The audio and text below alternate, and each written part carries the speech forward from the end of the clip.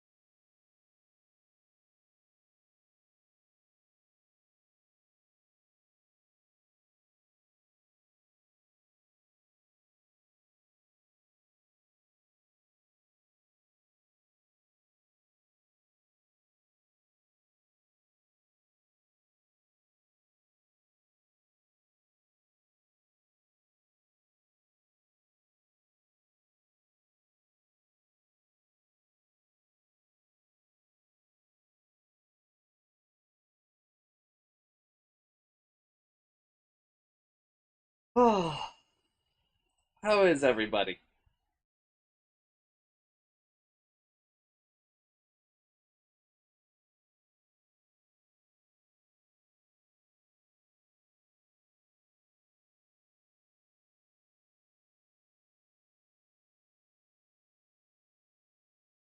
Oh, actually, before I close the old dashboard,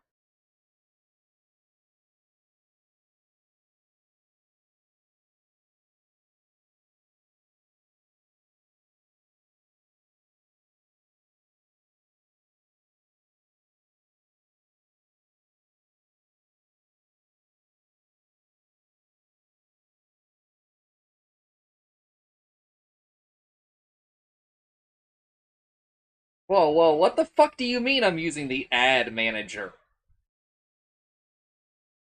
I don't remember turning that on.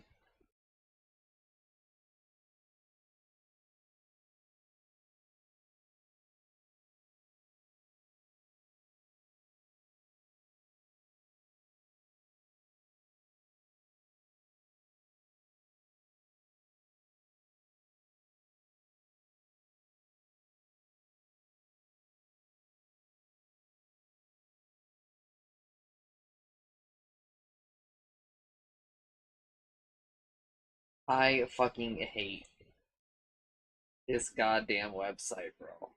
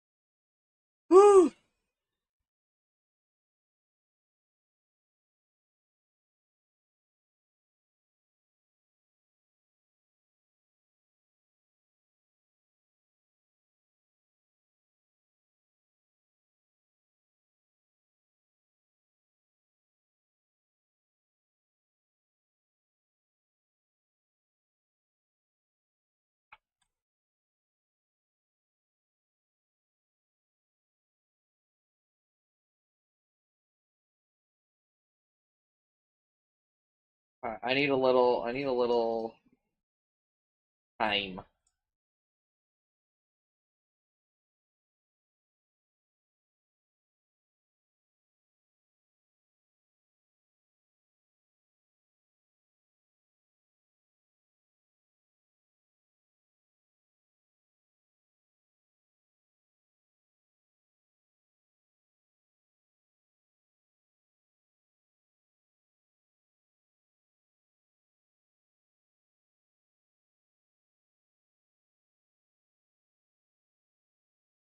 Also, let me go and look at the add 600 minutes to the subathon thing.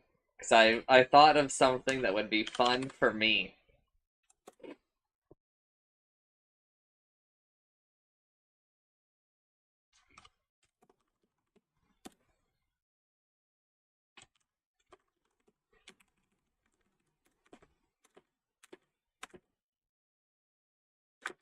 So, for tier 3s, for the add 900 minutes, I'm, uh, I'm gonna spin the wheel to decide if I refund you guys or not.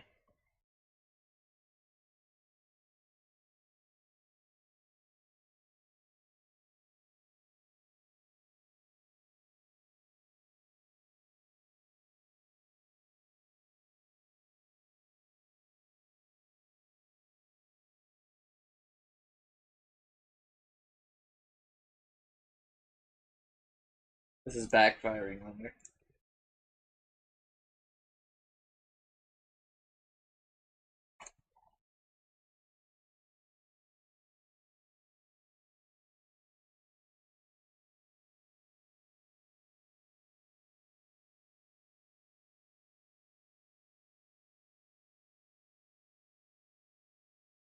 Okay, there we go.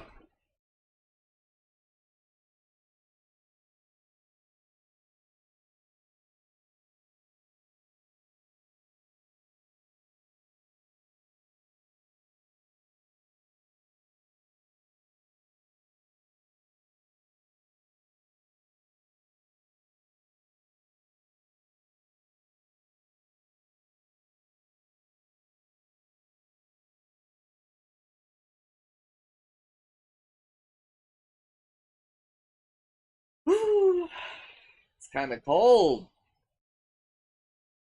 What's the temperature like outside?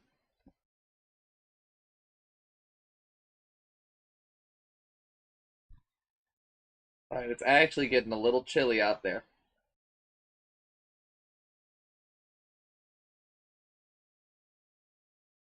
That's fine by me, but I am like a little hungry, and I do feel like it was good for me to eat. But also, I really gotta stop doing the two reading days back to back. Uh,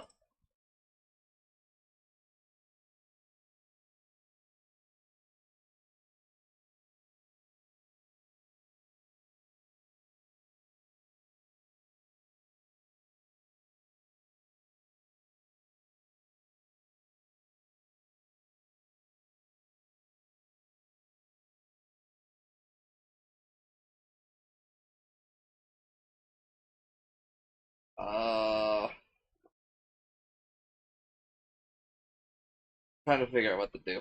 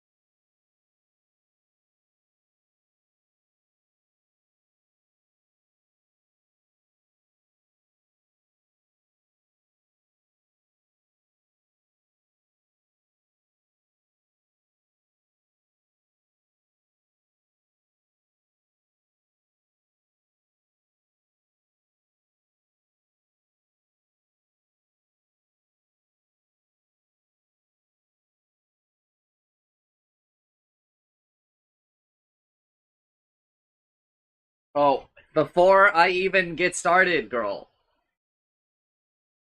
we gotta take our goddamn allergy medicine.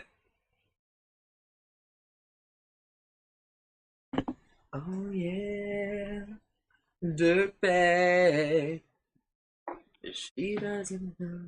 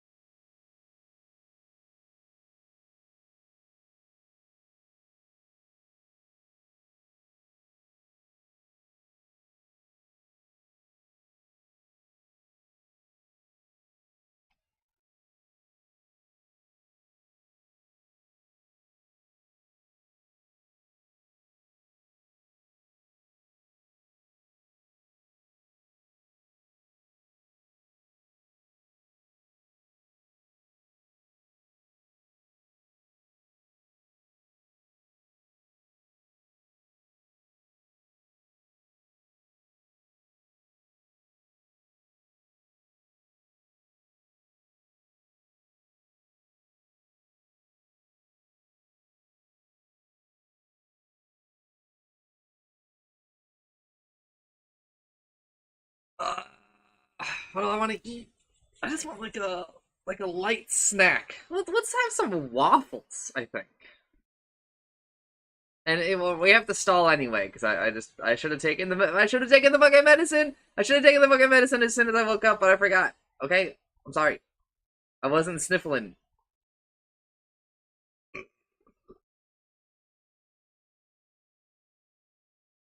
Okay, get off my fucking back.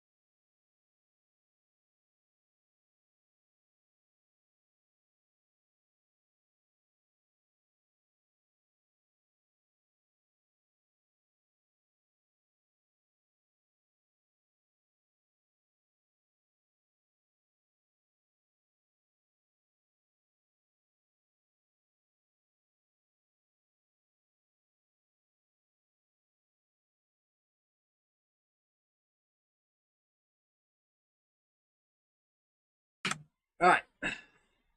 It's time. Hopefully we make it through this page. Or I guess this chapter of Overlord. Chapters in Overlord are a lot shorter than they are in Guitar.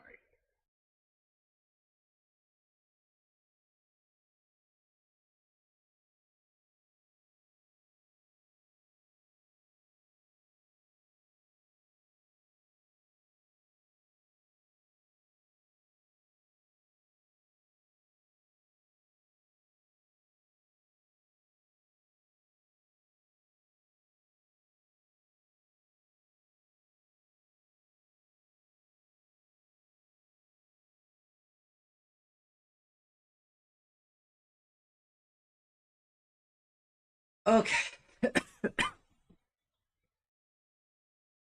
Let's start. Let's start the timer.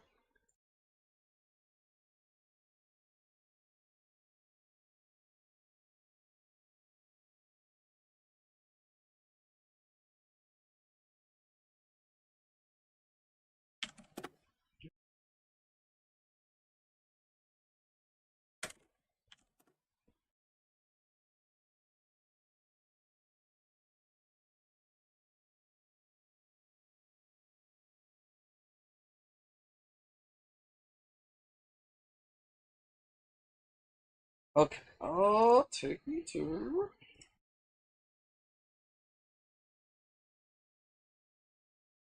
And then slash marker.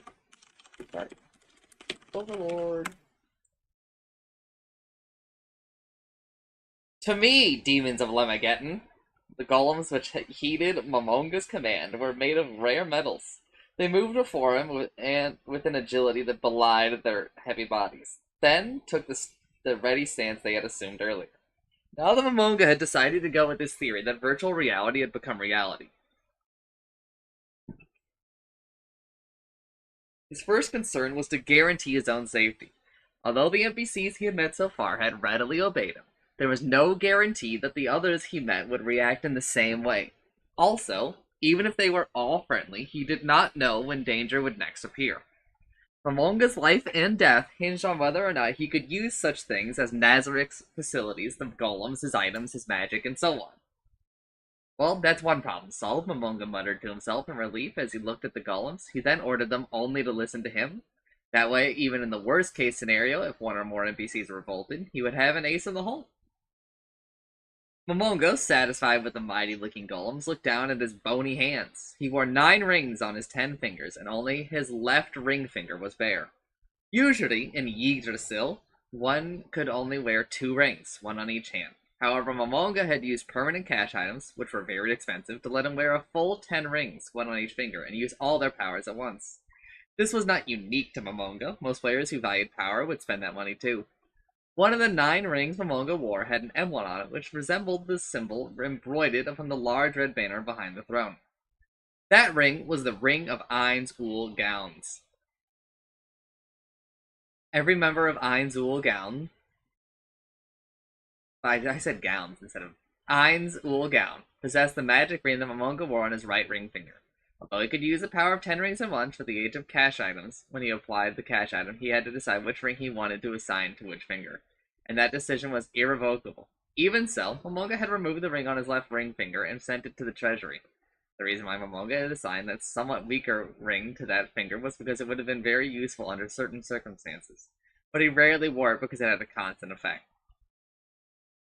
The power of the Ring of Ain's Ul Gown was unlimited teleportation between named rooms of the great underground tomb of Nazarik, and it would even allow one to teleport into the tomb from the outside. Since Nazarik was warded to block teleportation into or within itself, except for a few specific areas, this ring was very handy. The only places where this ring could not teleport its wearer was to the throne room and the various guild members' personal rooms. This ring was also required to enter the treasury, which was why he could not do without it. Momonga sighed deeply. After this, he would be using the ring's power. He was not sure if the ring could still do everything he expected of it, but he had no choice except to test it out. As he unleashed the ring's power, the world before him instantly turned black. Right after that, the scenery in front of him changed, and his surroundings were now a dark tunnel. At the end of the tunnel, he could see what looked like a giant lowered portcullis. Within the tunnel were artificial lights. It worked. Momonga muttered to himself, relieved at the successful teleport. He walked down the wide and high passage towards the portcullis ahead of him. The stone floor amplified the sound of Momonga's footsteps, and at times he could hear echoes. The torches that lined the tunnel flickered constantly, and as a result, the shadows they made seemed to dance. Bathed in the light of several torches, he cast several shadows at once, and it seemed as though there were multiple Momongas. What passed for his nose should have been a little more than an empty hole in his skull. Yet still he smelled something as he drew near the portcullis. Momonga stopped and took a deep breath. It was a strong scent of earth and grass, the smell of the jungle. Much like his encounter with Albedo just now, the intensely realistic scent in a world that should not have possessed such things only convinced Momonga of the reality of the world he was in. But how did his body breathe without lungs or a windpipe? Momonga felt that thinking too much about such things was foolish and put it aside. As though it sensed Momonga approaching, the portcullis swiftly raised itself into the ceiling at just the right moment to let him through, past the barrier. What Momonga saw was a circular arena, surrounded on all sides by many tiers of audience seats. The Colosseum was an oval in shape, 180 meters on its long axis and 150 meters on the short axis. It was 40 meters tall and modeled after the arenas of the Roman Empire. There were continual light spells cast everywhere, illuminating the grounds in white light, so one could observe the entire Colosseum like it was day. The audience was composed of many clay dolls, golems in other words, which showed no sign of activity. In this Colosseum, the intruders would be the stars of the show, while the ones watching from the VIP box would be members of IMOUTOTHON. The main event, of course, would be a brutal melee. Apart from the 1,500-man invasion, every single invader had met their end here. Momonga walked into the center of the arena and looked into the heavens. Before him stretched a black expanse of a night sky. Perhaps he might have been able to see the stars if there were no light around him. However, this place was the 6th floor of the great underground tomb of Nazareth, so the sky here was merely a virtual imitation.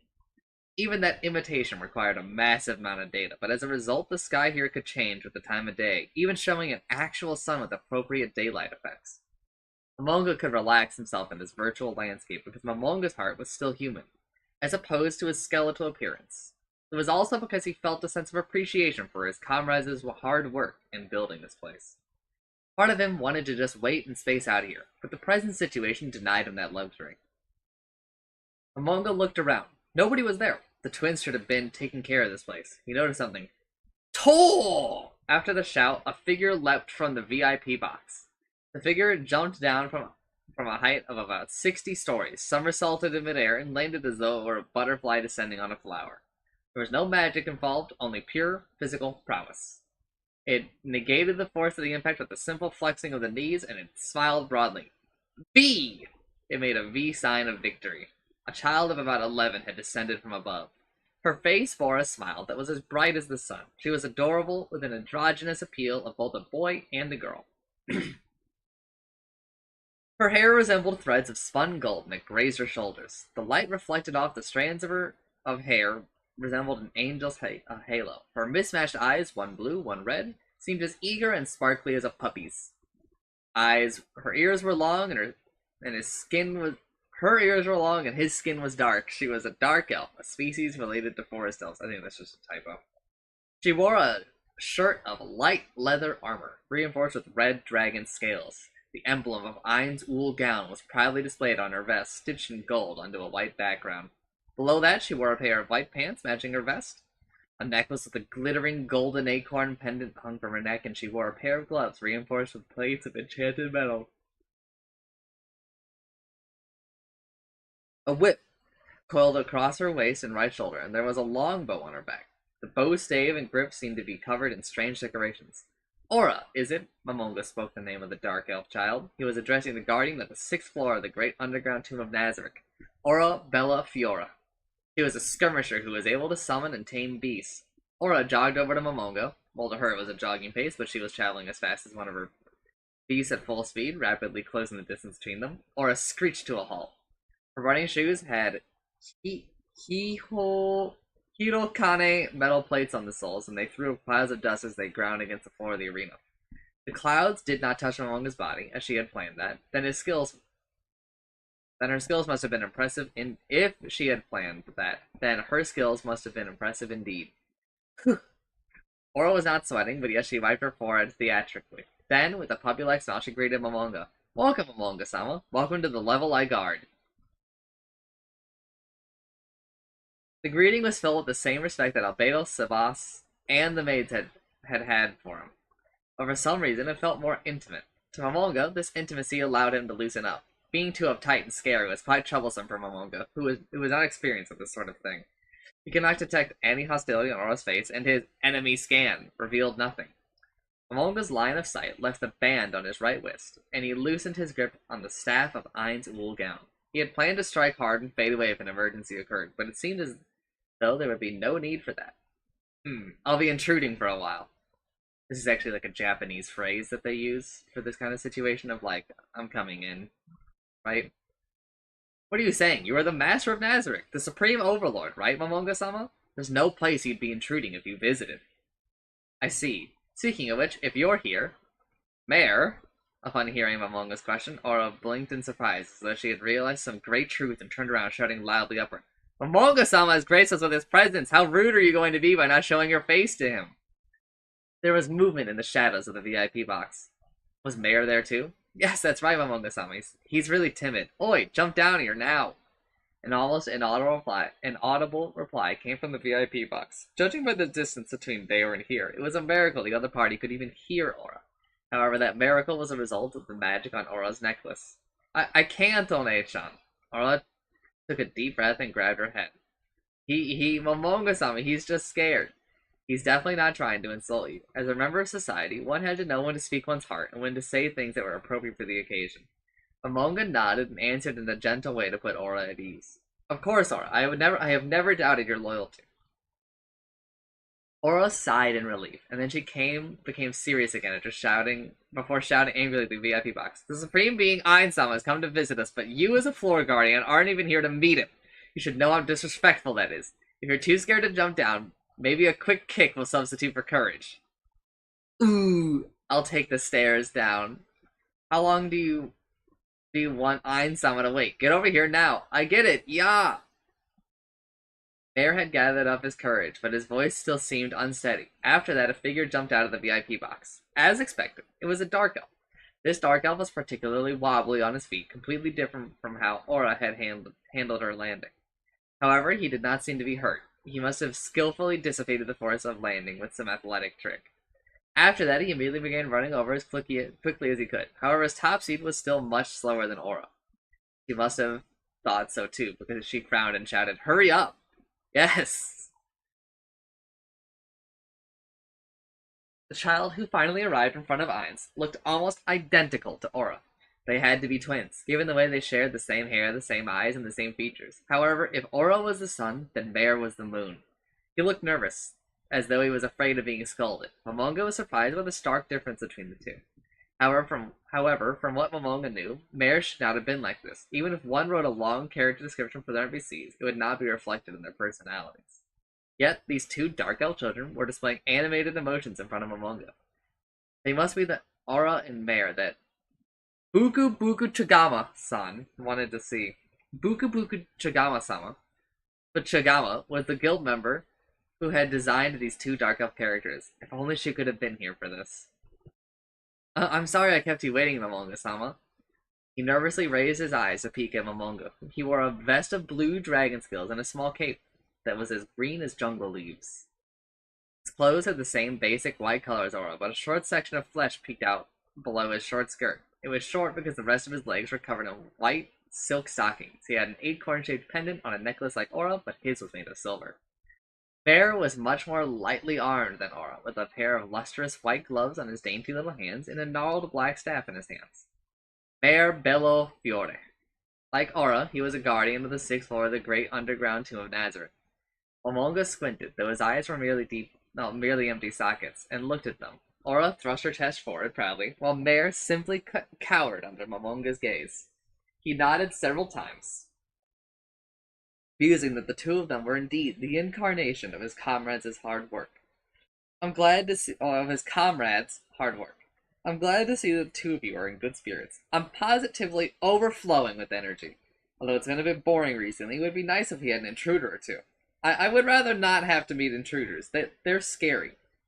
After hearing Mayor's words, Aura's expression changed. Ha! Momonga-sama, please excuse me for a while. Mayor, come with me. Ow! Nate-chan, that hurts! After seeing Momonga nod slightly, Aura pinched Mayor by the tip of one of his ears and dragged him away from Momonga. Then she began whispering into Mayor's ear. Even from a distance, one could tell she was scolding him.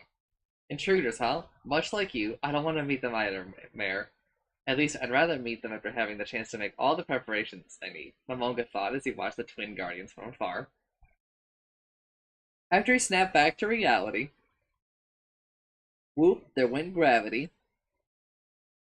Momonga realized that Mare was on his knees in front of Aura, who was hurling a torrent of abuse at him. Momonga smiled as the scene reminded him of the brother and sister who were his friends. Good grief, Mare was clearly not made by Peroronchino-san. Or is this because Buka Buka Chagama-san believed that little brothers should listen to their big sisters? Though, come to think about it, Aura and Mare should have died once. How should I address that? The invasion of 1,500 people had made it down to the 8th floor, which was to say, Aura and Mare should have died then. Did they remember anything about it? What meaning did the concept of death have for those two anyway? According to Yggdrasil's rules, death would cost a character 5 levels and force him to drop one of his equipped items. In other words, characters below level 5 would immediately disappear. Players were especially exempt from this and would not vanish, but they would be reduced to the minimum level of 1. Therefore, it must be an issue with the game rules. Using spells like Resurrection or Raise Dead would mitigate this level loss. In addition, with the use of cash items, one would only lose a bit of experience. It was simpler for NPCs. As long as the guild paid the requisite fees to resurrect them, they would be recalled to life without any ill effects. Therefore, players who wanted to respect their characters often favored using death to lower one's levels. While the loss of even a single level was a harsh punishment in a game where each level required a lot of experience points, losing levels was not such a frightening prospect in Yggdrasil. This was because the game company wanted its players to explore previously undiscovered regions and find new things instead of hunkering down familiar territory because they were afraid of losing levels. With all this in mind, were the two people who perished in the wake of the 1,500-man invasion the same after their resurrection? Momonga wanted to verify this, but at the same time, he did not want to disturb them unduly. For all he knew, the large invasion might have been a traumatic experience for Aura. Momonga felt it would be unwise to question her in that manner. She had showed no overt signs of hostility. The important thing was that they were lovingly crafted NPCs of his friends in Ain's Ul gown. Perhaps after setting all the accumulated problems, he would ask her about it. In addition to the concept of death in-game, might be different from outside. In addition, the concept of death in-game might be different from outside it. Of course, if one died in reality, that was the end of everything. However, that might not be the case right now. He wanted to perform an experiment on this, but first he needed to collect information and establish his priorities. Thus, putting this matter aside would be a wise decision. After all, Momonga still had many doubts about how the Yggdrasil he knew had changed. Aura was still scolding Mare as Momonga stood in contemplation. Momonga pitied Mare a little. After all, he had not said anything that warranted such wrathful castigation. In the past, when brother and sister argued, all Momonga could do was watch. But now, things were different. That should be enough, don't you think? Momonga-sama, but as a guardian, Mare, it's fine, Aura. I understand how you feel. It is only natural that you would feel unhappy if Mare, as a floor guardian, said such a cowardly thing. Especially if it were in my presence. However, I believe that if anyone invaded the great underground tomb of Nazarick, you and Mare would fearlessly step forward to engage them. There is no need for scoldings as long as one does what it is required of them when the time comes. Momonga walked up to between the two of them and helped Mare out. And Mare, you should be grateful to your kind sister. Even if I were angry, I could not remain so after seeing how your sister scolded you. Mare looked in surprise at his sister. At this moment, Aura hurriedly said, Eh? No, it's not like that. I wasn't scolding him to show off in front of you, Momonga-sama. Or, it's fine. It doesn't matter what you had in mind. I understand your kind intentions. However, I must tell you that I am not dissatisfied with Mare's performance as a guardian. Yes, thank you, Momonga-sama. Thank you very much. Momonga felt uncomfortable as he watched the two of them bow to him. He felt particularly ill at ease as he saw them look at him with their shining eyes in order to camouflage the embarrassment he felt at being looked at that way. Momonga coughed. That's right. Aura, I think you said something about being bored because there were no intruders. Ah, no, about that. After seeing Aura's fearful reaction, Momonga felt bad about asking this question. I do not intend to reproach you for your answer, so feel free to speak your mind. Yes, a little. There's nobody around here you can spar with me for more than 5 minutes. Aura touched her index fingers together before looking up hopefully to Momonga. As a guardian, Aura was level 100. There were precious few opponents in this dungeon which could rival her. There were 9 such NPCs, including Aura and Mare, as well as one other. What if Mare was your opponent? Mare's body trembled as he shrank away. He shook his head with moist eyes, and he looked very, very afraid. Aura sighed as she saw the way he looked. As Aura sighed, a sweet scent filled the surrounding air. Unlike the fragrance Albedo radiated, this scent seemed somewhat persistent. As he remembered Aura's ability, Momonga took a step away from the scent. Ah, so sorry, Momonga-sama. As Aura noticed Momonga's strange reaction, she hurriedly dispersed the scent with her hand. Among Aura's skills as a beast tamer, there was a certain passive skill that had buffing and debuffing effects. These abilities acted through her breath and had a radius of several meters, some even up to 10 meters. With the effect of certain skills, the radius could be enlarged in unbelievable proportions. In Yggdrasil, icons representing buffs and debuffs appeared in one's field of vision, so one could see if they were under the effects of an ability. However, no indication of these changes appeared before, which made things quite troublesome. Ah, it should be fine now. I cancelled it. Is that so? Although you're undead, so mind-affecting effects shouldn't work on you, right, Momonga-sama? That was true in Yggdrasil. The undead were immune to mind-affecting effects, whether positive or negative. Was I within the effect radius? Aura lowered her head in fear, and so did Mare beside her. I'm not angry, Aura, Momonga said in as gentle a voice as he could manage. Aura, you don't have to be so afraid. Do you think such a simple skill would inconvenience me? I was simply asking if I was in the effective range of your skill. Yes, just now, you were within the range of my skill. After hearing Aura's energetic answer, as relief flooded back into her, Momonga realized that his very presence filled Aura with fear. Once he noticed this, he felt a clenching pain in his non-existent stomach. What if he became weaker from this? Every time he thought about that, he tried desperately to put it out of his mind. And what was its effect? Ah, the effect just now should have been fear. Umu. He did not feel afraid. In Yggdrasil, one would not be affected by attacks from the guild or party to which one belonged, although there was a very real chance this rule no longer applies. So it'd be best to verify that now.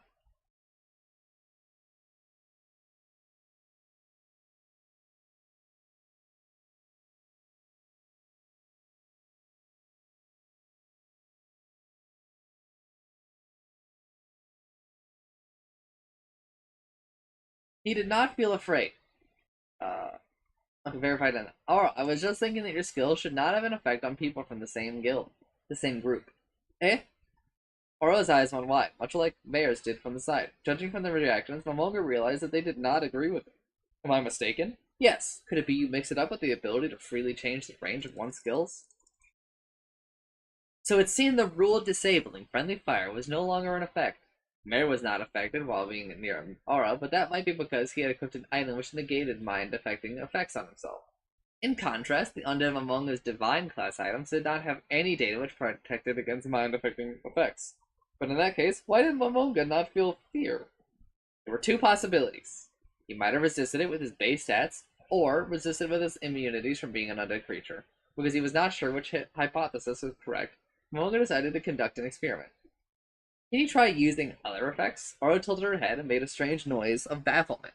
Momonga was reminded of a puppy, and he reached out to stroke Aura's head.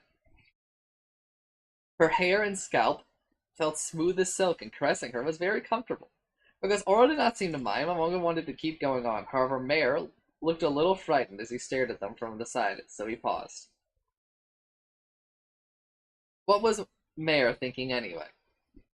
After thinking for a short while, Momonga released his staff and muffled Mare's hair with his other hand. The quality of Mare's hair felt better, but Momonga hardly paid it any heed as he rubbed their heads until he was satisfied.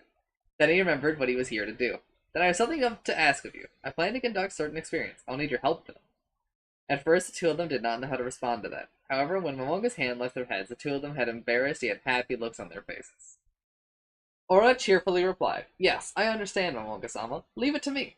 Momonga reached out a hand to quell Aura. Before that, Momonga gripped the floating staff in his hand. Just like before, when he used the power of the ring, he focused on the staff. Among the many powers it possessed, Momonga concentrated on one of the gems which decorated the staff. It was a divine class item called the Gem of the Moon, and the ability Momonga chose called forth Moonlight Wolves. As the summoning magic took effect, three beasts appeared out of thin air. The special effects of the summoning were the same as in Yggdrasil, so Momonga was not surprised by them. Moonlight wolves looked very similar to Siberian wolves, but they radiated a silver glow. Momonga could feel a mysterious connection between himself and the Moonlight wolves. It clearly showed who was the master and the servant between them. Are those Moonlight wolves? Aura's tone changed. Showed she did not understand. After all, she had no idea why Momonga would summon such weak monsters. Moonlight wolves were highly agile and they were useful for ambushes, but they were only level 20 or so. They were very weak monsters compared to Aura or Momonga. However, monsters of this level were enough for their purposes this time around. In fact, the weaker they were, the better. Yes, they are. Now, include me in the raid you skill. Eh? Really? It's fine. Momonga's insistence was so great that even the dubious Aura went ahead with it. Given that they were no longer in the game, there was a possibility he could not ignore, which was that Aura's skill might not have activated properly. In order to rule that out, he had to expose himself to the skill with a third party, which is why he had summoned the Moonlight Wolves. After that, Aura exhaled several times, but Momonga did not feel affected in any way. He tried relaxing or turning around in the middle of the skill, but he felt nothing strange. However, the Moonlight Wolf behind him was affected. Thus, he concluded that Aura's skill had taken effect. From this experiment, Momonga learned that mind-affecting effects did not work on him. This meant, in the game, demi-human and heteromorphic races unlocked racial skills when they reached certain levels. An Overlord, like Momonga, had the following skills. Create high-tier undead 4 times per day. Create mid-tier undead 12 times per day. Create low-tier undead 20 times per day. Negative energy touch. Despair aura 5. Instant death. Negate negative protection. Dark soul, black halo. Undead blessing. Unholy protection. Wisdom of darkness. Speak evil tongues. Ability damage 4. Piercing damage resistance 5. Slashing damage resistance 5. Turn resistance 3. High tier physical immunity 3. High tier magic immunity 3. Cold, acid, and electrical immunity, as well as arcane vision / sea invisibility. And then there were abilities from his class levels. Instant death magic and enchantment, Rite of Darkness, Undead Aura, Undead Creation, Undead Control, Undead Strengthening, and so on. Then there were the basic special qualities which all undead possessed. Immunity to critical hits, mind affecting, poison, disease, sleep, paralysis, death, and energy drain effects. Resistance to necromancy and biological penalties. Undead did not need to breathe, eat, or drink. They were healed by negative energy and had dark vision. Of course, they had weaknesses too, like good, light, and holy vulnerability 4. Bludgeoning vulnerability 5. Vulnerability to holy and good consecrated areas 2. Double damage from fire, and so on. This meant that Momonga could be sure that he still possessed the basic abilities of an undead being, and his special skills gained through leveling up. I see. Well, this was an informative experiment. Thank you, Aura. Are you alright? Yes, I'm fine. Is that so? Return. The 3 Moonlight Wolves vanished as though time itself had turned backward for them. Momonga-sama, did you come to our floor in order to perform those experiments just now? Mary was nodding beside her. Eh? Ah, no. In truth, I came here for training. Training? Eh? For you, Momonga-sama?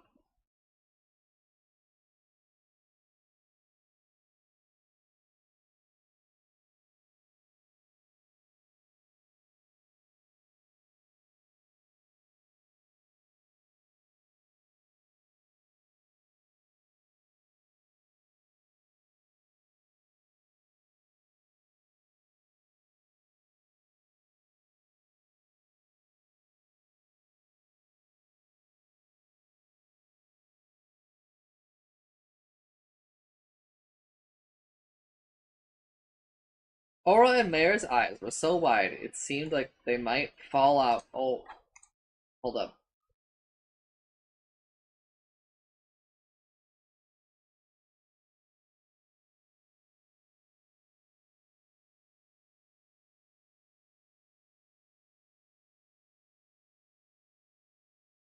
Aura and Mare's eyes were so wide it seemed like they might fall out of their sockets. Their surprise was only natural, after all.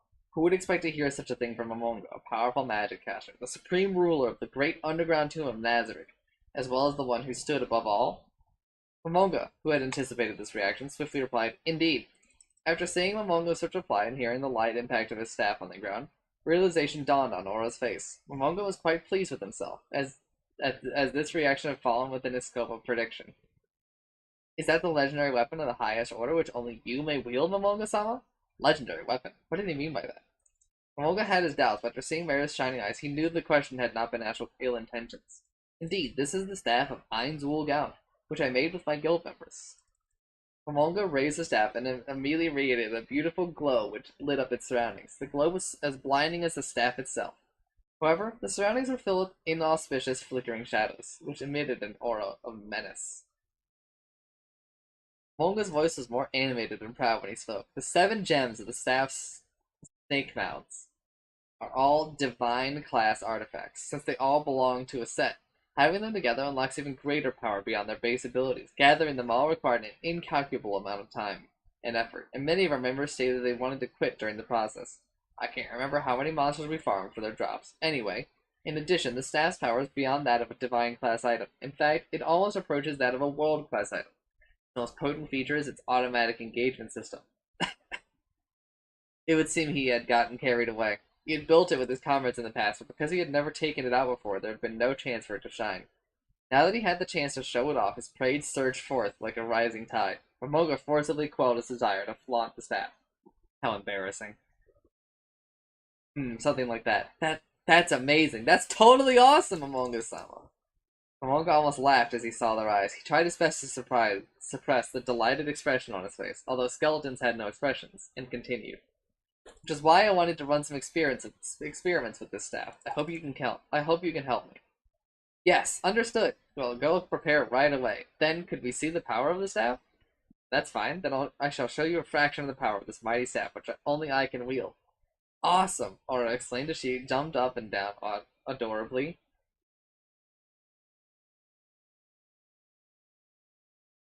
Mayor was hard-pressed to hide his delight, as could be seen from the twitching tips of his ears. Ah, this is bad. I can't let my stem facade slip because of this. Momonga tried to regain his dignity as he reminded himself thusly. But there is one more thing, Aura. I have already ordered the other guardians here. They will arrive within the hour. Eh? Then we need to get ready for it. No, there is no need. All you need to do is stay here and wait for them. Is that so? All the guardians. That means Shaltier is coming too? All the guardians. Ah. Aura's long ears suddenly drooped. However, Mare's reaction was not as exaggerated as Aura's. According to her backstory, Aura was designed to have a poor relationship with Shaltier. That was probably not the case for Mare. What would happen next? Momonga sighed quietly.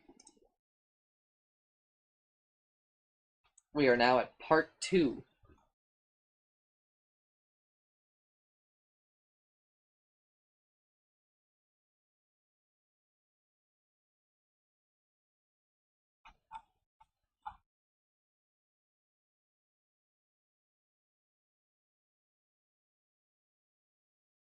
Part 2 is roughly 1/3, maybe 1/4 of the way through this chapter. I already need to take my first voice break, as you might be able to tell. So, I will write in the chat, small break.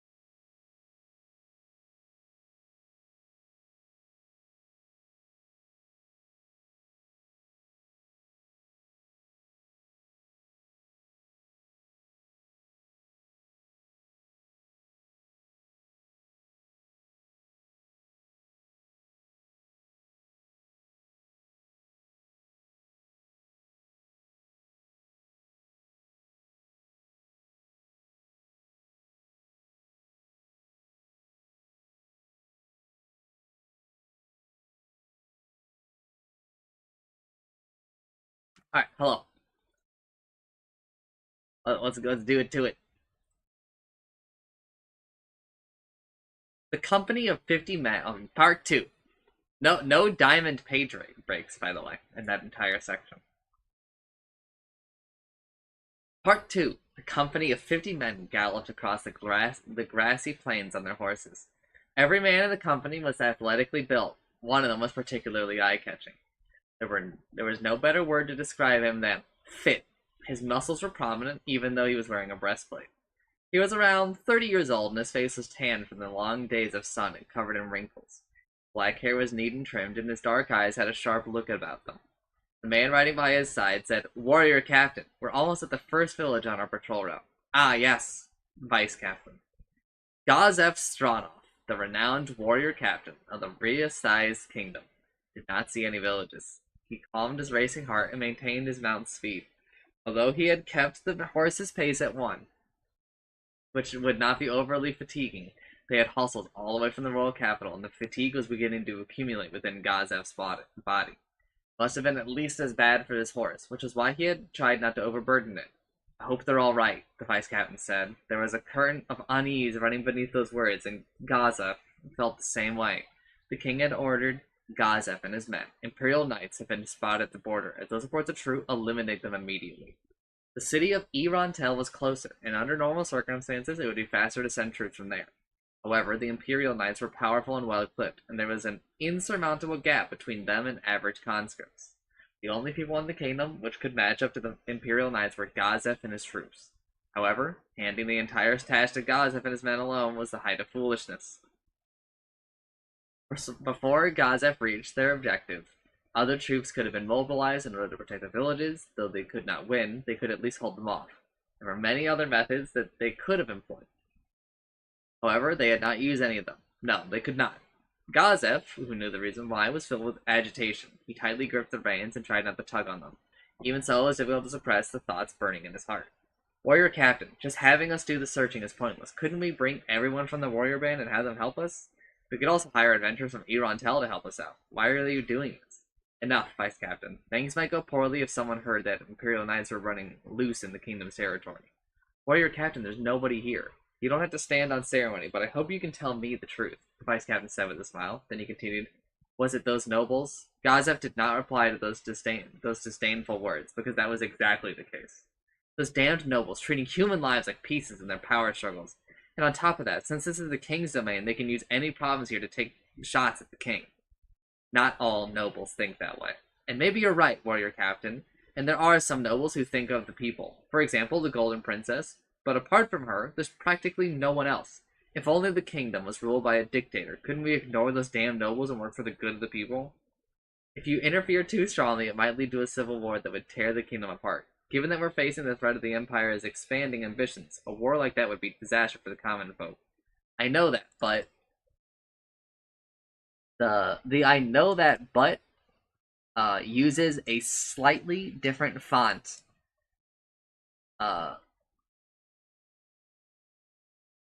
and a different font color, so that it's grayed out, like it's fading out, and also there's an ellipses there.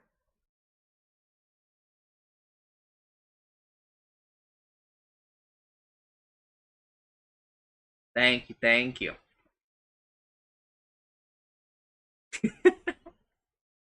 Homeowner for now, brownie face. Just leave this matter aside, for Gazef's voice cut off halfway as his eyes looked intently forward. Thick, black smoke rose up from behind the small hill ahead of them, and it was not just one or two plumes. Everyone present knew what that meant. Gazef could not help but click his tongue as he squeezed his legs around his horse's flanks. The scene which the rapidly galloping Gazef and company saw did not deviate from their expectations. Before them spread an expanse of blackened ground, the scorched remains of a village. The corpses of several of the burned houses remained standing like tombstones. Gazef gave an order with a voice of steel. "Everyone, we're moving quickly now."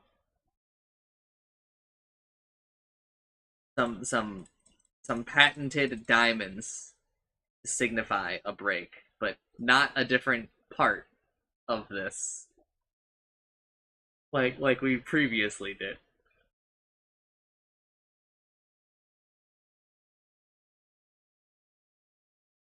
The village had been put to the torch, and only the burned skeletons of the destroyed homes gave any clue as to what it had been like before. The smell of blood blended with the stench of burning as one walked between them.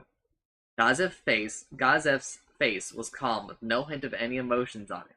However, no expression could convey his feelings more clearly than this. The same applied to Vice Captain, who walked by Gazef's side. Over 100 villagers had lived here. 6 had survived. Everyone else had been mercilessly slain, whether they were women, children, or infants. Vice Captain, has some of our people returned the survivors to Yvontel? But wait, you're right, it's a big risk. Even so, we can't just abandon them like this. Yvontel was directly administered by the king, and protecting its surrounding villages was the king's duty.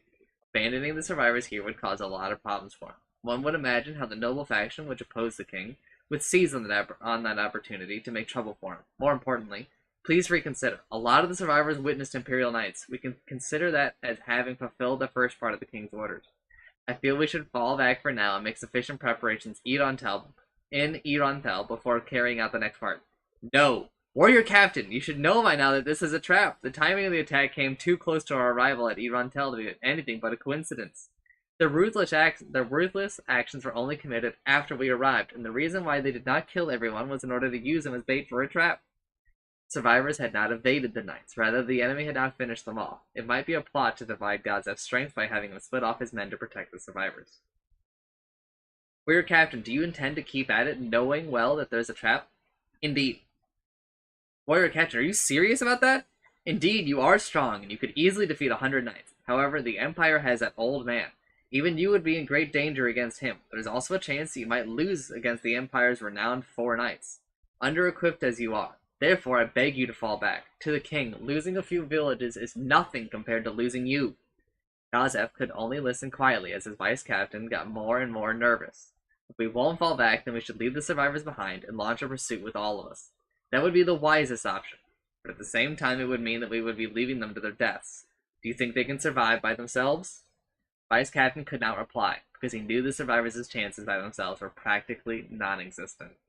Without someone to protect and escort them to a safe area, they would be dead in days.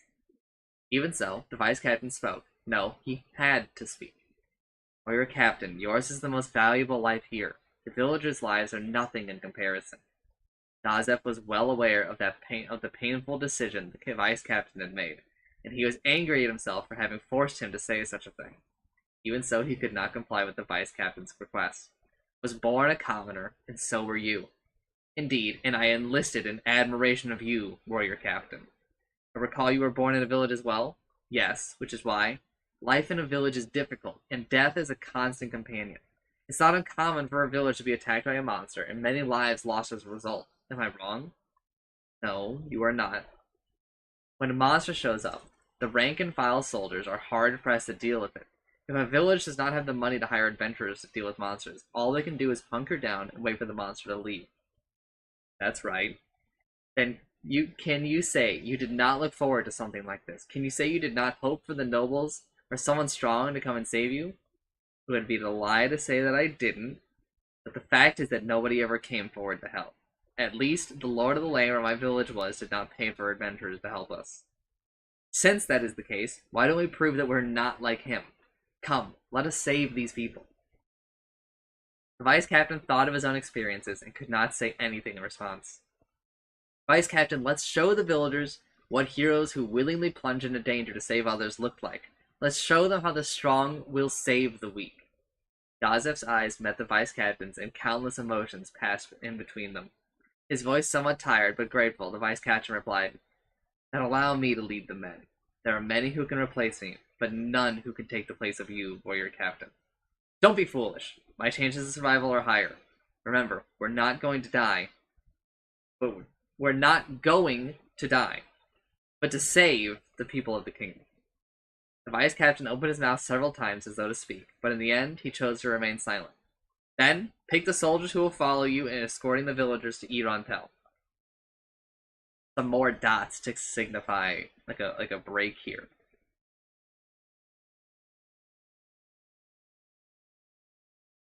The crimson light of the setting sun shone on a group of men upon the plains. There were 45 of them. They must have had excellent camouflage techniques given the way they had suddenly appeared out of nowhere. Magic was most likely involved. It was obvious at a glance that they were not simple mercenaries, travelers, or adventurers. They were all dressed in the same way, in armor made of special metals which emphasized defensive power and mobility. After enchantment, they were more protective than full plate armor. Bags in their backs were small, hardly the kind one would expect a traveler to carry. Those bags were enchanted as well. Their belts were special, designed to carry potions, and the case on their backs also radiated an aura of magic. Gathering this many sets of magic items would be a daunting task, be it in terms of time, money, or effort required. The fact that these people were outfitted in this sort of equipment was a clear sign that they had the backing of a nation or the equivalent. However, there were no markings or badges on them, which might reveal their allegiance. In other words, they were hiding the fact that they were a Black Ops unit. They looked at the ruins of the village with emotionless eyes. Although the stink of blood and fire hung heavy in the air, their merciless gazes seemed to say that this was only to be expected. They fled. The words were spoken with a hint of disappointment. Well, that's only to be expected. We will continue attacking villages to draw them out. The beast must be lured into the trap. The man who spoke cast a razor-sharp look in the direction where Gazef Company was riding. Show me the village, which we will next be using as bait. Part 3. That part was actually kind of short, so we will not take a break. Oh my god. I'm still scrolling, baby. I'm still scrolling. I'm looking for part 4. Oh my lord. Another head chopped by the Wu-Tang sword.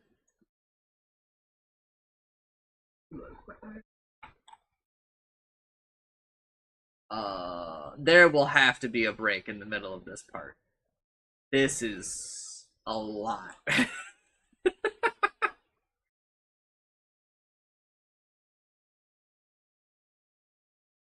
Momonga pointed his finger, appearing to cast a spell on the straw man in the corner of the arena. Momonga did not know many pure damage spells. Instead, he focused on instant death spells with additional effects. As a result, he was less effective against non-living entities. He should have selected a simple damaging spell against the target like the one before him. But Momonga's levels were largely in necromancy-type classes, which strengthened his necromantic spells. However, the effectiveness of these spells was several notches below a character whose class levels enhanced combat spells. He glanced curiously at the children to the side, whose eyes were glittering in anticipation. He felt uneasy as he wondered whether he could live up to their expectations. Then Momonga peeked at the 2 huge monsters. Their massive bodies were 3 meters tall and resembled inverted triangles. The skeletal structures was a mix of humans and dragons and covered in corded, sinewy muscles, which were, in turn, sheathed by a layer of scales that were harder than steel. Their faces resembled those of dragons, while their tails were as thick as tree trunks. They were wingless and bipedal, like a dragon standing on its hind legs. Their arms were wider around than a man's torso, which was about half the length of its body. They wore weapons that resembled both a shield and a sword. These monsters were called Dragonkin, and under the control of Aura's beast tamer skills, they rearranged the Colosseum to her liking. Although they were level 55 monsters with no special abilities of note, their powerful arms and prodigious stamina were a match for higher-leveled monsters. Momonga sighed softly and looked back at the strawman. It was quite troubling to have people look at him with expectation in their eyes.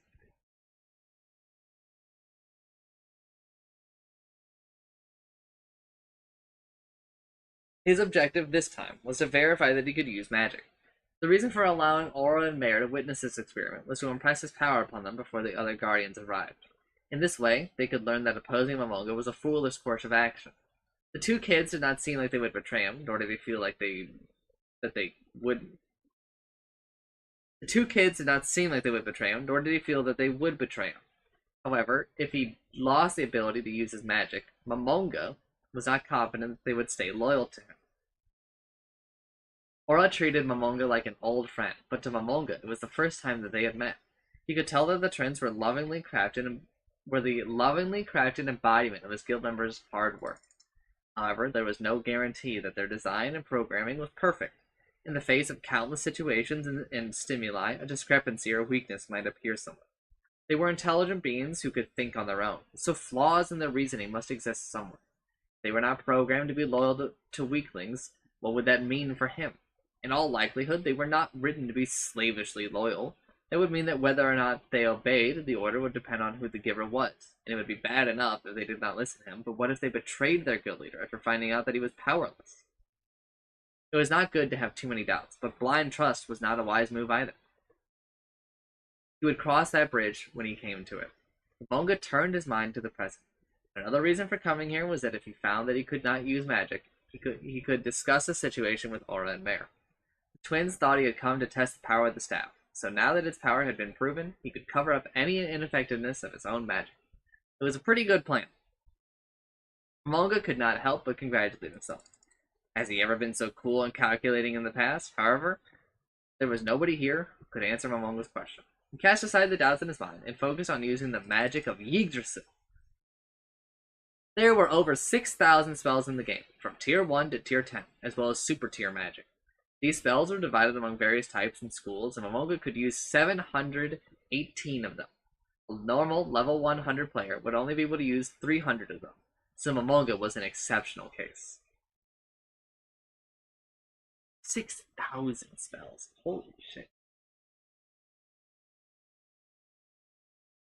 Momonga had memorized almost all of these spells, and he considered which one to use now. To begin with, because the restriction on friendly fire had been lifted, he needed to know how the effective radius of a spell would show itself. Therefore, he decided to use a single target spell, but picked an area effect spell. Next, considering his target was a straw man, he should, in Yggdrasil, he could cast a spell by tapping its respective icon. However, there were no icons from the touch, therefore there had to be some other way. He was not sure, but he had a faint idea of how to use his magic. It was a power hidden within him, just like how he had deactivated his negative touch. Momonga focused within himself, an icon appeared, as though floating in midair, and Ainz smiled in delight. He was fully aware of information like the spell's effective radius, its recast delay, and so on. Knowing this information, being sure of his power, filled him with a surging excitement and warm satisfaction. Unlike in Yggdrasil, he felt that the magic was part of him. This was a satisfaction he could have never experienced in Yggdrasil. He channeled the jubilation in his heart. Although his mood calmed quickly, he could still feel joy and excitement. Into his fingertip and spoke the words, "Fireball." An expanding globe of flame shot out from the finger pointing at the strawman. The fireball struck the strawman unerringly, as he had predicted. It burst, releasing a wave of scorching flame that blew the strawman away. The inner part of the fireball exploded, turning the strawman and the surrounding area into a sea of fire. All this happened in an instant. Then, besides the blackened strawman, there was nothing left. Aura and Mare watched Momonga snicker, clueless as to what was going on. Aura, set up another strawman. Ah, yes at once, hurry up and do it. One of the Dragonkin picked up another strawman and placed it beside the burned one. Momonga paced around the strawman before casting a spell on it. Napalm. A column of flame appeared beside the strawman, engulfing him in fire. Momonga paused a beat, then cast another spell on the remnants of the strawman. Fireball. The fireball struck the remains of the strawman, scattering its ashes in a puff of smoke. The recast time of his faint spells was the same as in Yggdrasil. The actual process of casting was faster than in Yggdrasil. Previously, in order to cast an area of effect spell, he would need to choose a spell, then move the area effect cursor over the desired area. The process now was quicker than that. Perfect, Momonga said, his voice filled with the same satisfaction he felt in his heart. Momonga-sama, should I prepare more strawmen? Aura still did not understand. She was already aware that Momonga was a mighty magic caster, so she did not feel the show before it was anything special. However, that was the impression Momonga wanted to give them, and from the looks on the twins' faces, it would seem that he had succeeded. No, there was no need. I wish to try something else. After rejecting Aura's suggestion, Momonga began his next experiment. Message. The first party he tried to contact was a GM. In Yggdrasil, when one used a message spell, as long as the other party was within the game, one could hear a call tone. Although otherwise, there would be no sound and the spell would immediately terminate. What happened now was somewhere between both of them. It felt like something was constantly reaching out, as though looking for something to connect to. This was the first time Momonga had experienced something like this, and it was difficult to describe. This feeling continued for a while, and in the end, after failing to connect, the message spell ended. A profound sense of disappointment flooded through. Moga tried casting the spell again. This time he did not choose a GM. This time he picked one of his comrades from the past, a member of Ain's Ul Gown. He cast the spell, though his heart was filled with 1 part of hope and 99 parts of resignation. As expected, there was no response. He tried to contact the 41 members of the guild with a message. But after receiving no reply, Pamonga gently shook his head. In truth, he had expected this outcome and had resigned himself to it. But actually being confronted by that fact filled him with an incomparable feeling of despair. In the end, Momonga decided to contact Sebas. It got through. This proved that the message spell was working, and that most likely it could only contact people within this new world. Momonga-sama. A voice of deepest respect echoed through his mind. Momonga considered that Sebas might have been bowing to him on the other side of the message, like in real-life companies. Alright, I need to take another small break. I know that there are many breaks, but you need to understand I did these 2 days in a row. That is not a good plan. We will probably change that going forward.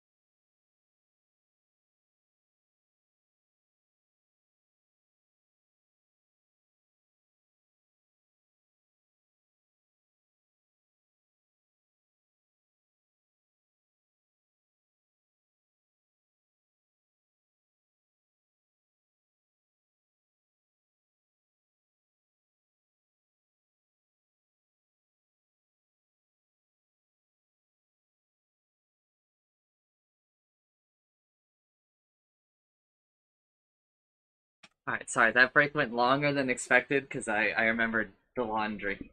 I had to move it to the dryer. Sorry about that! Sorry.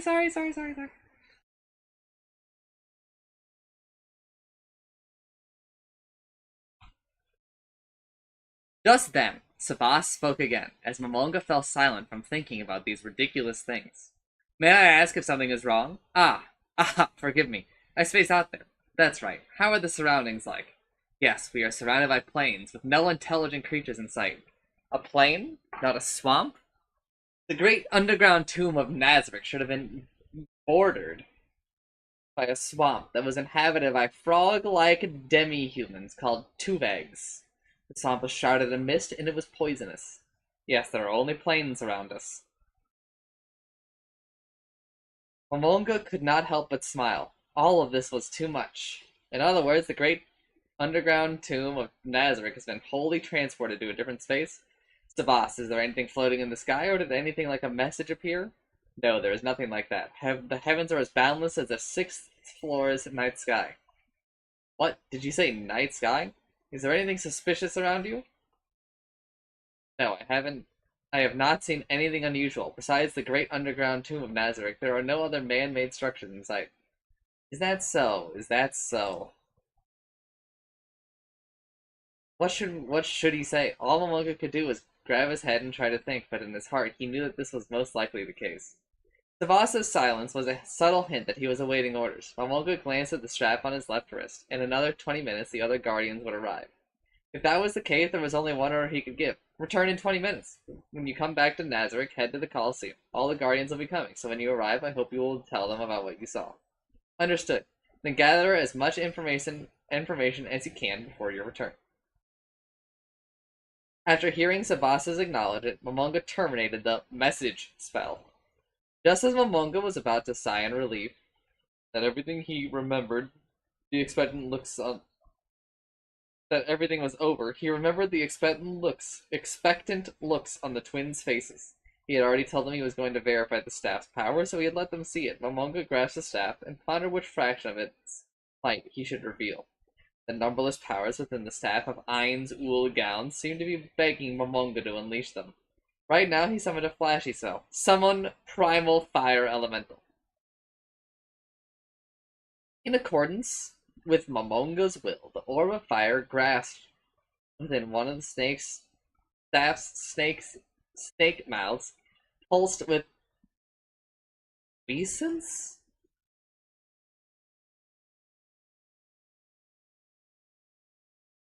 Essence?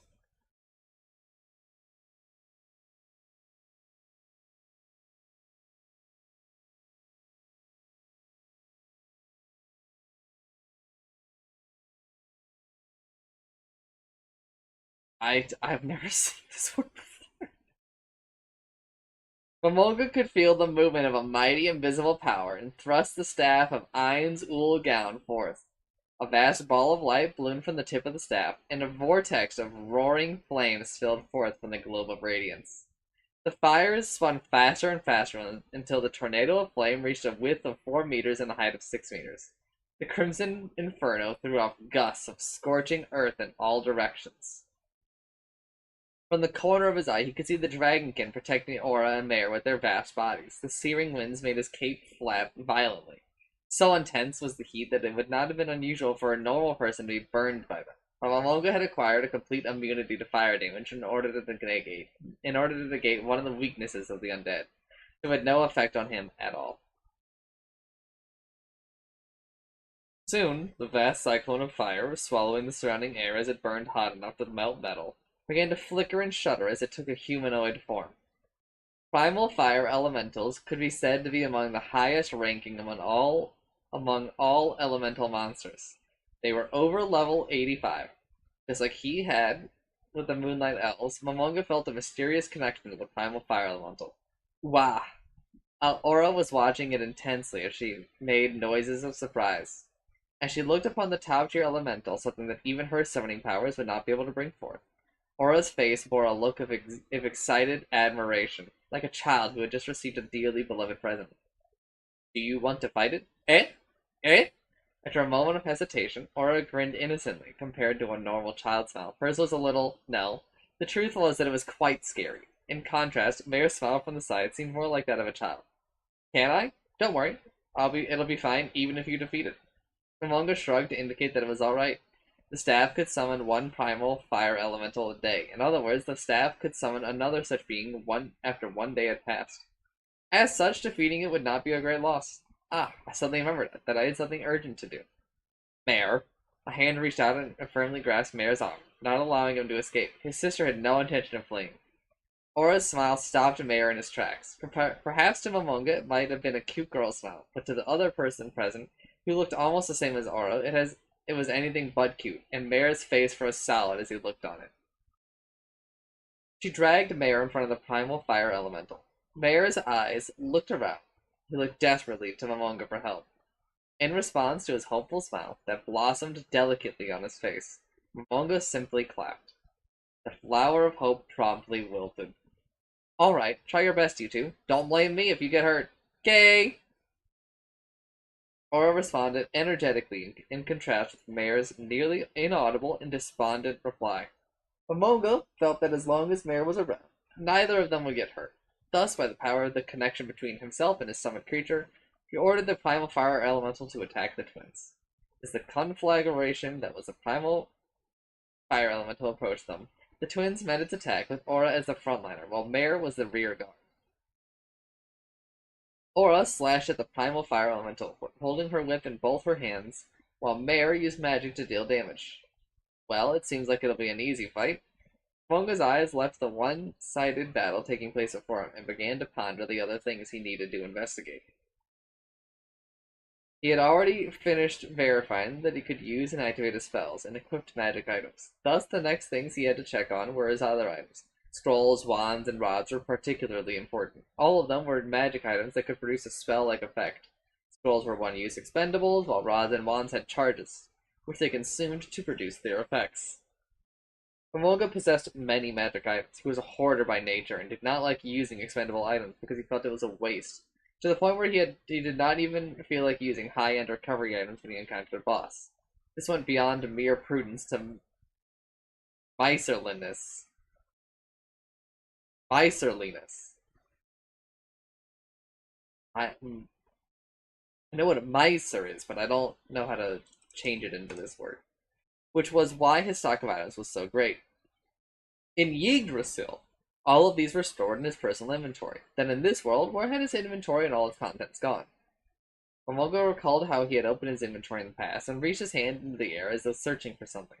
It felt as though he was reaching his hand past the surface of a lake, and an observer would think that Momonga's hand and part of his arm had vanished into nothingness. Then, like he was opening a window, Momonga swept his hand to one side. A hole appeared out of nowhere, and within it were many beautifully crafted magic staves.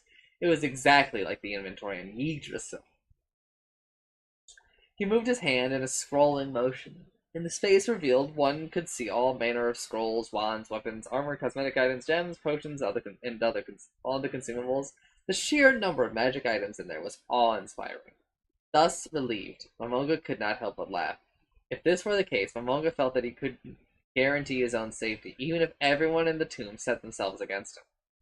As he absently watched Aura and Mare's intense battle, Momonga considered the things he had learned so far. Were the NPCs he met programs? No. Their sapience was such that they were indistinguishable from human beings. Programs could not show much complex emotions. He could assume that for some mysterious reason, they had ended up like human beings.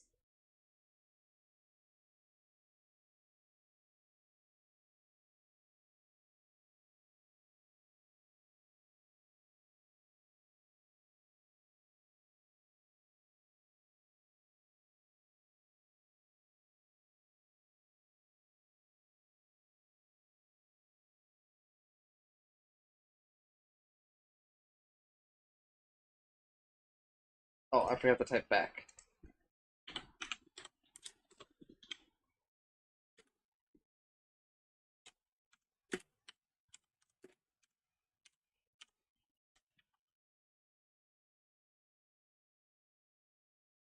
Okay.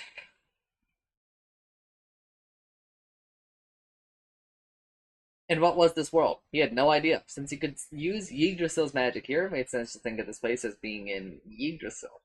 But after observing various discrepancies, it did not seem like he was in a game. Was he in a game or a new world? The answer was probably one of those. How should I deal with future events? Momonga had already verified that he could use his abilities from Yggdrasil. That being the case, if the data for the monsters and NPCs of the great underground tomb of Nazarick had carried over as well, he could be reasonably sure that they were not his enemies. The thing was, if they were not data programs with some other kind of being, then he would have to treat them differently. For the time being, it would be best to display the attitude of a superior being and put on an act of stern majesty, provided he could pull it off. In what direction should I proceed in the future? He should search hard for clues, although he was not sure what was going on with this world for the time being. Momonga was simply a clueless wayfarer. He had to take small steps and carefully gather information. If this is another world, should I try to return to my world? There were doubts in his heart. If he had friends in the real world, then he should go back to it. If his parents were still alive, he would desperately find a way to back to them. He had family members to care for, or a girlfriend, but he did not have anyone like that. His life was an endless cycle of going to the office to work and returning home to log in onto Yggdrasil, where he would prepare for his comrades to come back. But now, none of that waited for him. Then, was there any point at all in going back? But if he could go back, then he should think of a way to get back. It was better to have more options, because the world outside might be a hellish one. What should I do? Momonga's quiet mumbling carried softly through the air.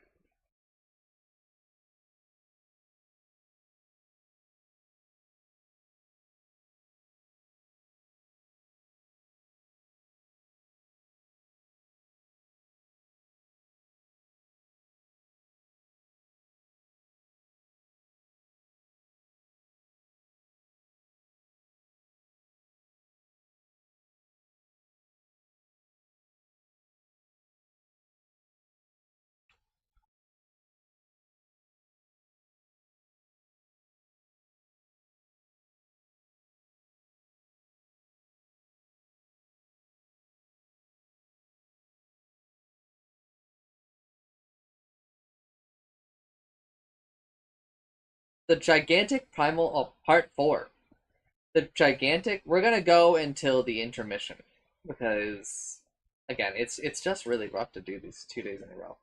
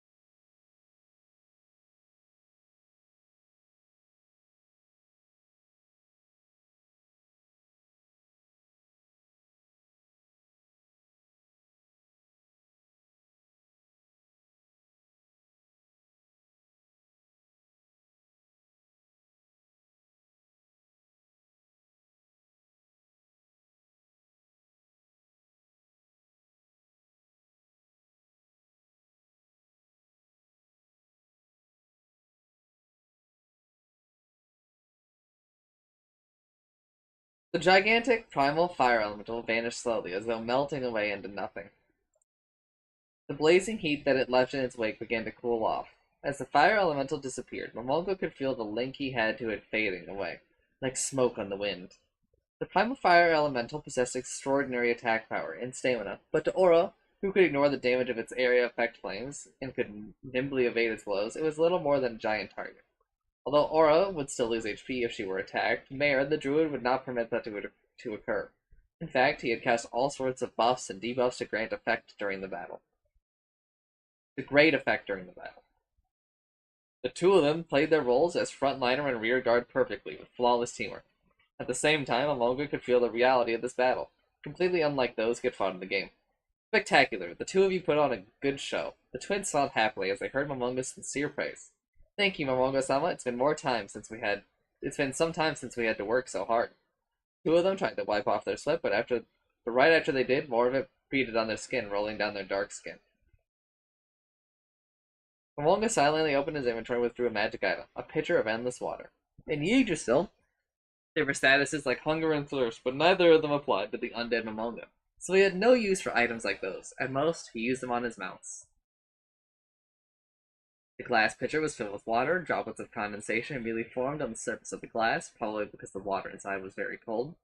Volga took out a pair of beautiful glasses, filled them with water from the pitcher, and gave them to the twins. Ora, Mare, have a drink. Eh? But that's no that good, right, Momonga-sama? Yes, I can make water with my magic, too. Momonga smiled bitterly as he saw Ora waving her hand and Mare shaking his head. Think nothing of it. The two of you have always done well. Think of this as my thanks to you. Fwa. Fwe. Ora and Mare's ears turned red, and they shyly, nervously reached out to take the glasses. To thank you, Momonga-sama. To think that you would pour water for us, Momonga-sama. Was this so delightful? Ora had ceased her protest, took the glass in both hands, and downed it in one gulp. Droplets of water escaped the corner of her mouth, down the smooth curves of her pulsing throat, and into the jerkin covering her chest. Bear held his cup with both hands and slowly sipped from it. The differences between them were obvious, even in the way they drank water. Momonga touched his throat as he saw the two of them. It felt like there was a thin layer of skin around his neck bones. To date, this body of his had not felt thirst, so it did not bother him. Although he was well aware that the dead would not feel this way, he could not help but think this was all a joke once he realized that he was no longer human. Momonga continued touching himself. He had no skin, muscles, blood vessels, nerves, or internal organs. His body was nothing but bones. He vaguely understood it in his heart, but it felt so unreal that he could not help exploring his body with his fingers. His sense of touch seemed duller from when he was a human being, as though there was a thin layer of cloth between his fingers and whatever he was touching. In contrast, his vision, hearing, and other senses were sharper than before. One might expect a body composed solely of bones to be easily broken, but each bone felt stronger than steel when he touched them. At the same time, he felt a strange sense of completion and satisfaction, that this was his real body, despite it being completely different from his old one. Perhaps it was because of this feeling that he was not afraid, despite his transfiguration into a set of white bones. Do you want more? Momonga raised the pitcher as he asked the twins, who had finished their water. Thanks, I've drunk enough. That's so. Then Mare, do you want some more? I've also had enough. I don't feel thirsty anymore. Momonga nodded as he took back the glasses before returning them all into his pocket space. Ora suddenly whispered, I thought Momonga-sama would be scarier than this. Oh, really? Well, if you feel that way. No, now is good. It's the best. Then we'll leave it at that. Momonga was taken aback by Ora's passionate answer. Momonga-sama, are we the only ones that you're nice to? Momonga was unsure how to answer Ora's muttered question. Instead, he patted her lightly on the head. Ehehe. Ora looked like a puppy that had just seen something she liked, while Mare had a jealous look on his face. Just then, a voice rang out. Oya! Am I the first to arrive? The tone was archaic and formal, but the voice itself sounded like it belonged to a young person. A shadow formed over the ground, and then the shadow turned into what looked like a door from which a person emerged. She wore a black ball gown, which looked soft to the touch. Her skirt was puffed up into a voluminous bell shape.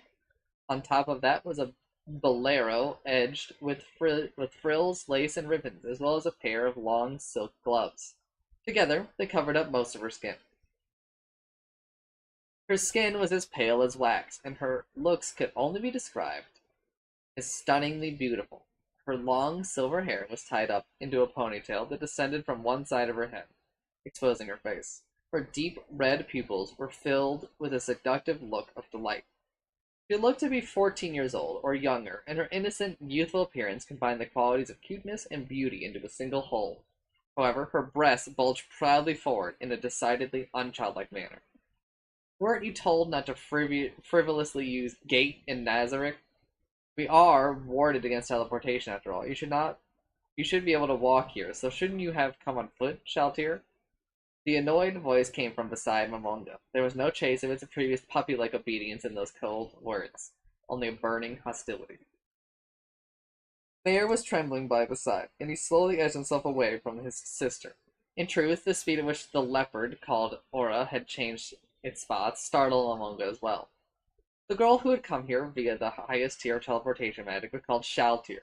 She did not even bother looking at Ora, who was scowling at her. Instead, she swiftly advanced before Momonga. The bewitching scent of some kind of perfume hung around her. Something stinks, Aura spat. Then she followed up with, "Don't tell me you started rotting because you're undead." Perhaps she saw Momonga reflexively raising his hand to sniff himself. But Shaltier furrowed her brows unhappily and replied, "Is that not quite distasteful? Momonga-sama is undead as well." Ha! What nonsense are you talking, Shaltier? Momonga-sama is no mere undead being. He's more like a super undead, or a godly undead. Ha! What nonsense are you talking, Shaltier? Oh no, it's like Momonga was somewhat baffled as he heard Shaltier and Mare going ah and respectively. The fact that was that in Yggdrasil he considered himself to be an ordinary undead creature, which was what Momonga thought as he rounded his shoulders. In any case, there was no such thing as super or godly undead. But Nechan, maybe you shouldn't have said that. Is that so? Alright then, take two. Then. Don't tell me you started rotting because you're a walking corpse. Well, that seems okay, sort of. After agreeing with Aura's take two, Shaltir placed her slender hands on the side of Amonga's head, as though to embrace it.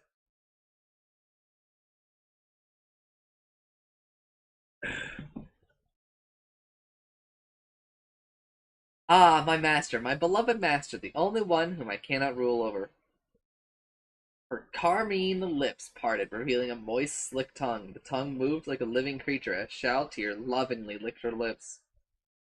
Her fragrant breath wafted out from her open mouth. Although she was perfectly suited for the role of an alluring seductress in all other ways, she was far too young for it. The discrepancy between her expectations and reality was laughable. In addition, she was far too short. When she reached her hands out to hug Momonga, it looked like she wanted to hang from his neck instead. However, this was too much affection for Momonga, who was not used to girls. He wanted to take a step back, but in the end he decided to stand his ground. Is that really how she is? The thought echoed endlessly in his head. However, when Momonga thought about the fact that she had been designed by his comrade, Pero Peroronchino, he mused that she might have been designed with such a personality. After all, Peroronchino loved H games and proudly declared that they were his life.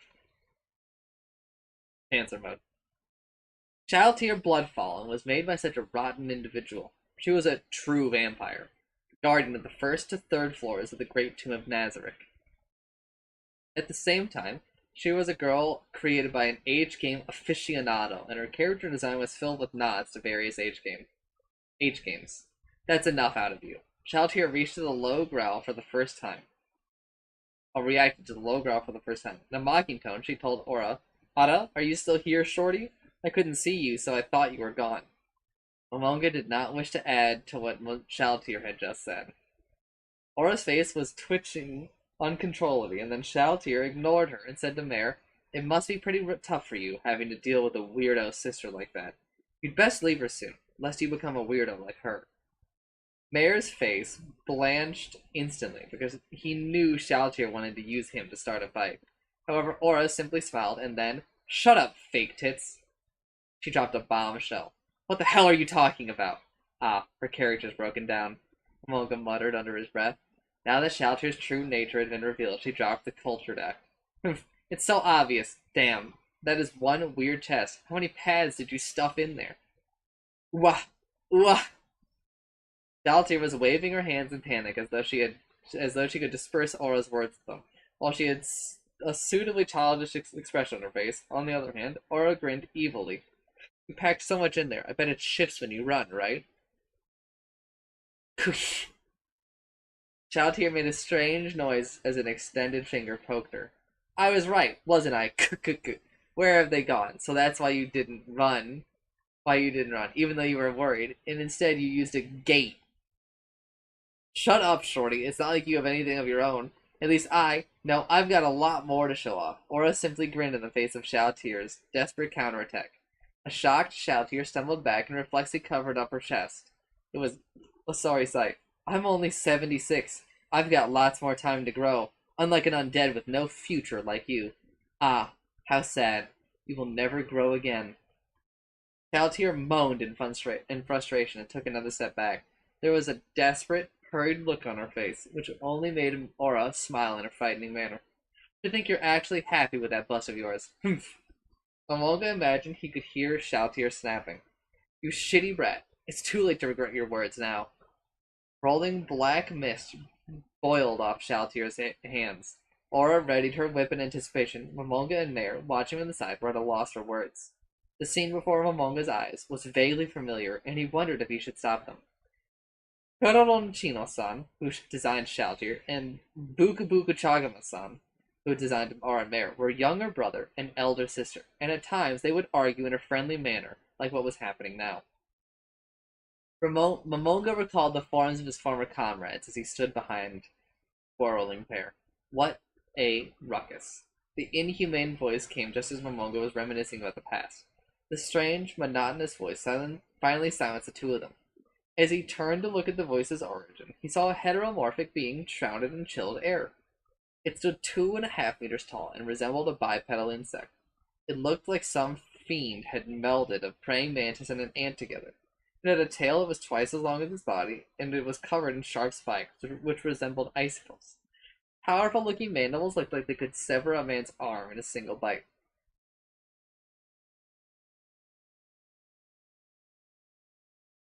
It grasped a platinum halberd in two of its hands, and in its other two hands were a masterfully made mace wreathed in a black aura, and a gnarled-looking broadsword, which did not look like it could be sheathed.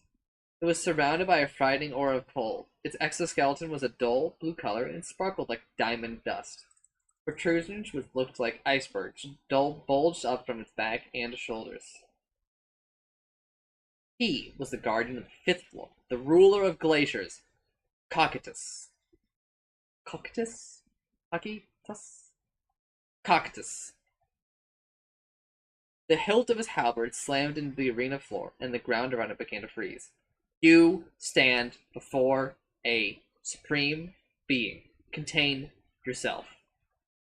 This breath started it, actually. Shaltier and Aura locked gazes while Mare panicked from the side. Momonga could not hold it in any longer and curtly addressed the two of them. Shaltier, Aura, playtime is over. Two of them shuddered in shock, then lowered their heads simultaneously. My sincerest apologies, they said in unison. Momonga magnanimously accepted their apologies with a nod. Then he turned and said, Cactus, you've come. I came immediately upon receiving your summons, Momonga-sama. The water in the air froze with a crackling sound as it made contact with the white vapor puffing out of Cactus's mouth as he spoke. This cold was every bit as frigid as the primal fire elemental was hot. Anyone standing near him would suffer the effects of the lower temperature, and they might even sustain frostbite. However, Momonga did not feel anything. The fact was that everyone here was resistant to fire, cold, and acid attacks, or had some way to deal with them. Must have been very free with no intruders around, no? Indeed. The clacking from his lower mandible sounded like threatening noises of a wasp. However, Momonga had the feeling that he was laughing. Even so. There's a period between, like, every word. That's why I am pausing weirdly. Even so, there are still things which must be done. So, I was not free at all. Oh, things that had to be done. What things were these, may I ask?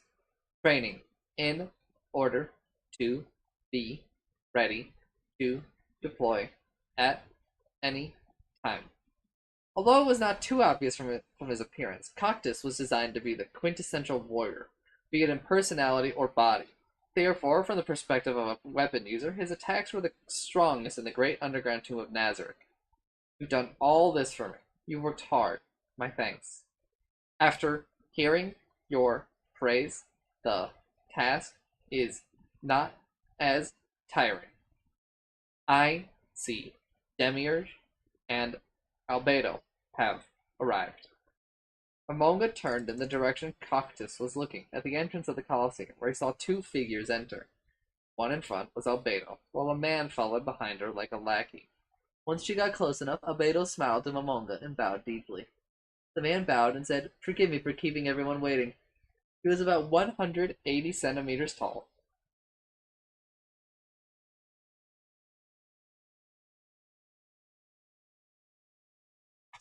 That's around 6 feet for the garbage unit users.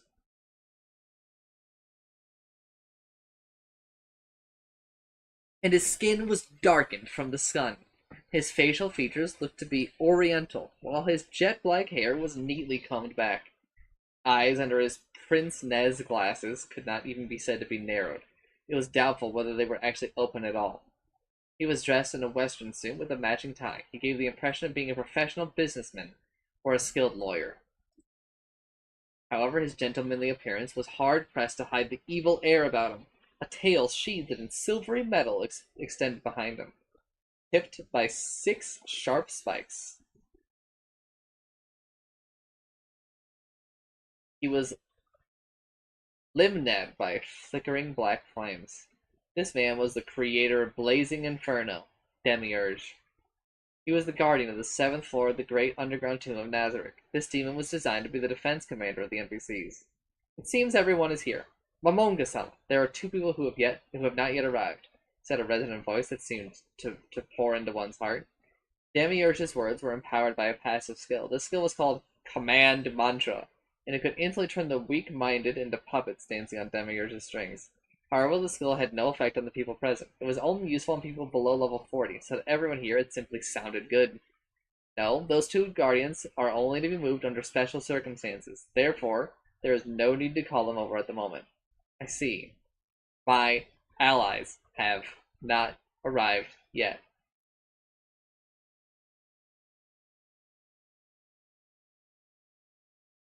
Aura and Shaltier froze as they heard those words, and the smile froze on Albedo's face. That fellow is just an area guardian in one of the floors, which we are in charge of. Yes. Shaltier and Aura smiled stiffly, while Albedo nodded vigorously in agreement.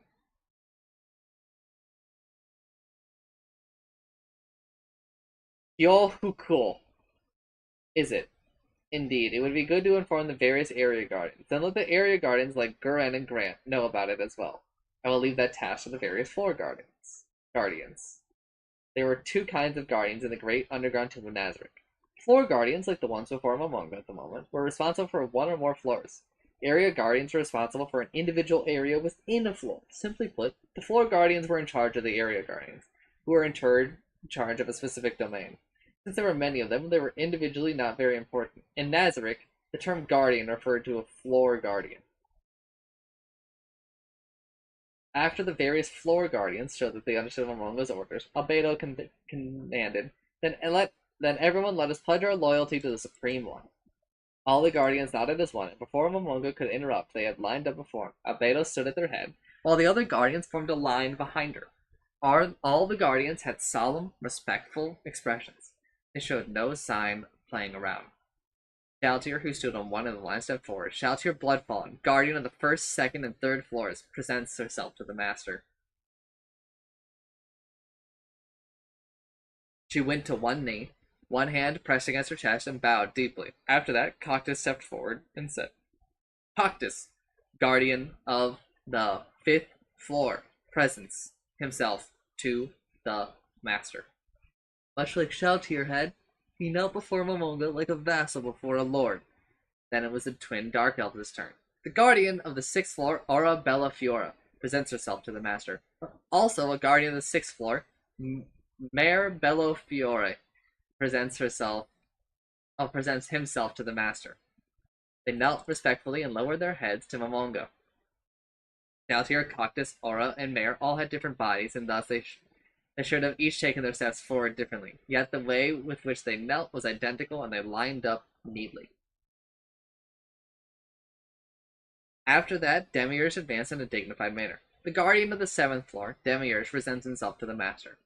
Following his crisp words, Demiurge went to one knee in a graceful descent, as though expressing his heart through his actions. Finally, Albedo stepped forward as well. The guardian overseer Albedo presents herself to the master. She smiled to Momonga and knelt like the other guardians. However, Albedo continued speaking in a high and clear voice as she delivered a report to Momonga. With the exception of the 4th floor guardian, Gargantua, and the 8th floor guardian, Victim, all the floor guardians are gathered before you. I do not even remember who Gargantua is. Thus do we offer up our utmost loyalty to the master. Momonga could not speak as he looked at the 6 lowered heads before him. A strange pressure veiled the entire area. and perhaps only Momonga could bear the painful, crushing air. He did not know how to proceed. He had never seen anything like this before in his life. In his confusion, Momonga accidentally activated the skill. A dreadful aura roiled out over the surroundings, and a halo of black radiance formed behind him. Momonga had no time to cancel his skill as he frantically racked his brain to recall a scene from movies or television which would tell him how to respond appropriately here. Raise your heads! With the Shah, everyone raised their heads. Their coordination was so immaculate that Momonga wondered if they had practiced that movement together. Then, first, I thank all of you for coming here. There is no need for thanks. We are all Momonga-sama's loyal subordinates too. To us, Momonga-sama is our supreme overlord. None of the guardians opposed her statement, as expected of the guardian overseer. Momonga looked on the guardians with a stern face, and he felt a choking sensation in his non-existent throat. It was the weight of being a leader bearing down on him. In addition, any orders he gave now would affect his relationship with them in the future. He could not help but hesitate as he contemplated the possibilities. Would he lead the great tomb of Nazarick to destruction because of its decisions? The unease generated by that thought flooded his heart and mind. Momonga-sama, it is only natural that you should have doubts about us. After all, our abilities must be minuscule in your reckoning. Albedo removed the smile from her face and continued, I'm going to say continued, in a respectful tone that was laced with a stern strength. However, if Momonga-sama gives the order, we, all the guardians, will accomplish any task set to us, no matter how difficult or arduous, with every fiber of our beings. We hereby swear that we will never allow the 41 supreme beings of Ainz Ul Gaun, our creators, to be disgraced by our actions. This we swear, the 4 guardians chimed in right after Albedo. Their voices were filled with power, and that adamant loyalty and determination would not be diminished by any number of foes. It was as though they were mocking Momonga's previous worries that the NPCs might betray him.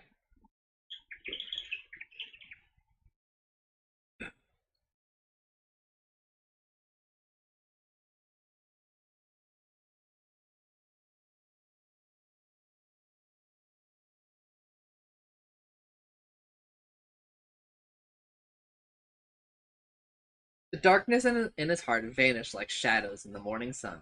Momonga was moved in the bottom of his heart that the NPCs designed by the members of Ainz Ul Gaun were possessed by such excellence. The golden radiance of the past still remained. The embodiment of everyone's hard work, their cunningly crafted creations, were still here. It filled him with joy. Momonga smiled. Although his skeletal face could not display any emotions, points of crimson light in his eye sockets seemed to shine exceptionally bright. His prior unease was no longer existent, and he simply spoke the words expected of a guildmaster. Excellent. Guardians, I know that you will understand my aims and successfully carry out my commands. There may be some things which are difficult to understand, but I hope you will pay attention and listen. I believe the great underground tomb of Nazarick has been caught up in some kind of unknown situation. The Guardians' faces were still stern, and there was no trace of surprise on them. Although I do not know what has caused the incident, the great tomb of Nazarick has been transported from its place in the swamps to a vast plain. Did anyone foresee the occurrence of this strange event? Albedo looked back at the Guardians, and after seeing the reply written on their face, she said, respectfully, none of us have any idea of what is going on. Then I have a question for the floor Guardians. Have any of you discovered anything strange in your floors? After hearing this, each floor Guardian responded. There are no abnormalities in the 7th floor. Same with the 6th floor. It's as Nechan says. The 5th floor is the same. Nothing strange has been sighted in the 1st to 3rd floors. Momonga-sama, I shall investigate the 4th and 8th floors right away. Then we'll leave that matter to Albedo. However, you must be careful on the 8th floor. It is an emergency. If an emergency situation occurs there, a situation may emerge that you cannot deal with. Albedo bowed her head deeply to indicate she understood, and then Shaltir said, then I shall handle matters on the surface. There is no need. Sabas is currently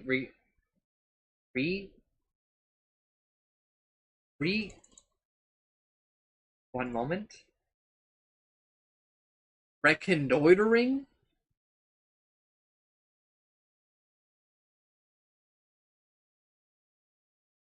Reconnoitering.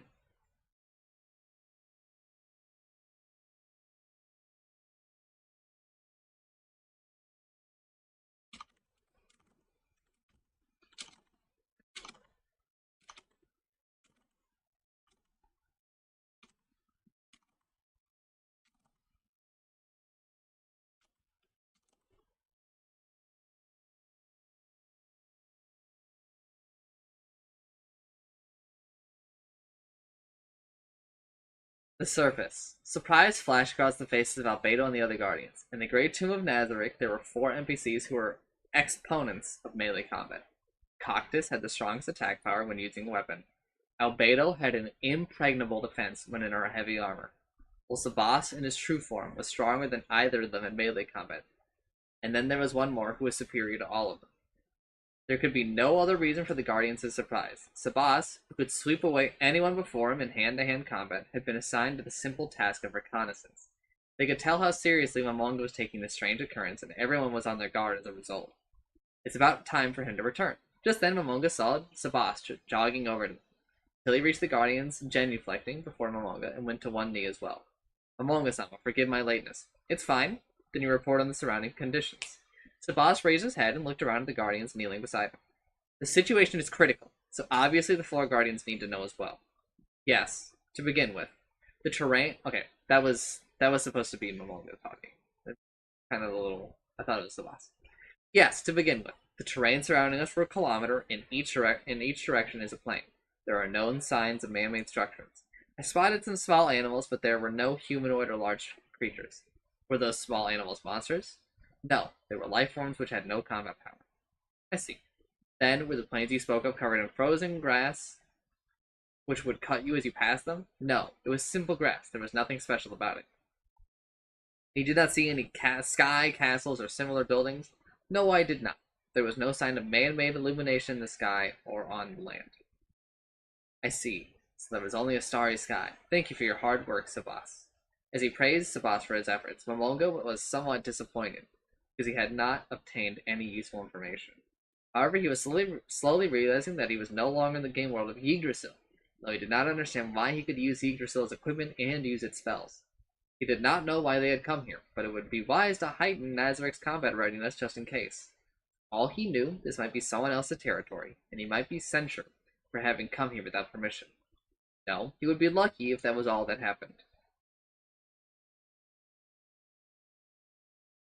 Guardians, increase the readiness of each floor by 1 level. We are unsure of what has happened, so do not act incautiously. If you encounter an intruder, do not slay them, but capture them alive at all costs. You capture them, do as little harm to them as possible. I apologize for imposing such demands on all of you at a time like this. The Guardians voiced their acknowledgement and nodded in unison. Next, I would like to understand the administrative operations of the tomb. Albedo, how is the exchange of security information between the Guardians of the various floors? In Yggdrasil, the Guardians were simple NPCs, and they could only act according to their programs.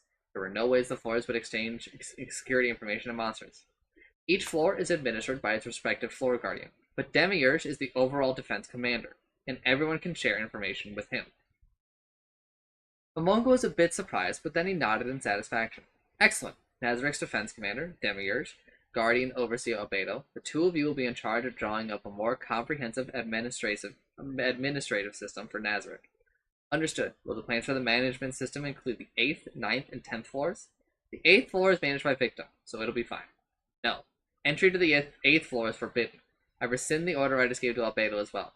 In short, entry to the 8th floor will only be effected with my permission. I will undo the seal and permit direct access from the 7th floor to the 9th floor. After that, plan for the 9th and 10th floor as one whole. Is that your will? Albedo seemed quite surprised. Behind her, Demiurge's eyes went wide, revealing his thoughts on the matter. Will the underlings be allowed to tramp through the domain of the supreme beings? Must they be given that much freedom? Underlings in question were not the NPCs and monsters designed by the members of Ainzul Gown, but the automatically spawned pop monsters from the dungeon.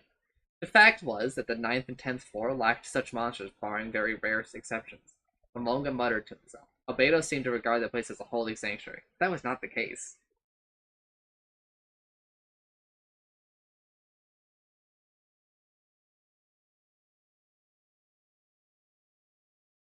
The reason why there were no pop monsters on the 9th floor was simply because if any intruders could overcome the NPC defenders of the 8th floor, the most powerful beings in the tomb, then Ainzul Gown's chance of victory would be slim.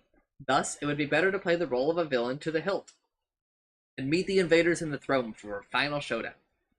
It will be fine, because it's an emergency, we need extra hands for security. Understood? I shall select only the finest and most potent troops for this duty. Momonga nodded and looked toward the twins, Aura and Mare. Can you conceal the great underground tomb of Nazareth? Simple illusions don't seem very reliable, and thinking about the cost of illusions gives me a headache. Aura and Mare looked at each other and began thinking. After a while, Mare spoke up. Using magic might be tricky. If we had to hide everything along with the surface, although we could cover the walls in mud and then add plants as camouflage. Do you intend to soil the glorious walls of Nazareth with base dirt? Albedo said. That with her back turned to Mare, although her voice was sweet and velvet, the tone it carried was anything but. Mare's shoulders trembled, and although the surrounding guardians remained silent, their attitudes suggested that they shared Albedo's opinion. In contrast, Romango felt Albedo was being too much of a busybody. The situation was hardly serious enough to warrant such a reaction. Albedo, don't speak out of turn. I am addressing Mare. His voice was so deep that it surprised Momonga himself. Ah, my deepest apologies, Momonga-sama. Albedo's head was as low as it could go, and her face was frozen in fear. The Guardians and Sabas stiffened up as well. Perhaps they thought that scolding was directed at them as well. A twinge of remorse struck Momonga as he observed the quick change in the Guardian's attitude, but he continued speaking to Mare. Can you conceal the walls by heaping dirt onto them? Yes, I can, if you allow it, Momonga-sama. However, yes, an observer from a distance would think the ground was bulging up, unnaturally. Sabas, are there any nearby hills or the like? There are none. Regretfully, we are surrounded by flat lands. However, since there are nights here, we should be able to form some sort of eye-deceiving camouflage while the sun is down. Is that so? If all we intend to do is hide the walls, Mayor's idea will be enough. What if we piled up the dirt from the nearby land to make dummy hills as camouflage? Then we would blend in. Very well. I shall assign Aura and Mayor to carry out this task together. While doing so, you may draw the unnecessary supplies from each floor. Since we cannot camouflage the view from the air, we shall use illusion after finishing the earth, so nobody will be able to detect Nazareth from the outside. Yes, understood. Yes, understood. That was all he could think of at the moment. There was probably a lot of holes left in the plan, but that could be dealt with slowly later on. After all, it had only been a few hours since all this had happened. Then you are dismissed for today. Everyone, take a break from before beginning your duties. There are many things we do not know, so do not push yourselves too hard. The Guardians nodded as one to show that they understood. Finally, I have a question for the Guardians. To begin with, Sheltier, what kind of person am I to you? An incarnation of beauty. You are the most beautiful person in the world. Even jewels pale in comparison to your snow-white body. Sheltier did not pause to think about her answer before she gave it. From the lack of delay in her reply, she must have been speaking from the heart. Cactus, one who is mightier than all the Guardians and deserving of the title of the Supreme Overlord of the Great Underground Tomb of Nazareth. Aura, a merciful leader with great oversight. Mare, a very gentle person. Demiurge, a wise leader who makes decisions and acts on them quickly. Truly a man worthy of the title Inscrutable. Sabas, the one responsible for assembling all the supreme beings. In addition, the merciful leader who did not abandon us, but stayed by our side until the very end. And finally, Albedo, the man who rules over the supreme beings and our highest and most exalted master. In addition, the man I love most deeply. I see. I have heard and understand your opinions. Then I shall hand the tasks that were once performed by my former comrades to you. Carry them out faithfully. After seeing the Guardians genuflect once more, Momonga teleported away. The scenery before his eyes changed in an instant from the Colosseum to the Chamber of the Golems of Lemageddon. After looking around to make sure nobody was looking, Momonga sighed deeply. I'm so tired. Although his body did not feel tired, the mental fatigue was weighing down on his shoulders. Those guys, why did they think so highly of me? They were describing someone else entirely. After hearing the Guardians take turns to share their opinions of him, he wanted to laugh and mock them, but from the looks on their faces, it did not sound like they were joking at all. In other words, their words were sincere. If he did not act in a manner which fit their views of him, it might disappoint them. As he thought about that, the pressure on him grew and grew. And in addition to that, there was another problem, which made Momonga frown. Of course, his skeletal face could not show expressions, yet it seemed as though it did. What should I do about Albedo? If this keeps up, how will I face Tabula-san? Alright, so now there is an intermission. Which I am not going to do right now. This will be the end of Overlord Day 2.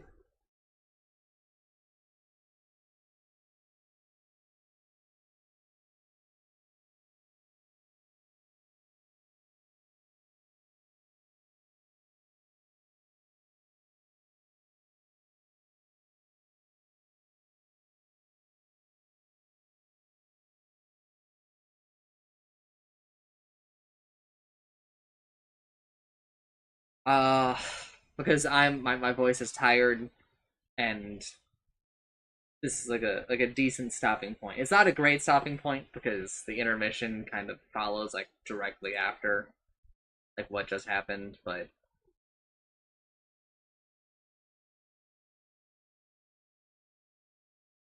you know, I can only do so much.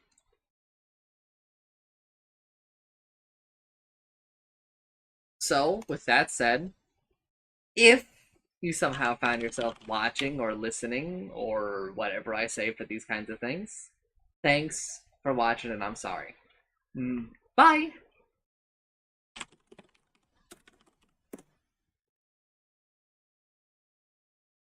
Whew.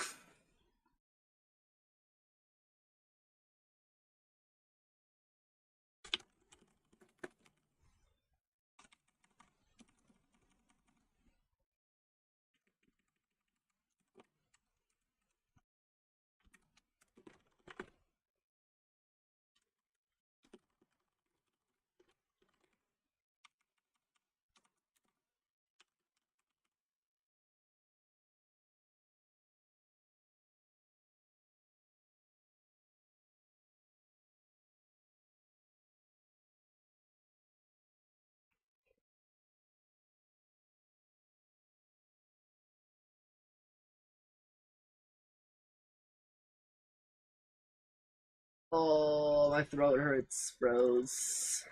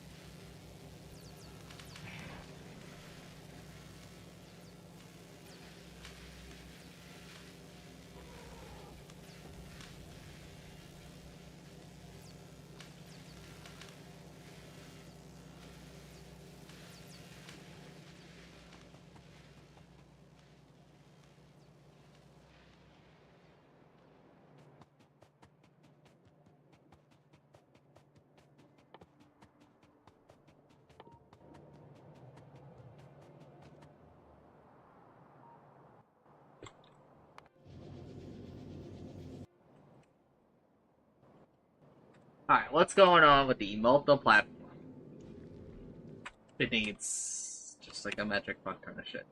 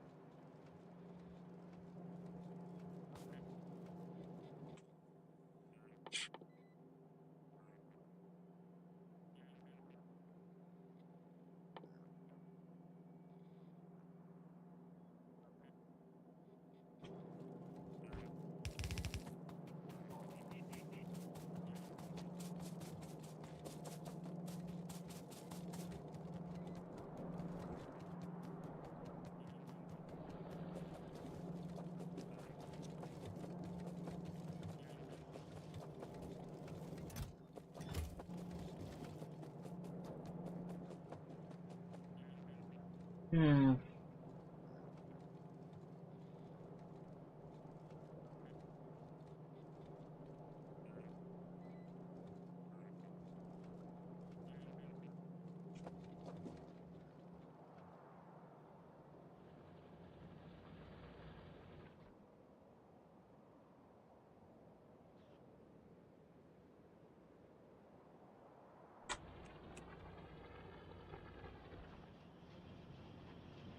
It kind of goes against my whole no production down here thing if I still make fucking military science down here, but I really don't want to remake military science up here.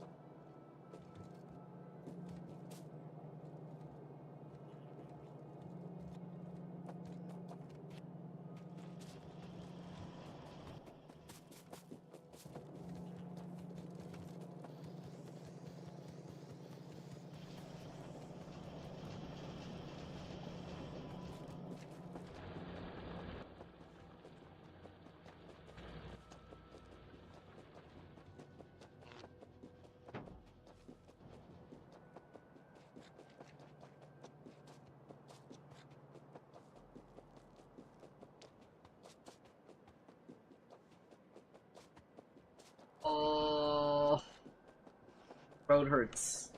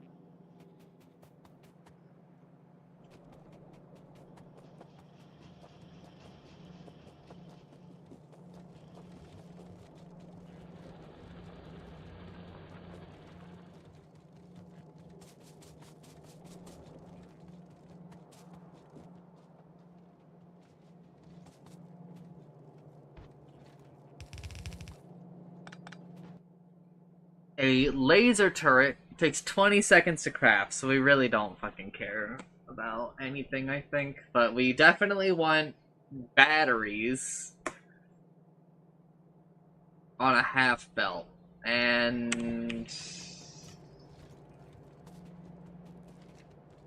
where are my batteries? All the way back here, huh?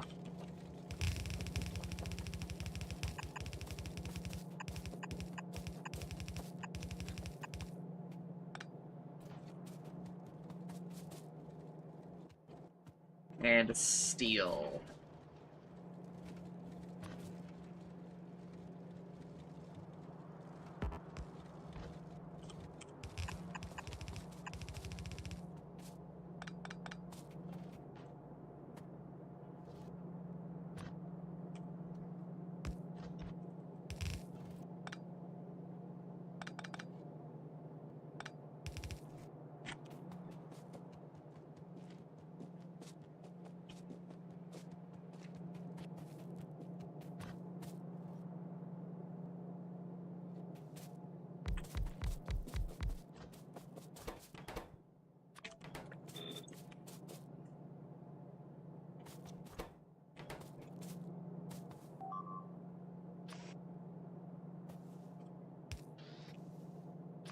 And you want your close one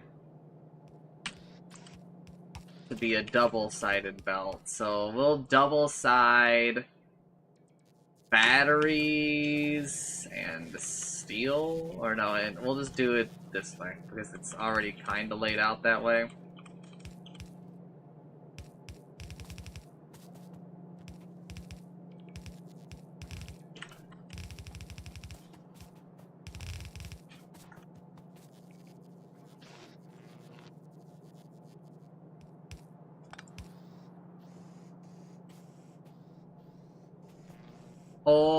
Ohio, it's me.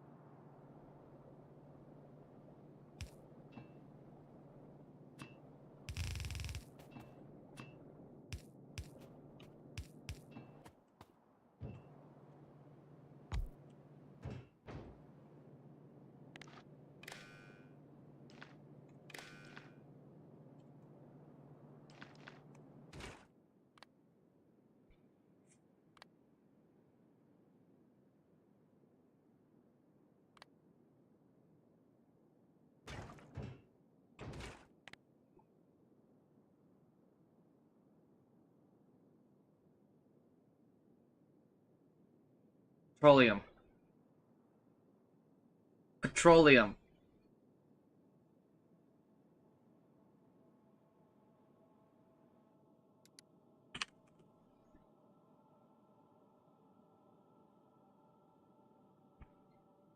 Ah, thank you.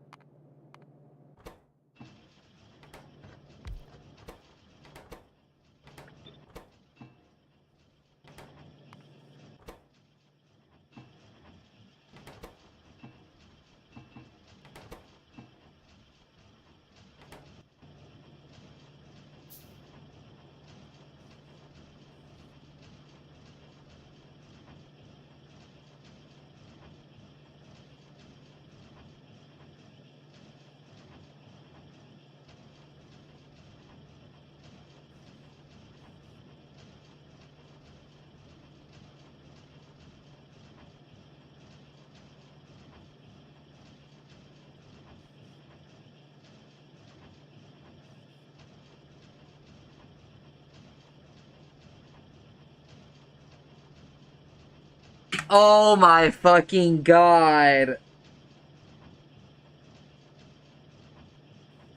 No, dude. No. No. No! I know when it happened. I probably increased my fucking size of my thing. No, no, no, no. Hello, hello, everybody. I've probably been very quiet for quite a while, haven't I? Haven't I? Nani? Did you just tell? What? Okay, I'll just shut up, I guess. What?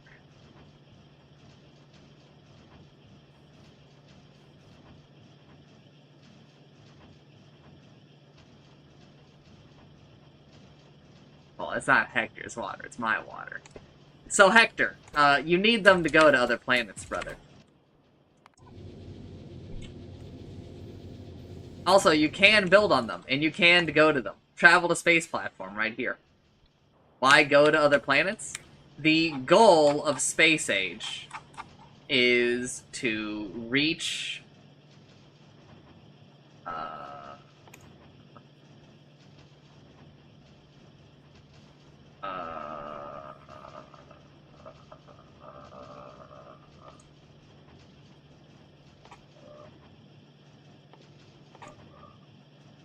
uh, is to reach the solar system edge and to reach the shattered planet.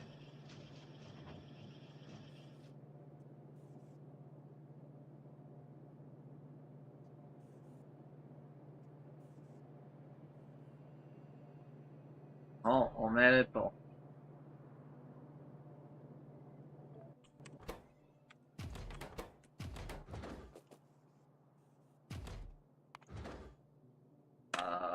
You're gonna have to wait like a bit for me to really want to do that because I need to set all these things up. Because I need to wait right now for all this shit. So I'd rather. What do you mean? What do you mean, Planet Gleba? How do I do that? Wait, what?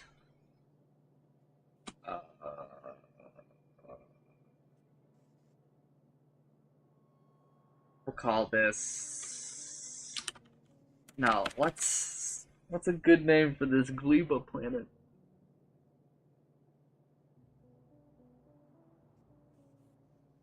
New Trients.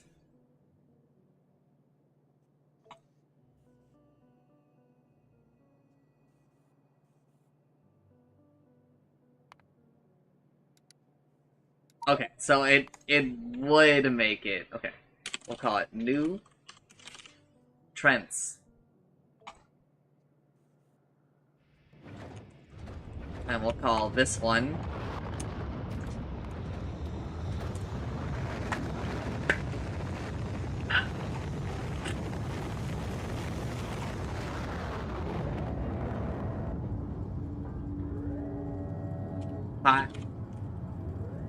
Fiery Magma. And we'll call this one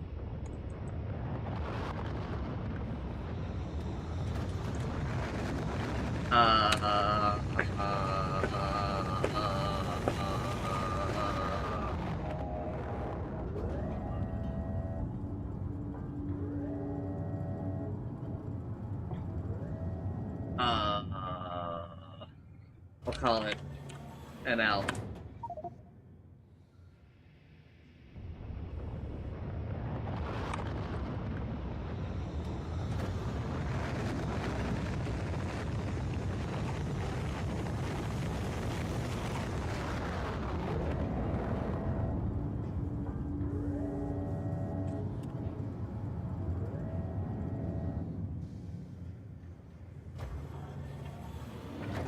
Also, the other planets give you, like, researches and stuff.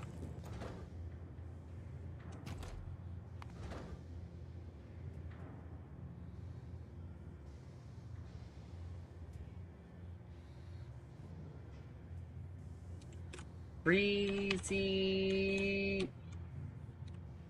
Easy peek.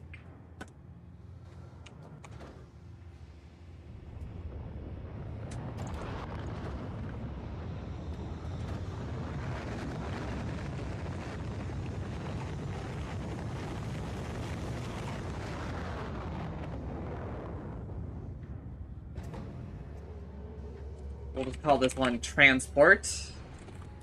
Name needed.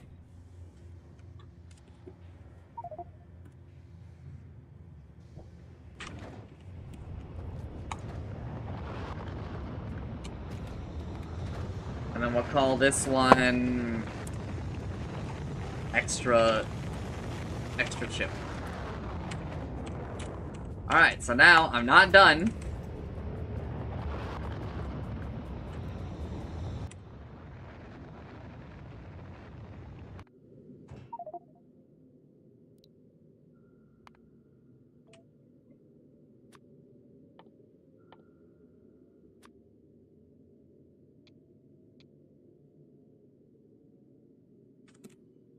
We'll just say that you need, like, 10 furnaces.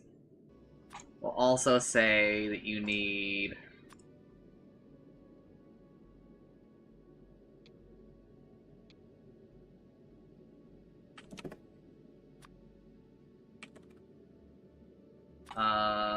what else do they need? What else do they need? They need inserters.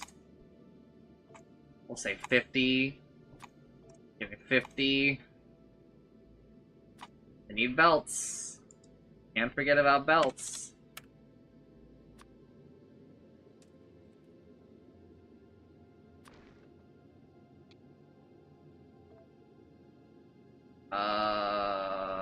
They need solar panels. They already have solar panels.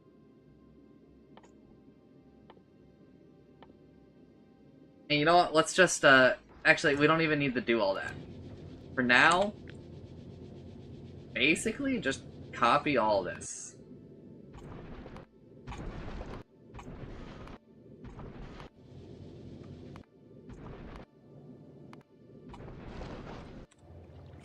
Okay.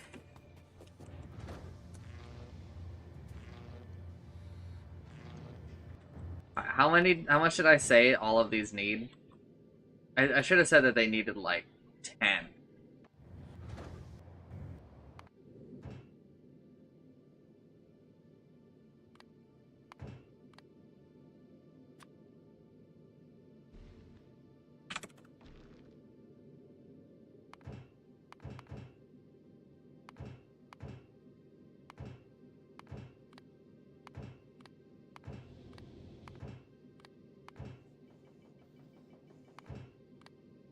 Okay.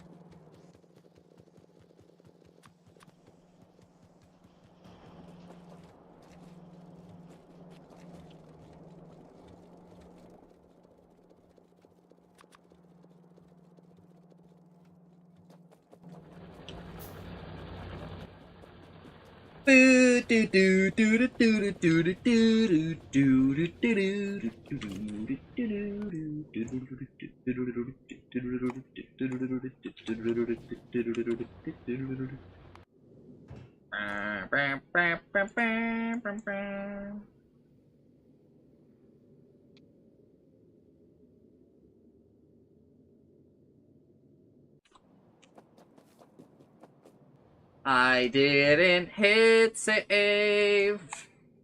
There we go.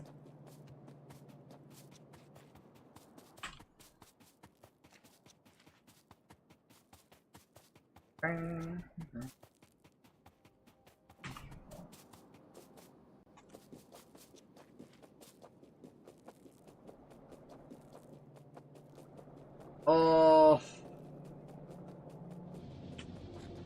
I was muted for so long. Been talking the whole fucking time.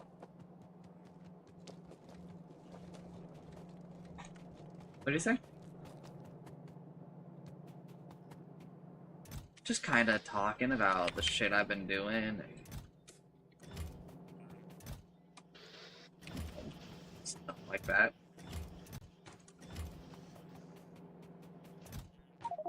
Oh, the moment's gone. Cringe.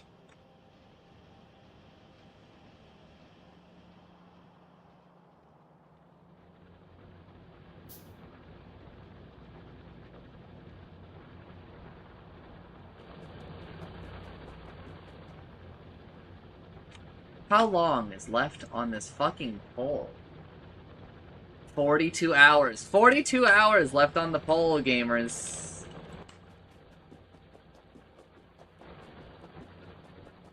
I have so much to do, so I don't even know if I'm gonna get to looking at this Fujiyama factory it's in me.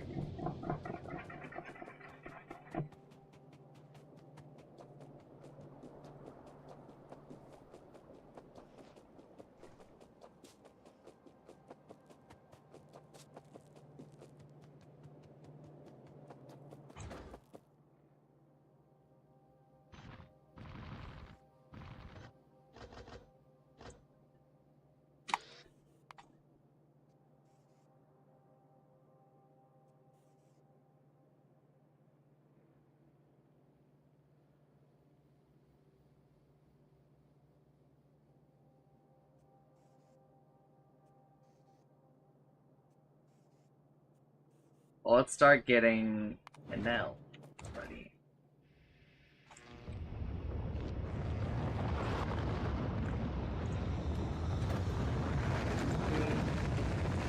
Three.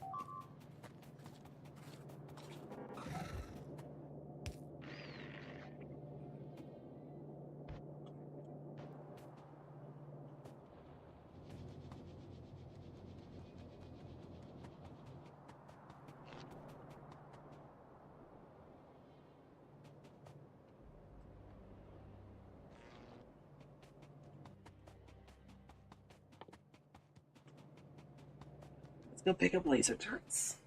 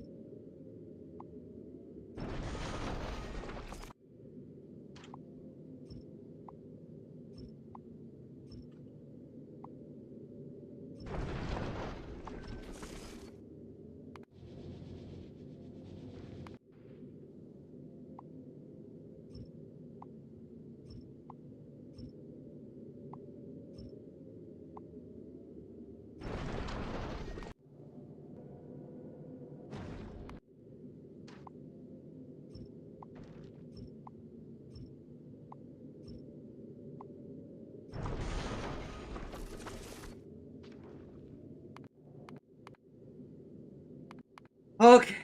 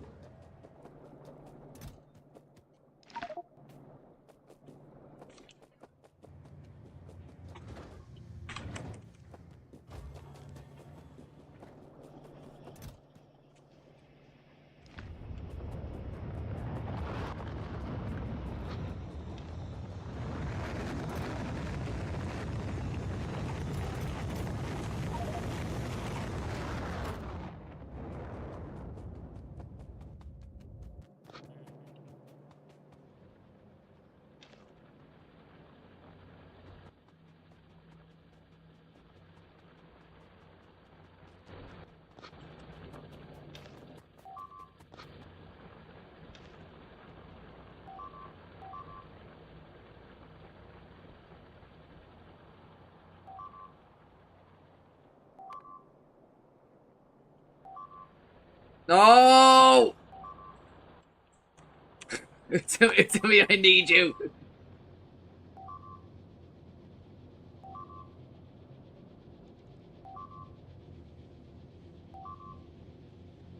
No, I have to reload. That's not the kind of shit I'm willing to lose. Oh, that fucking sucks, dude.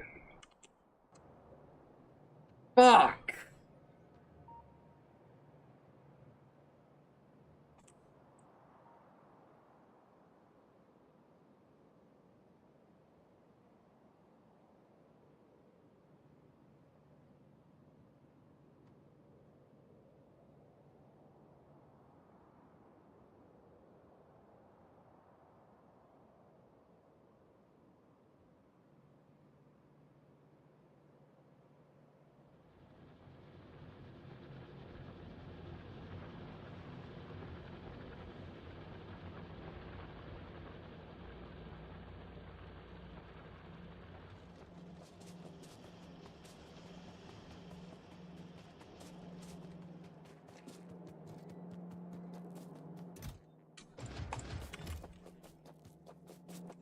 I'm gonna become the Joker.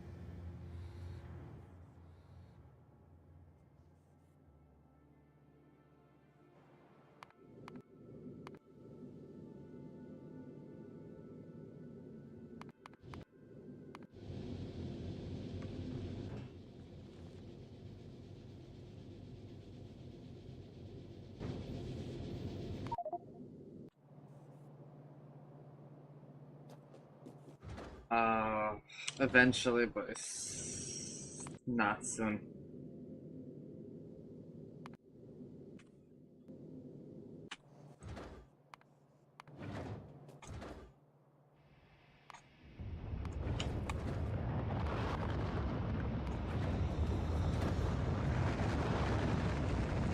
Oh, fuck.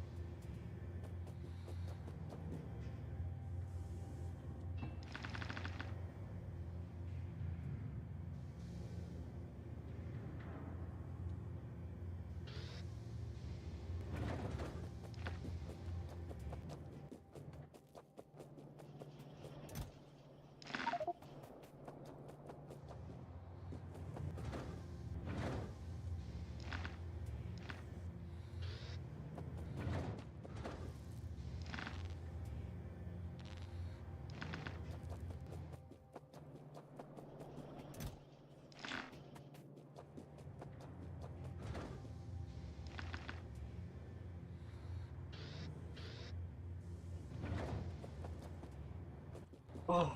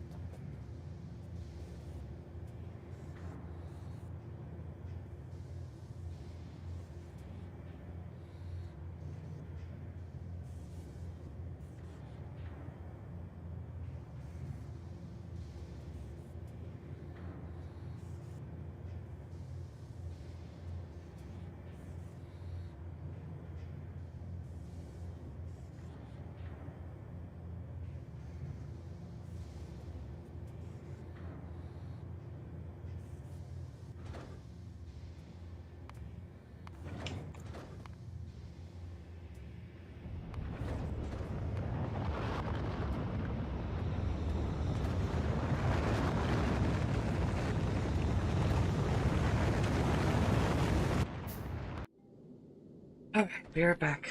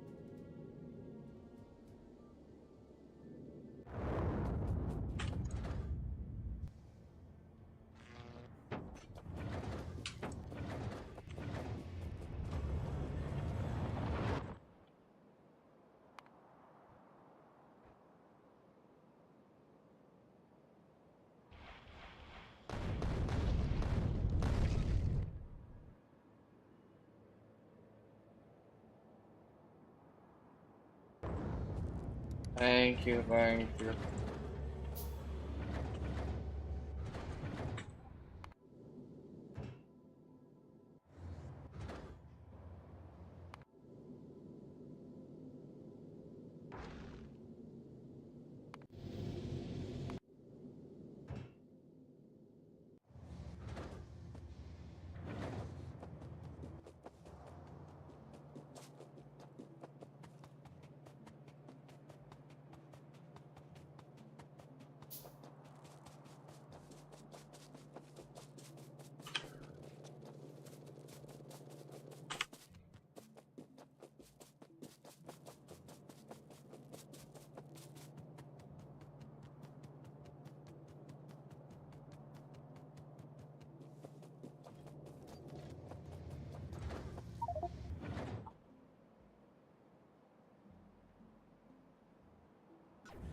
Yeah, I probably need to teach you about turret creeping now that we have lasers.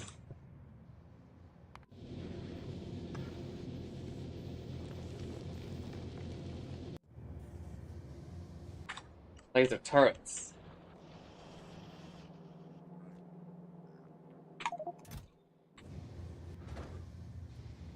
Basically, you set up a blueprint of laser turrets, and you bring power, and then you place them down. Your robots place them all at once, and they can kill nests.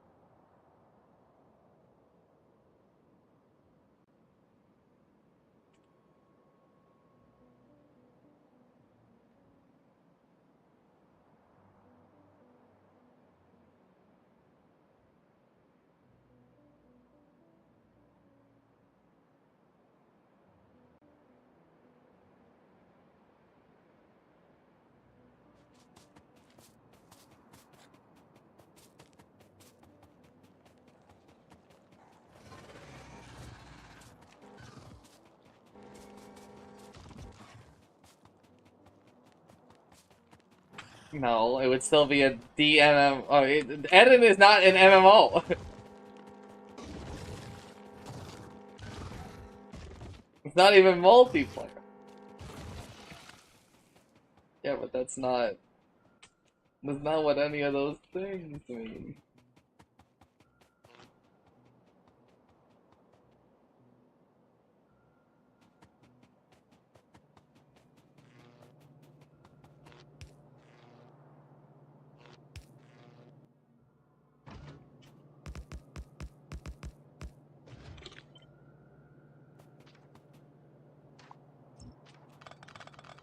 It's so far away. I'm sorry.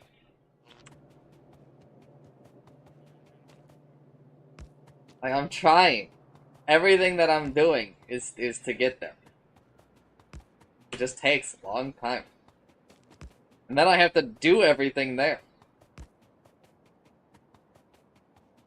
Oh? I have to go to Gleba, and I don't really know how to do Gleba. So I'm gonna have to figure it out.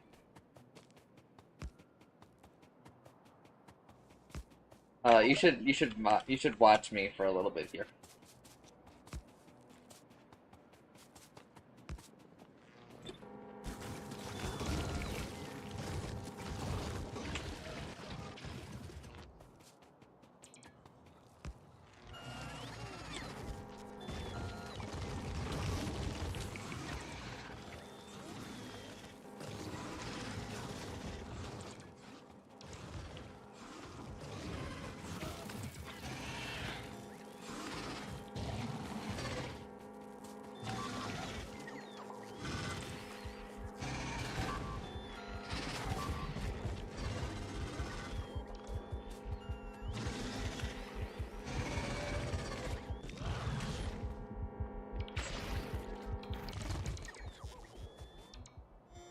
Woo!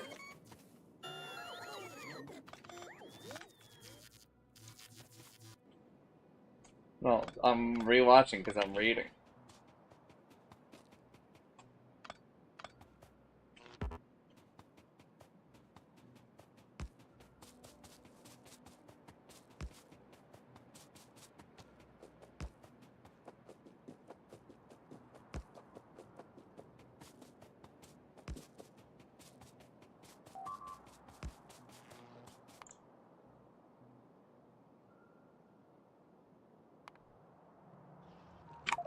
Oh, fuck.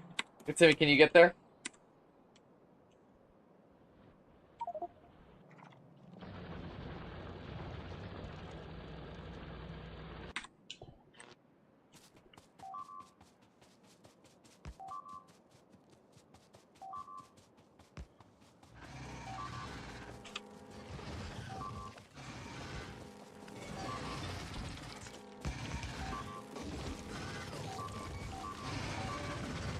What, what, money? Oh, a witch. Witch.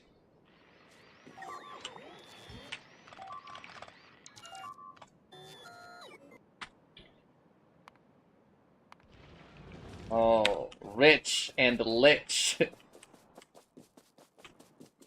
Ah, so much broken up there.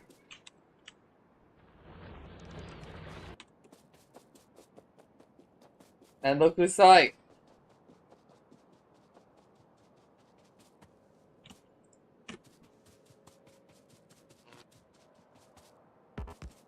Listen, you can't compete with Yggdrasil. It's not real.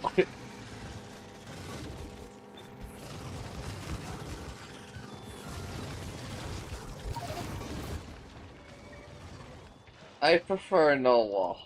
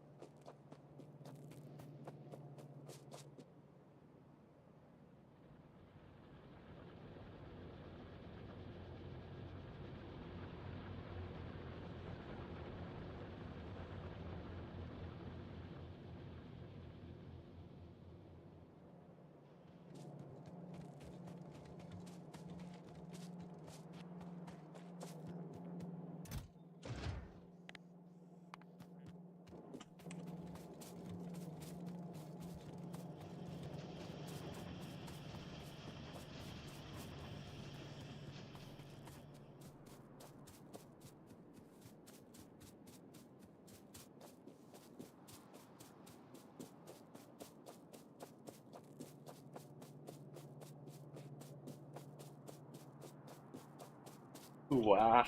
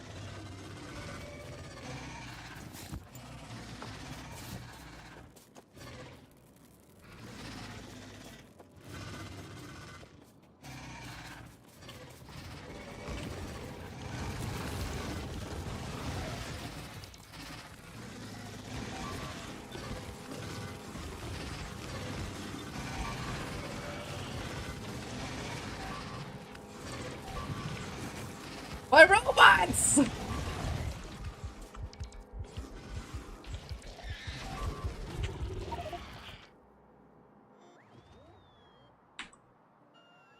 My robots, Utsui!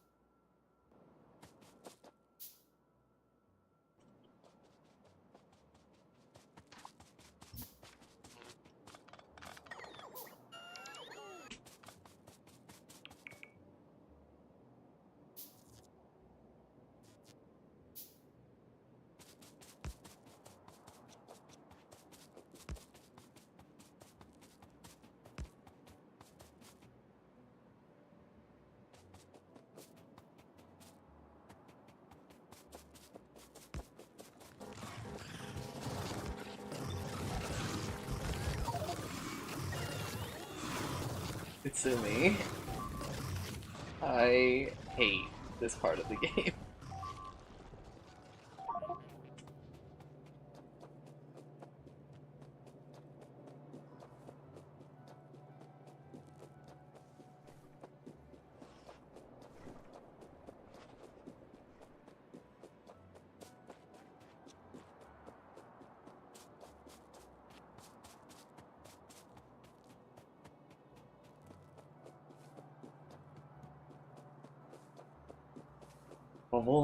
I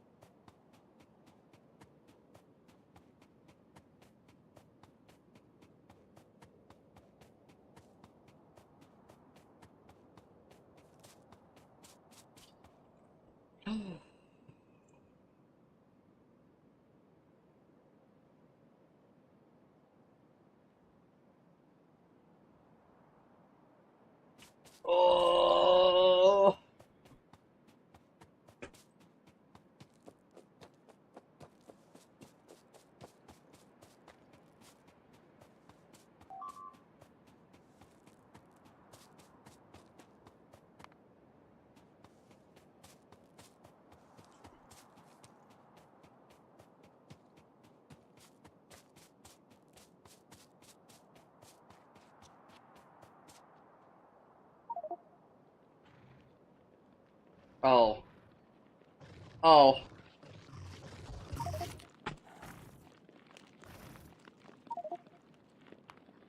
I am going to just reload the save.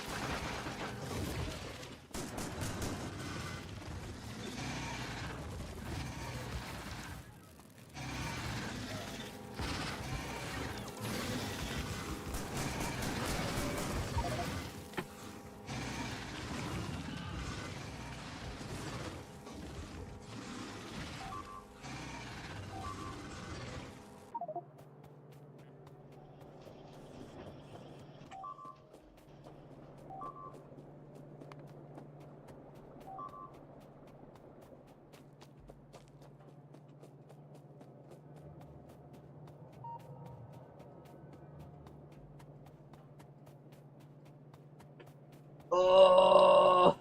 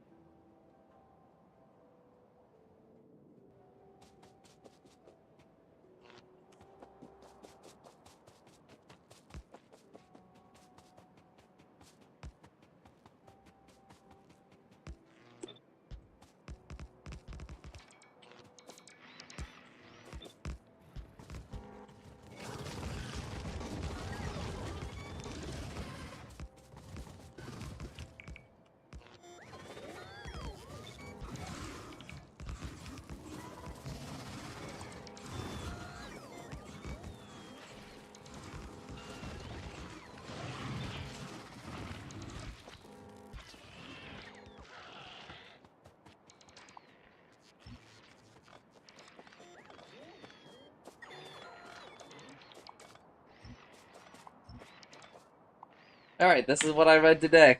So, last week, all it took was 10 minutes to finish what I read.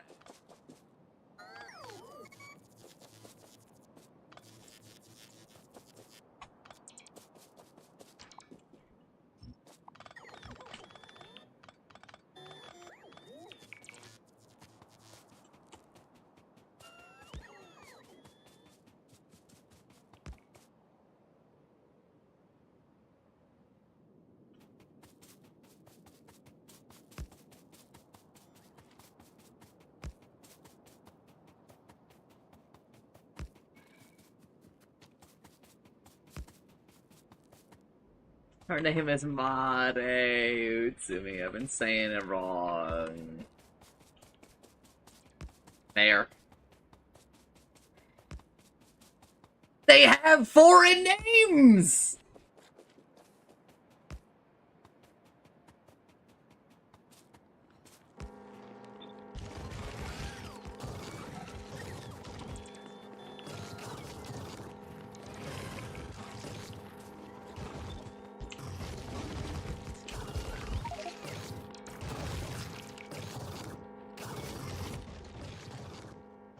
Uh...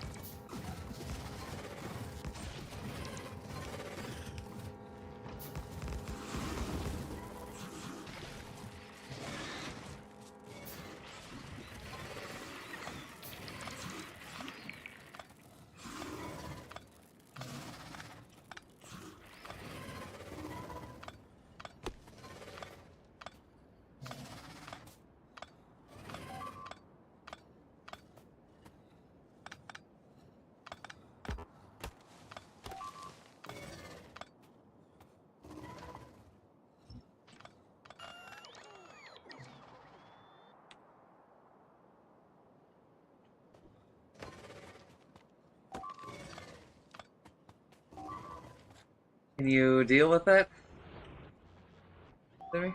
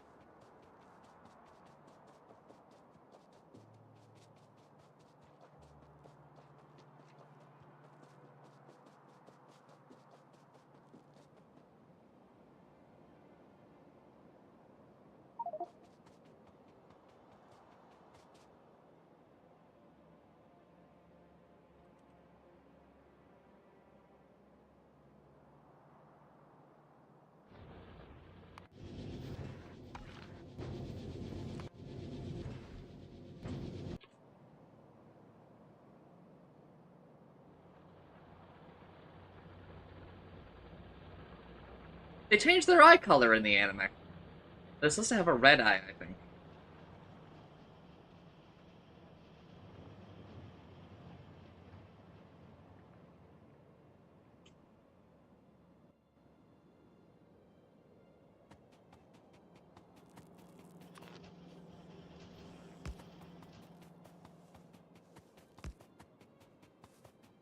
I don't know why he didn't have the fourth floor guardian here. I honestly don't remember them at all.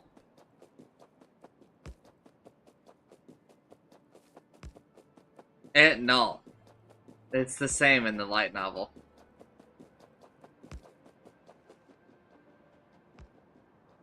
I know why they don't move Victim, because Victim doesn't really move.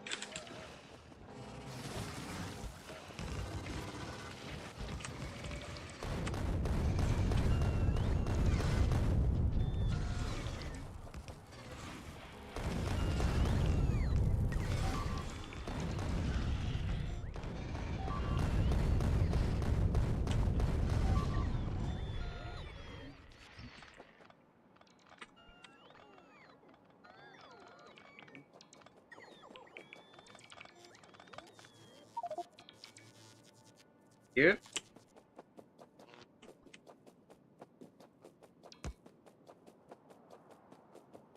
I don't know, I just give you some laser. Although you did just steal a lot of mine.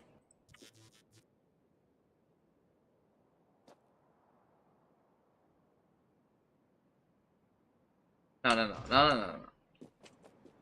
I'm just gonna go pick up some more. We're making them in the factory.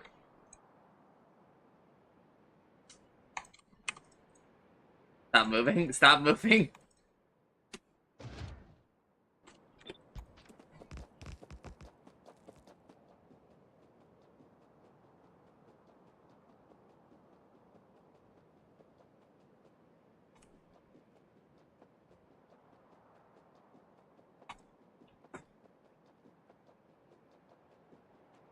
Alright, so we're almost to the point where I stopped reading today.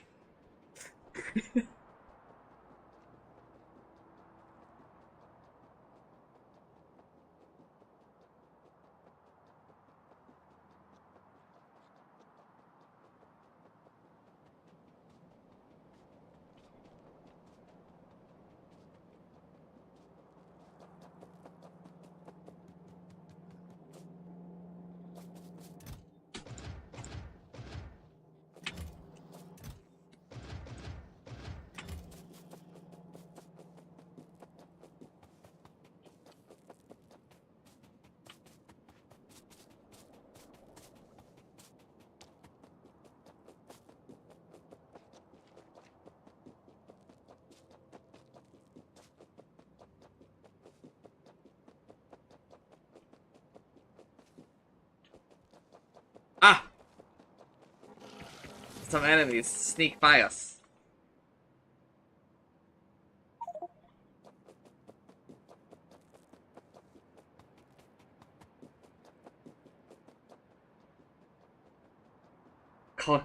Cactus is so fucking annoying to read in the light novel out loud.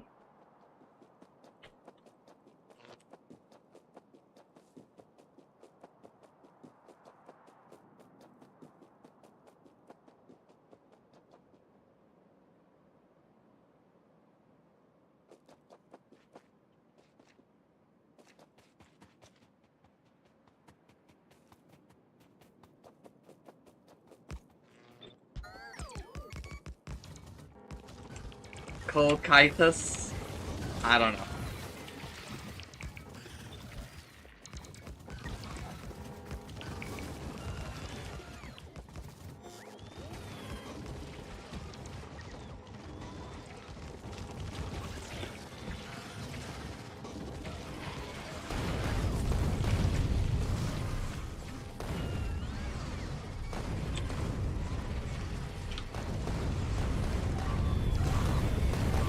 Oi, oi! You...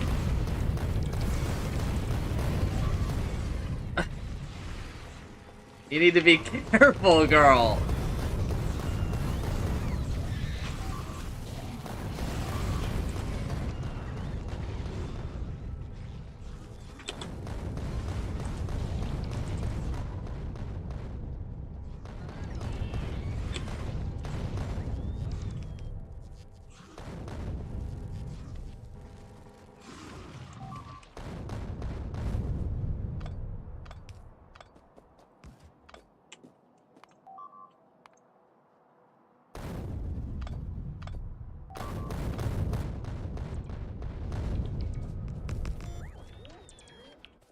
You have repair packs?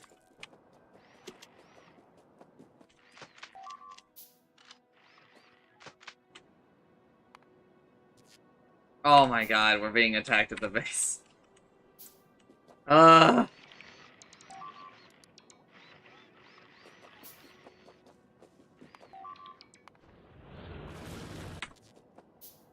Give you back what?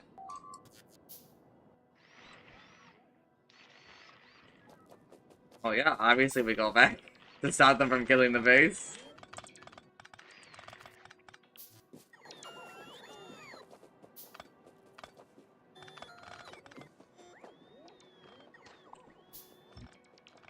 You need to not place so many so far back. Kokaitus. Listen. There is an amount that I have to sacrifice for reading this in a timely fashion.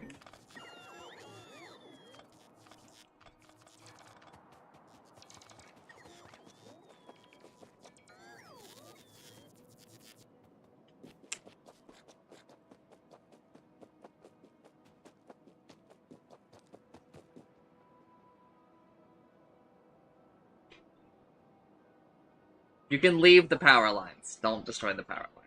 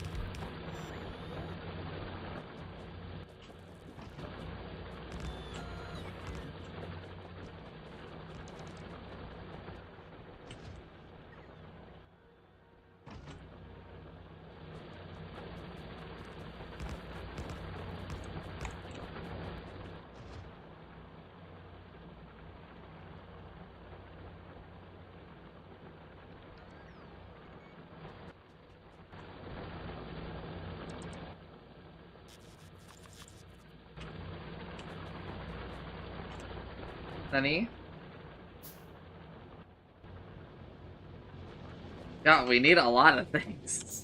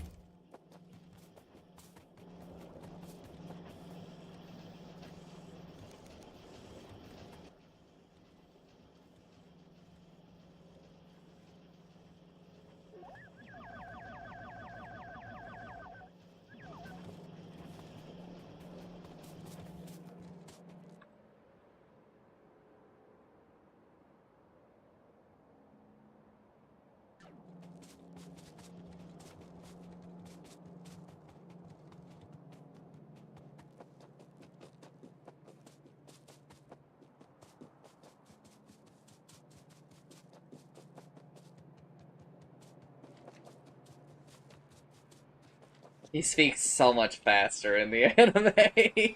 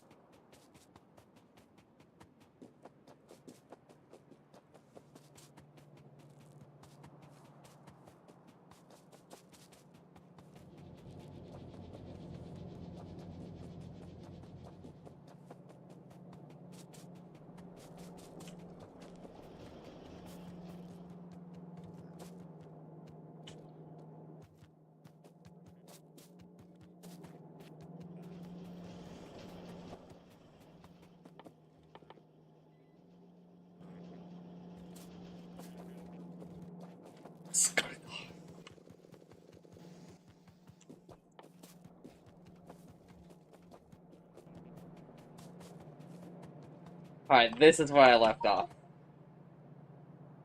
No, no, no, no. Please don't do that. The achievement that I am doing is rush to space. Don't unlock those before going to another planet and researching something.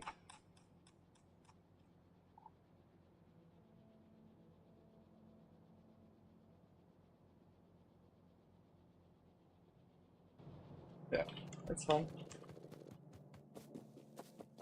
Really need to apologize.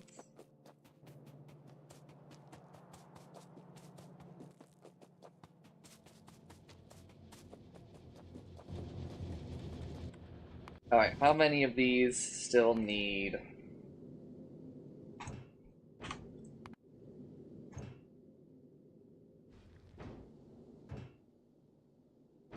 most of them? How is the Emulto platform doing? Wow. Great.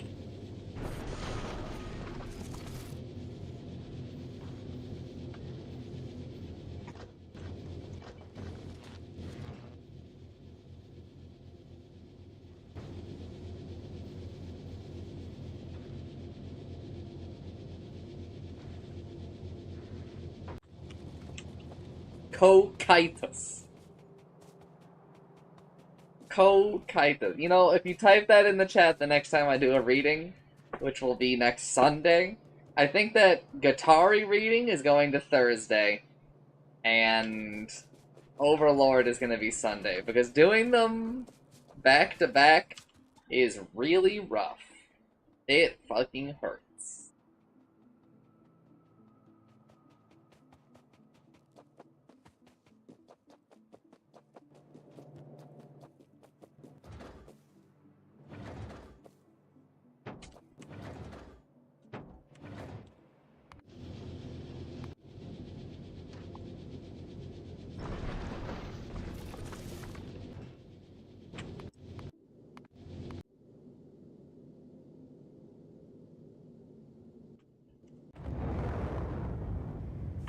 Yeah, but you know what? Let's just watch all of Overlord.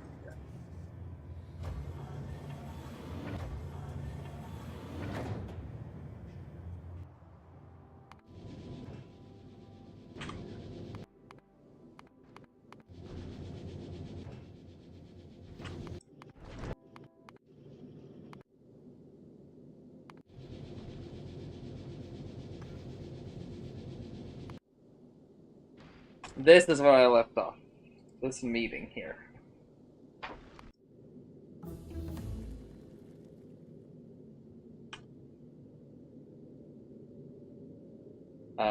Because I'm downloading the other episodes.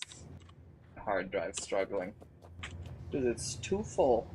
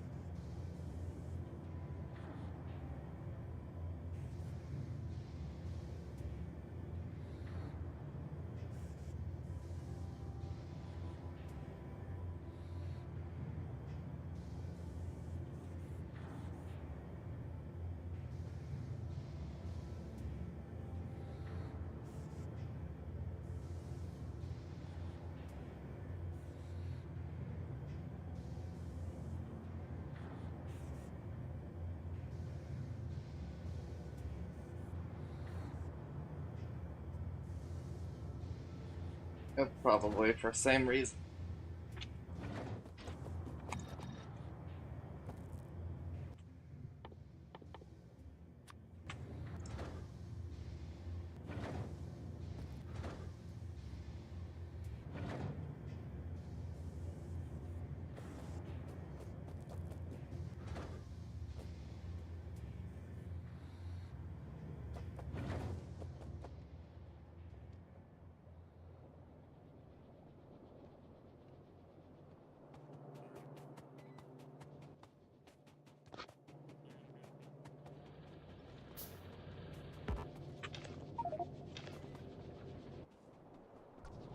No, I just have that there for so I could see the the pipes.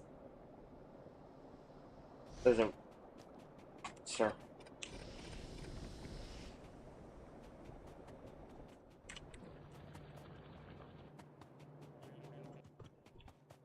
So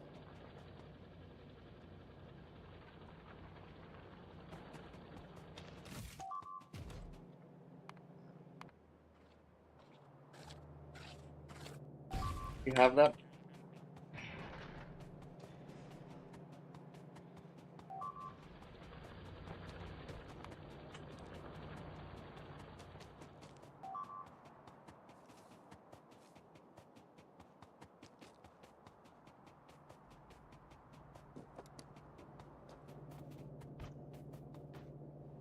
Because other robots are already doing. Really annoying.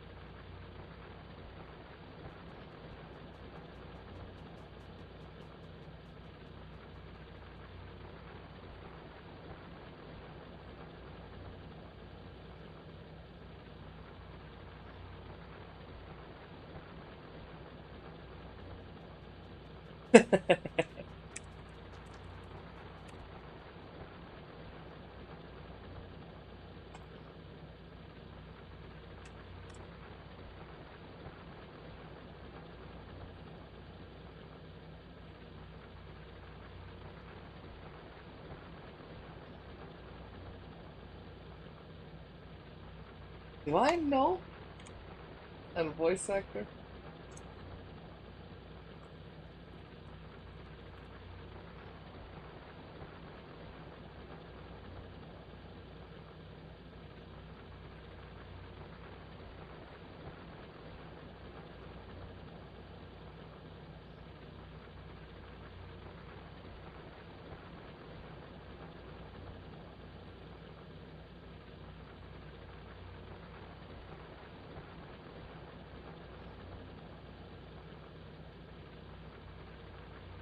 I guess something that it kind of messes with it, though, is that they don't do any of the village stuff here. It's all Nazarick at the start.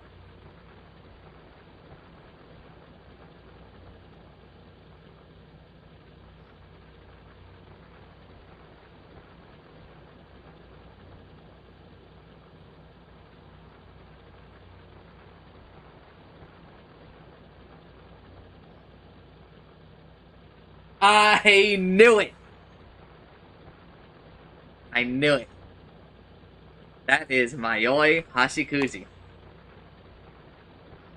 When I was thrown off of it, I was like, ah, it sounds more like a dude.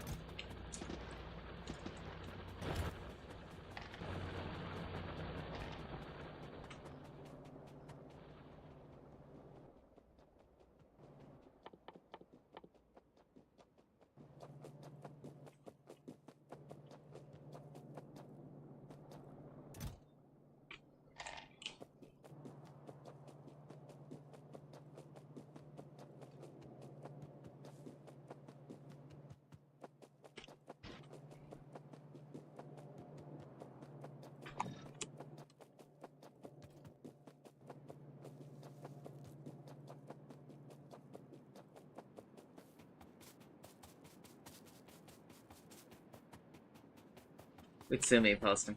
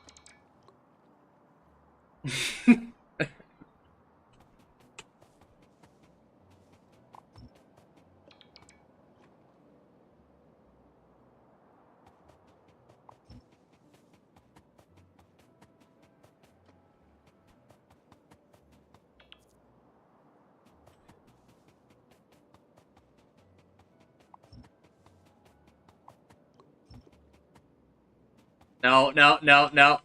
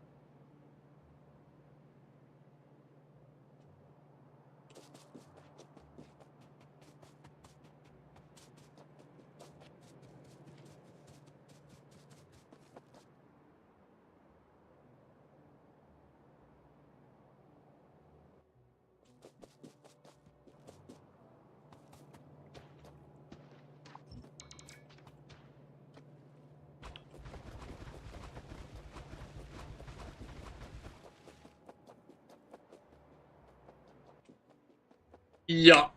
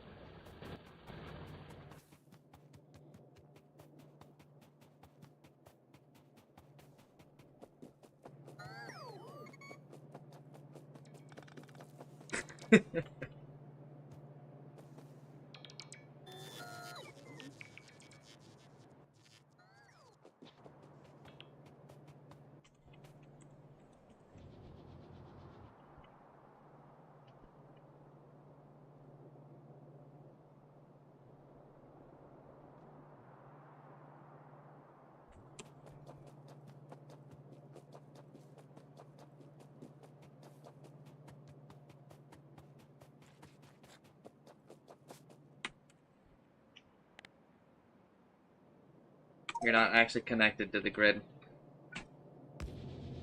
There you go.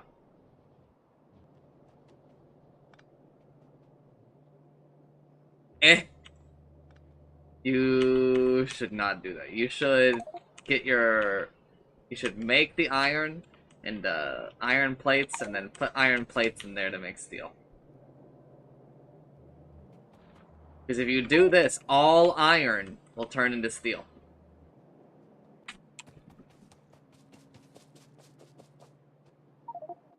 Wakaru, Demo, you should make new for it. Otherwise, there will be no other iron.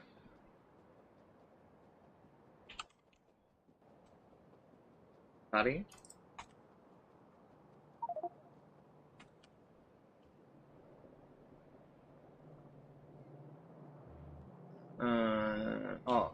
I guess, okay, sure, I guess.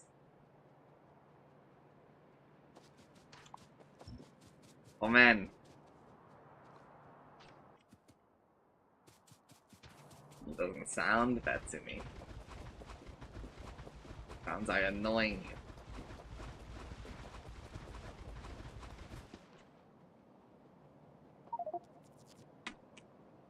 Yeah, I thought I was still doing a couple of things there. I think I am still doing a couple of things. Because this... I'm still using some iron. Well, I... apparently not, because power.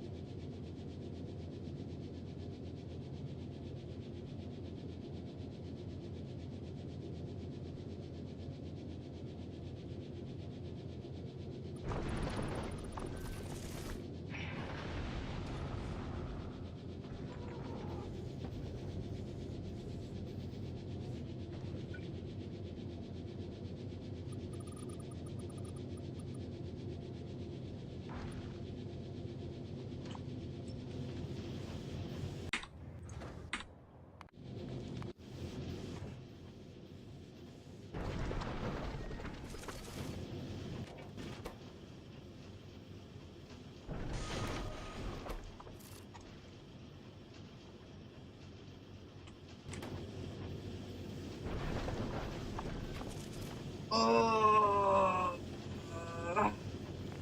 fuck. I need to go do Dota soon. I did not make nearly as much progress here as I wanted.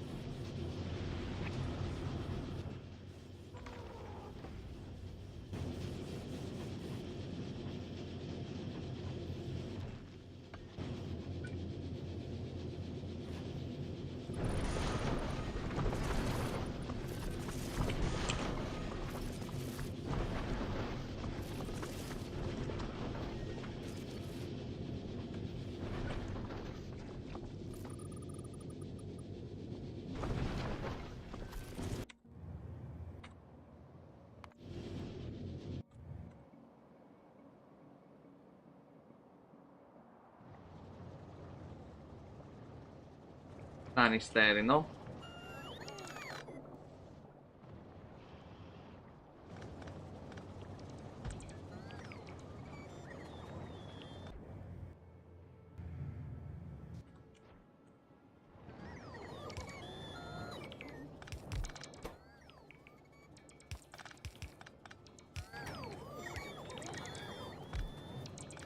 Alright, be right back.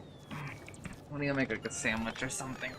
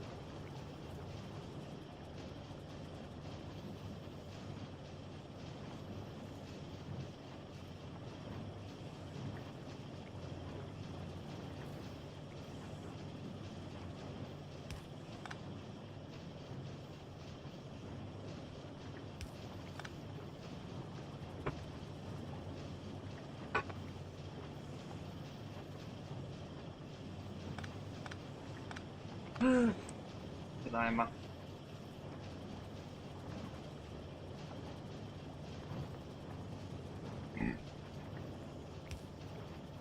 お、いただきます。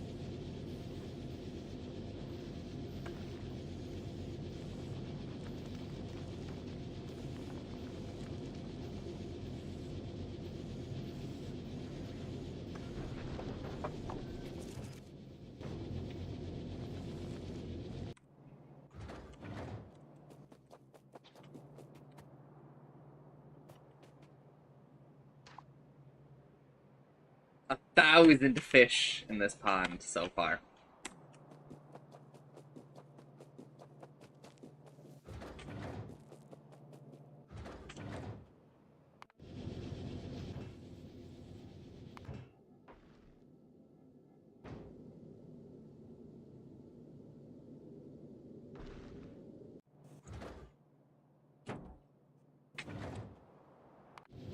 Ah.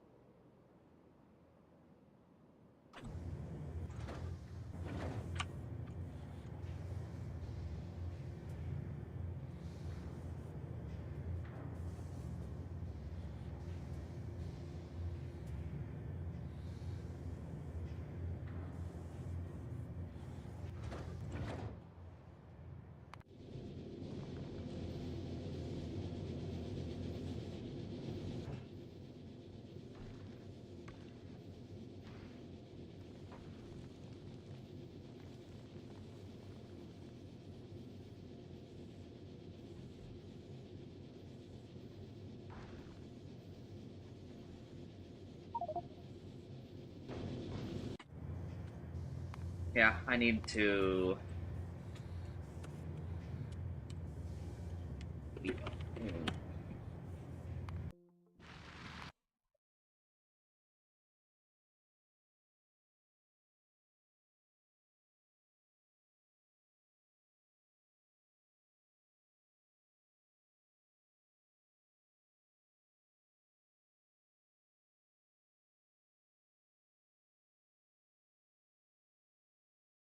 Just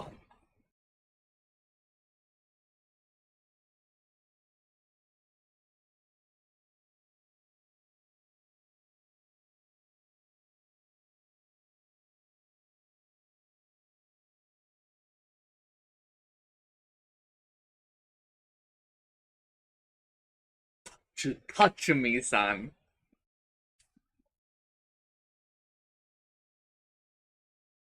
So true.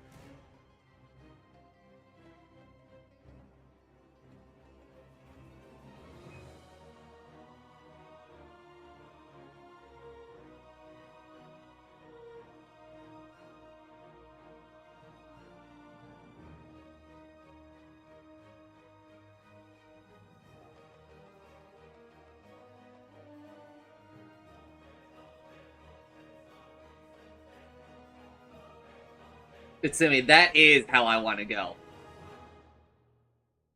Like, if I have to choose a way to die, just having like a giant skeleton come through and crush my heart does not seem like a bad way to go.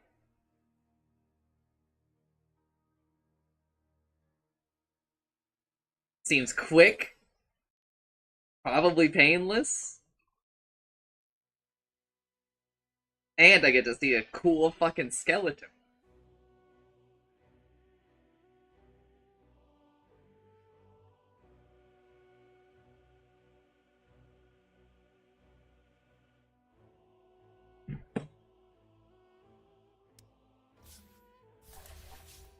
Somebody, somebody.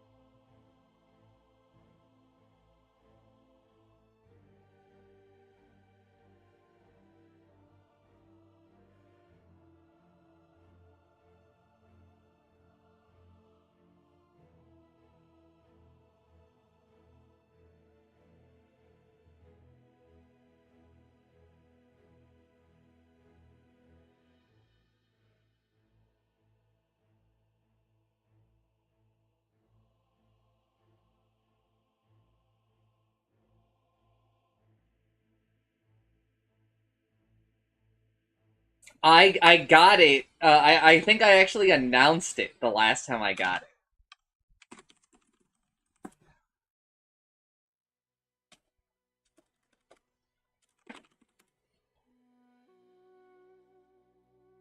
Yeah, I did. Last month. Almost exactly a month ago.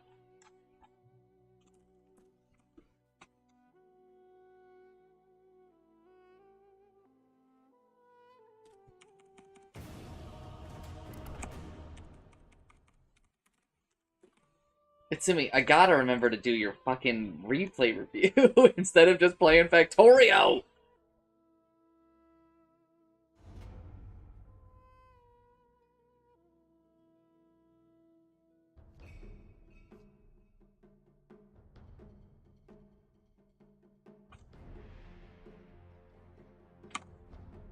No! No, no. 10 seconds remaining. 5 seconds remaining. Why do I know this name? No, let me look at their fucking profile. I know this character, but I don't remember from where. I don't remember from where. Kiyotaka. Kiyo. Is that Excel World? Maybe? Kiyo.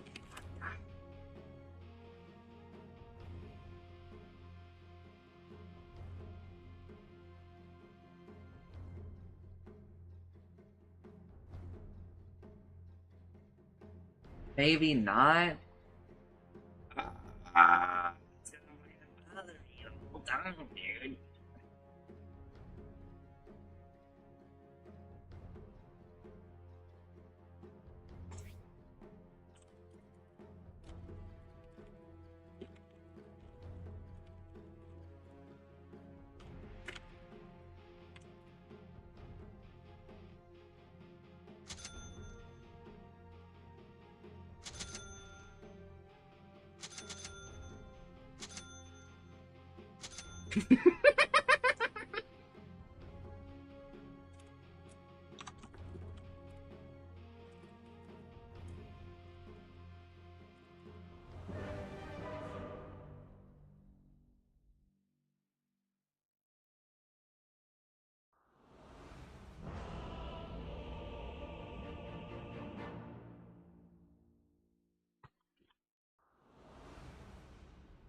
That guy did pick Pudge when his teammate picked Undying, though. And, that fucking sucks. Prepare for battle. According to the forecast, this You one can rest is assured in that these here proceedings are absolutely in the bag. But, I mean, they have, like, the most broken hero in the goddamn game, so.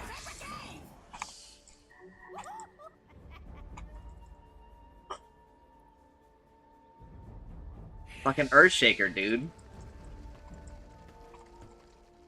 Earthshaker is picked currently in, like, 55% of games. I don't know who you're talking about.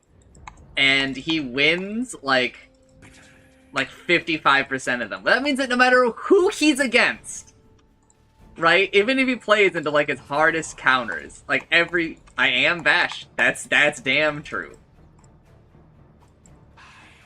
30 seconds to battle. You can catch me live over at twitch.tv/Vash1116. Go. I don't know you, brother.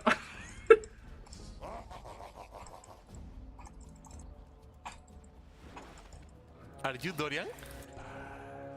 None of these are my name, but I'm gonna stop answering this. I don't want to narrow down the list. The battle is starting.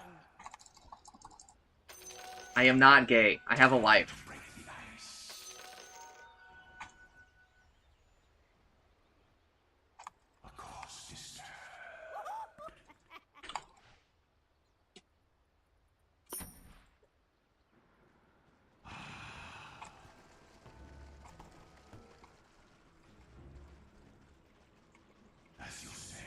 It's gonna be a real fucking plot twist when you motherfuckers find out that my real name is Vash. First blood. They sing the song of death.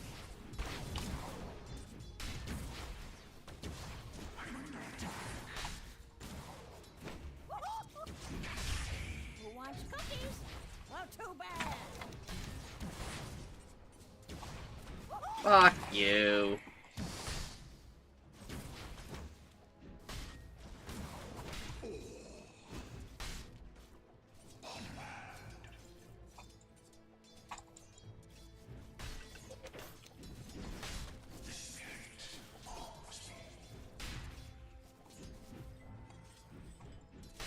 Maybe here. I don't know.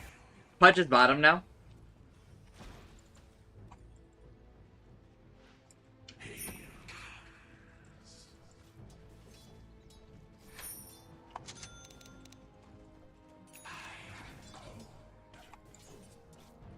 That are not the creep I wanted them to sit on.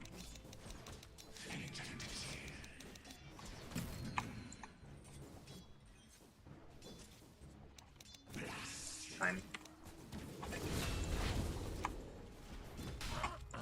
Nice.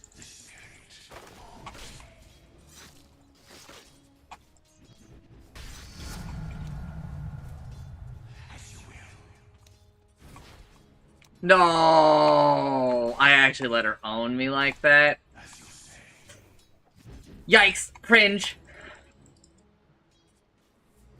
I think he blocked.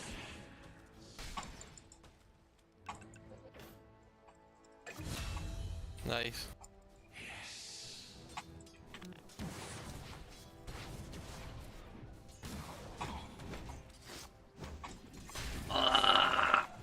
Fucking hate this tree.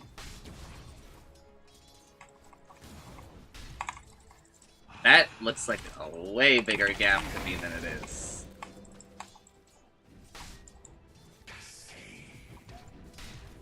There's no shot this motherfucker is rewarding. He is! He is! I will put next wave. I'm getting this.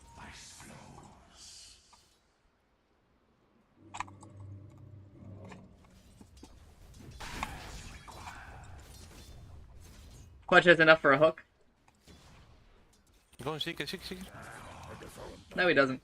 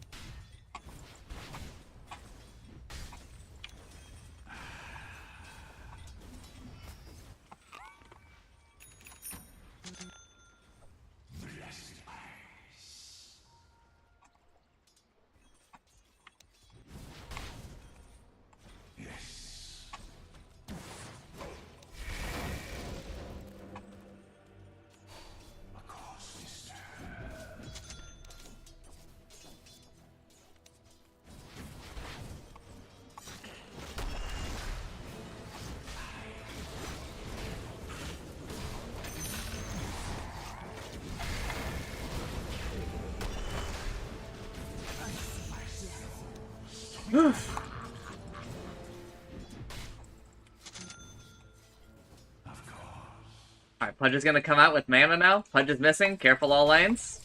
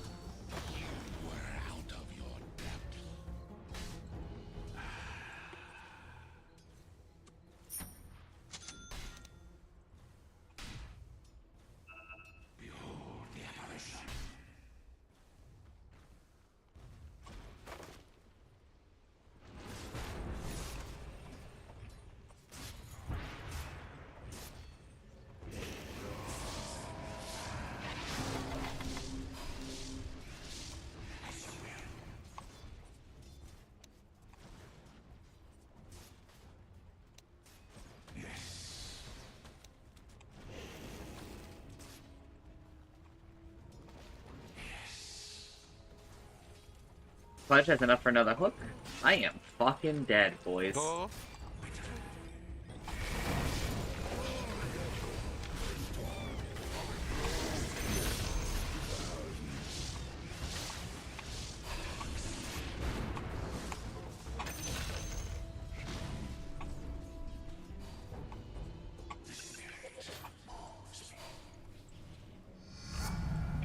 Ooh, I'll have to come back here.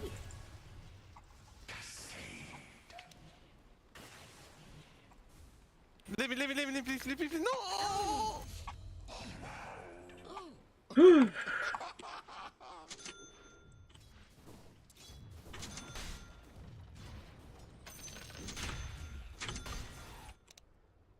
Many thanks.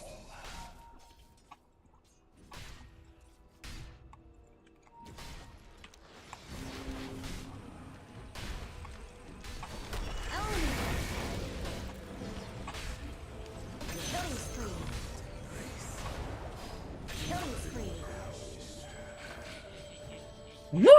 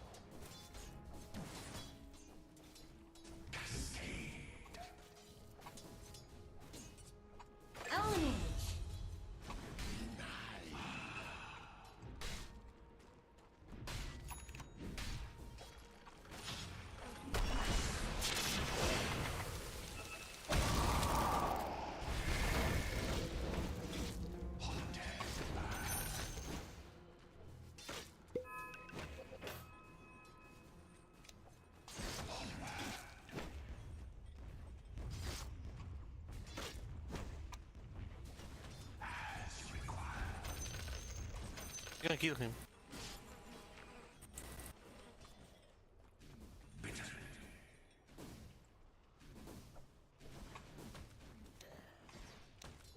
Double damage.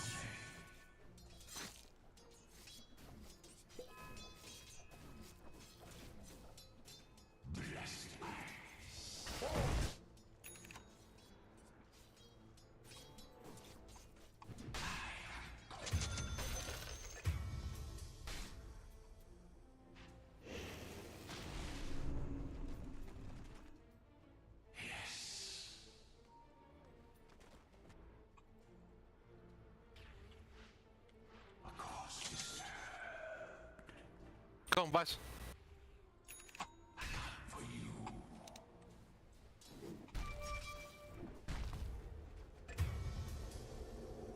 Your top tower is under attack. Radiant structures have been snow fortified. Go.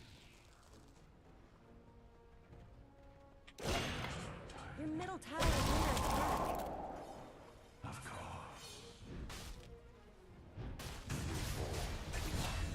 Your middle tower is under attack.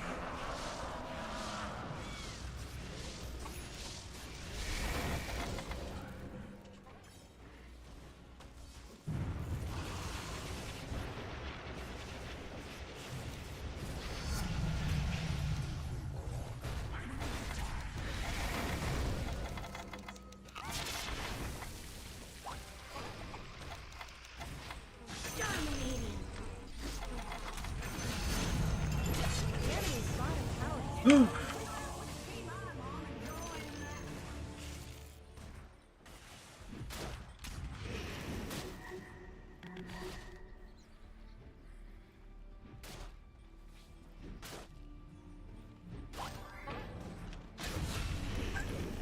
Fucking dumb game, dude.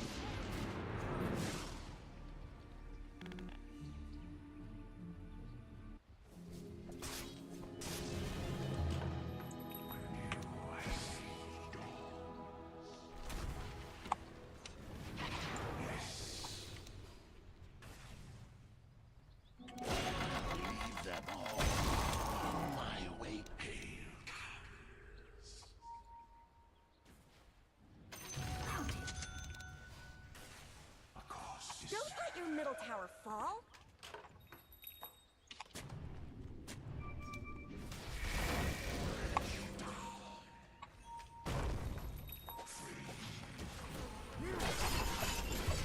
Okay, it's fine. Fine.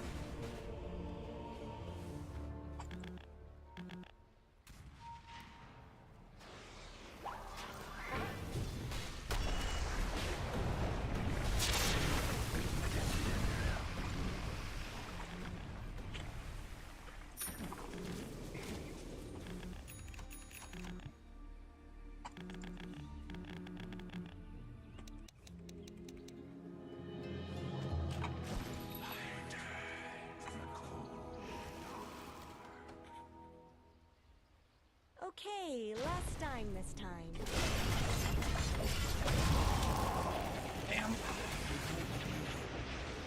Oh well, we're still getting at least part of this stack.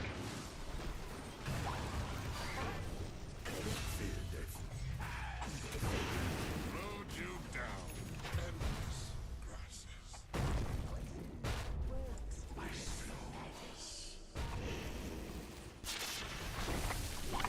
Double kill.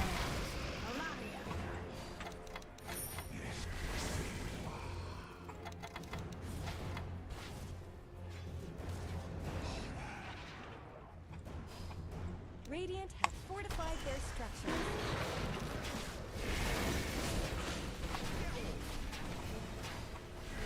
Killing spree.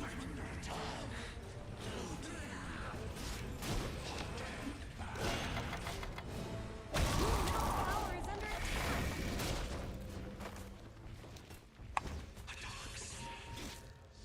The middle tower is under attack.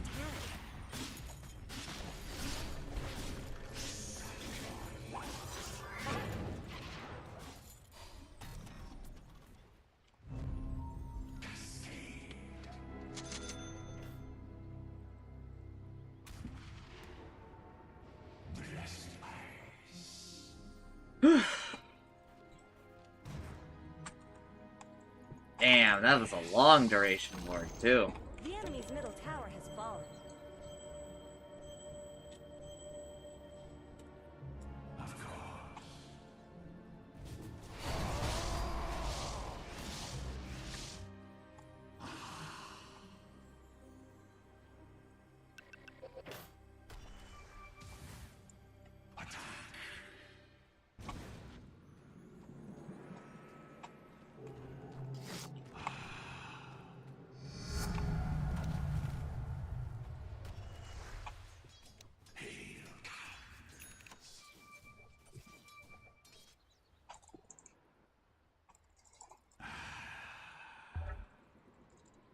Boots.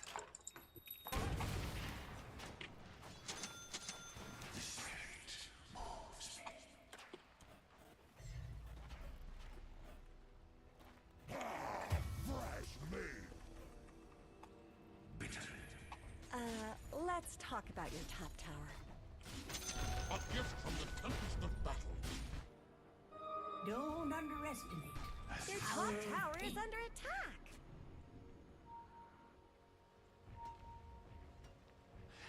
You can test it, you lose, because, you know, it is Echo Slam, so like...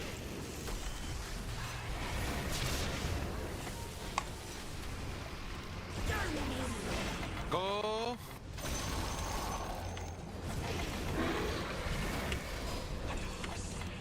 Mega kill. Let's talk about your top tower.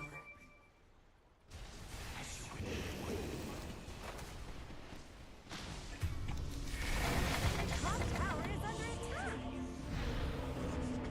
Double kill. Killing Okay. spree. Double kill. Oh, courier fuck up mid. Top Cost me tower my has life fallen. there. Is this going to be a pattern?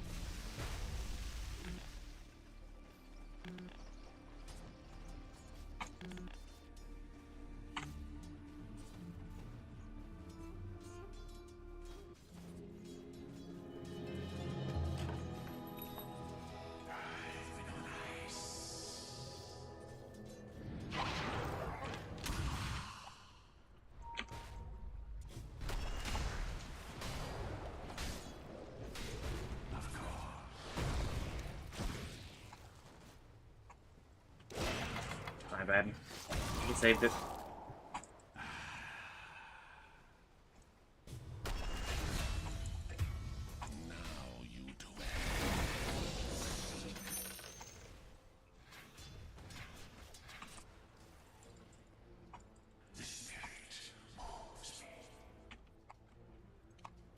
Don't let your middle tower fall. There's really no reason to stand their structures.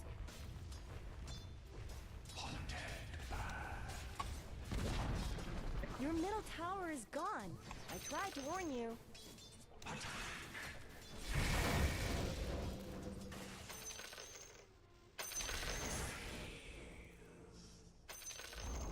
The enemy's top tower just shattered into little pieces.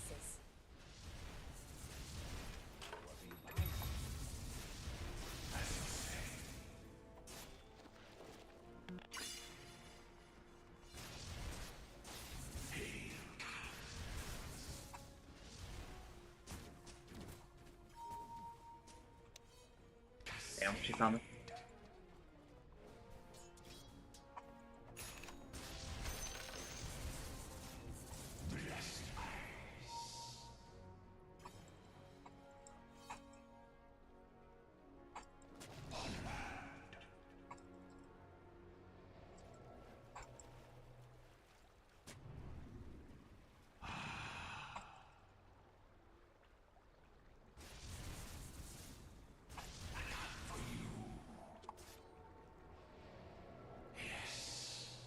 Yeah, she farmed near here and just didn't capture that watcher.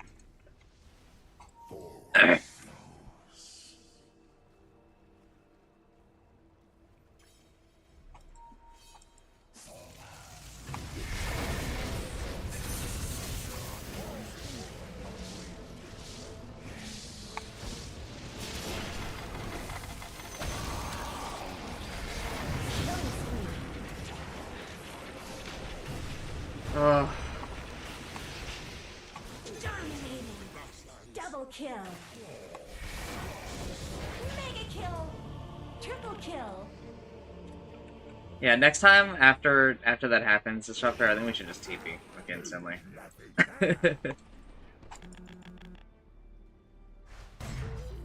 Shouldn't have had 2 more deaths there. Should have just been the jug back. Yeah. I don't think that there was any getting out for you. I think there was definitely getting out for Disruptor and I.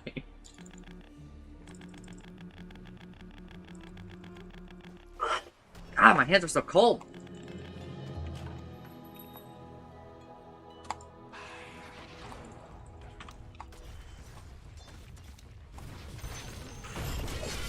Oh.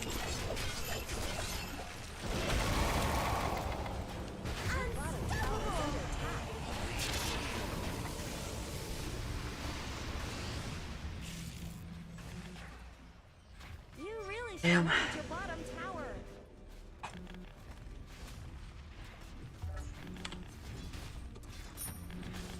Your bottom tower is under attack. Your bottom tower just fell. Maybe you shouldn't look.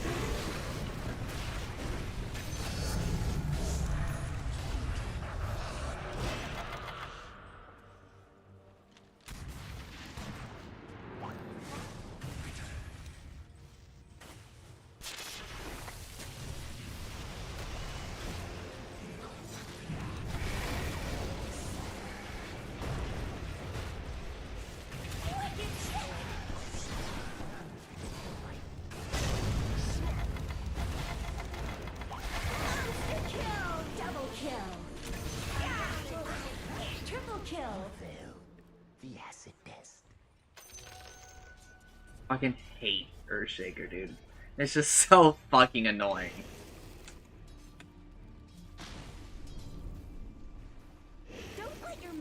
tower fall?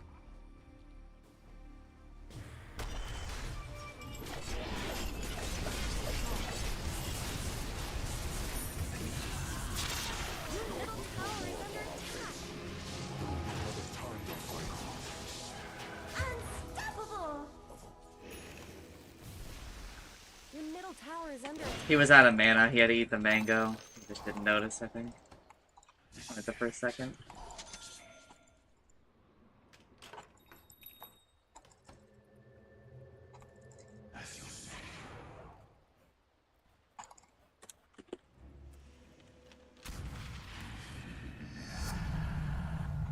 Your top tower is under attack.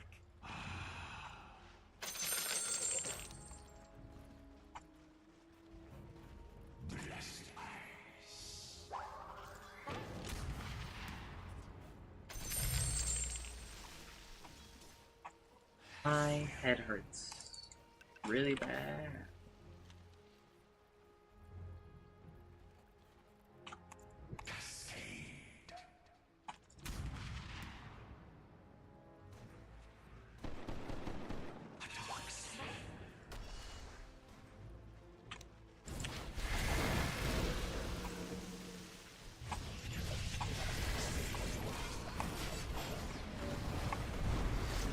Wicked sickle!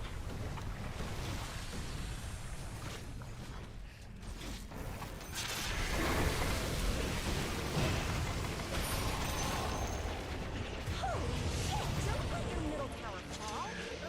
That'll freeze you in your tracks. You in hell. Holy shit! Oh, Double kill. I think it's over. Uh, It sucks, because I really played super fucking well in the first, like, 10 minutes of this game. your top tower is under attack.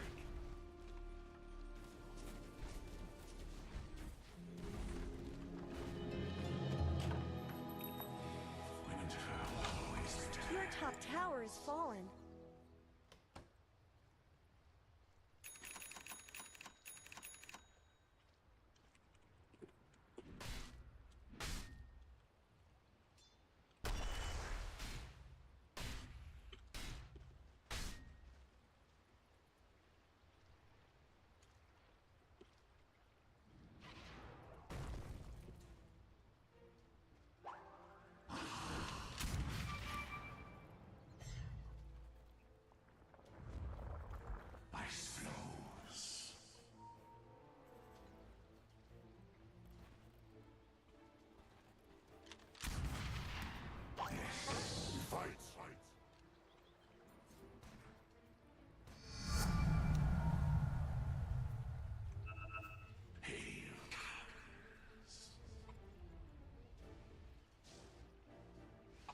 Punches down here. There's a lot of people down here. Back. Go on, draw.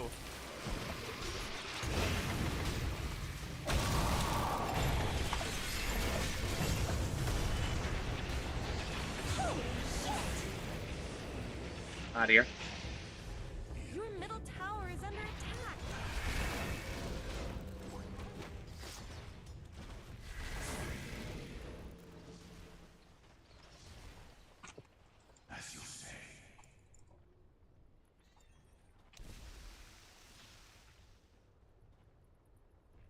Your bottom tower is under attack.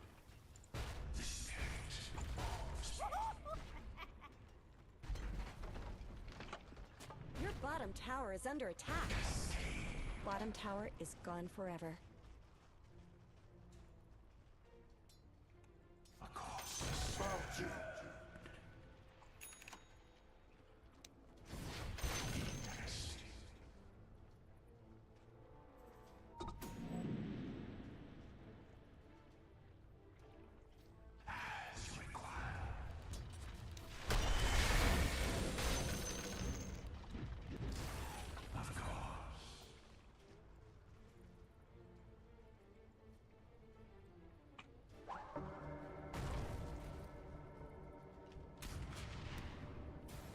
Your middle tower is under attack.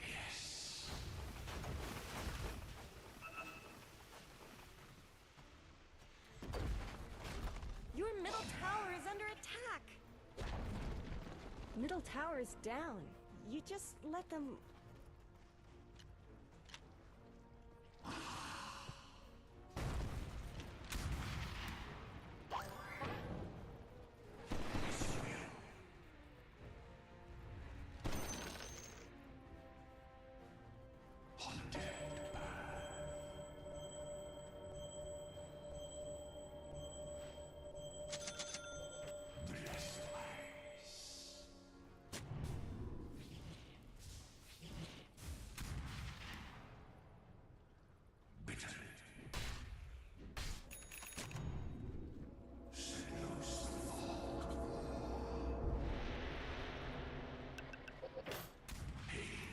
Roshan's down. I wonder where he goes.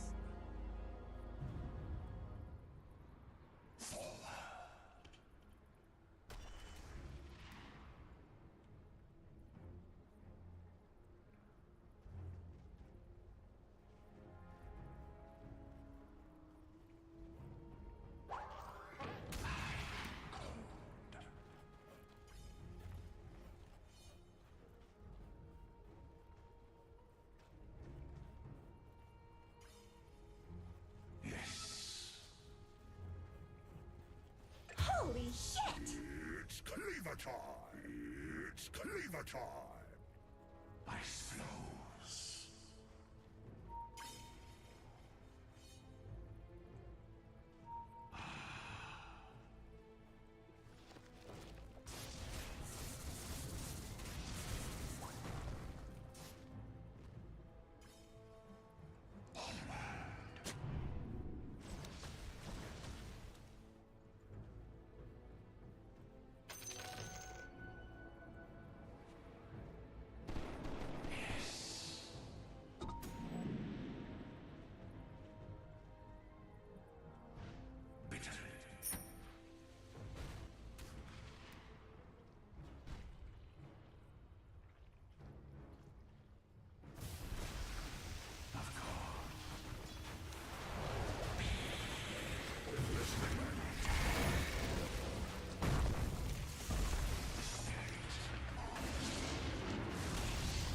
Your middle tower has fallen.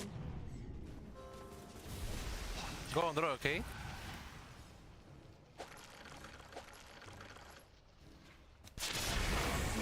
Go on draw. You really need to do something about your middle tower.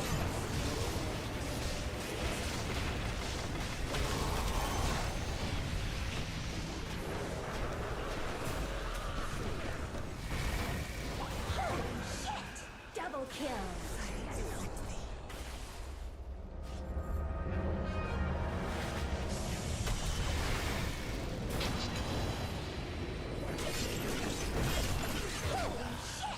Triple kill! Oh, I hate BKB. There are some things you weren't meant to see, such as tomorrow. Dire have fortified their structures. Oops, was that me? Your middle barracks are under attack. Your middle barracks have fallen. Your middle barracks have fallen. It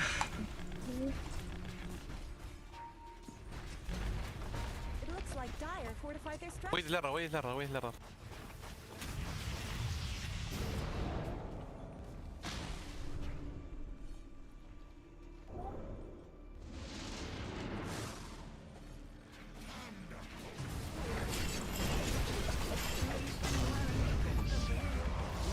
You really should look at your bottom tower. Your bottom tower is falling. Draw. Double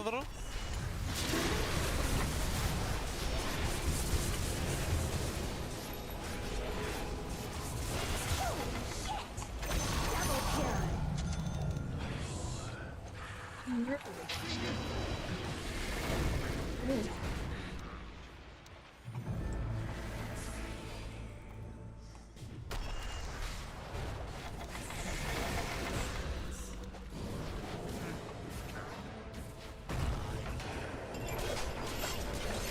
Killing spree. Double kill. Your bottom barracks have fallen. Your bottom barracks are under attack. Once those barracks fall... Oh. Your bottom barracks are under attack. Your bottom barracks have fallen.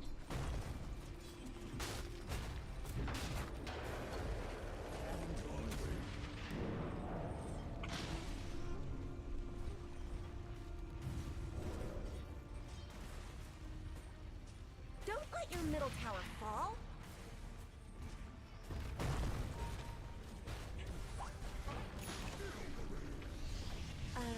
Let's talk about your time.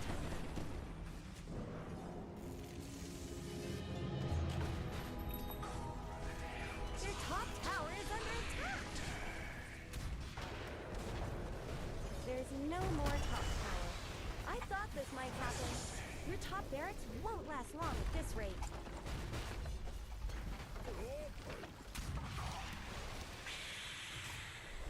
They're attacking top barracks.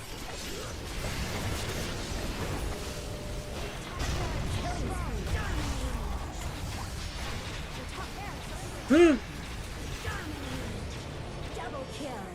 Get us out. You're mega kill. Triple kill.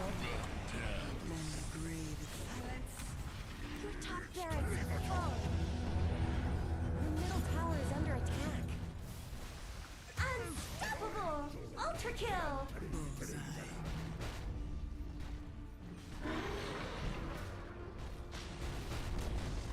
Your middle tower has fallen.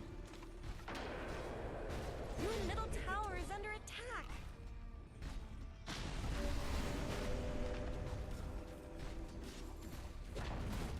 Defend your ancient. It's kind of the name of the game.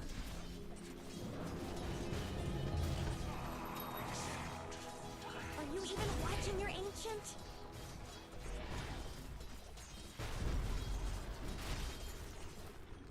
Radiant victory!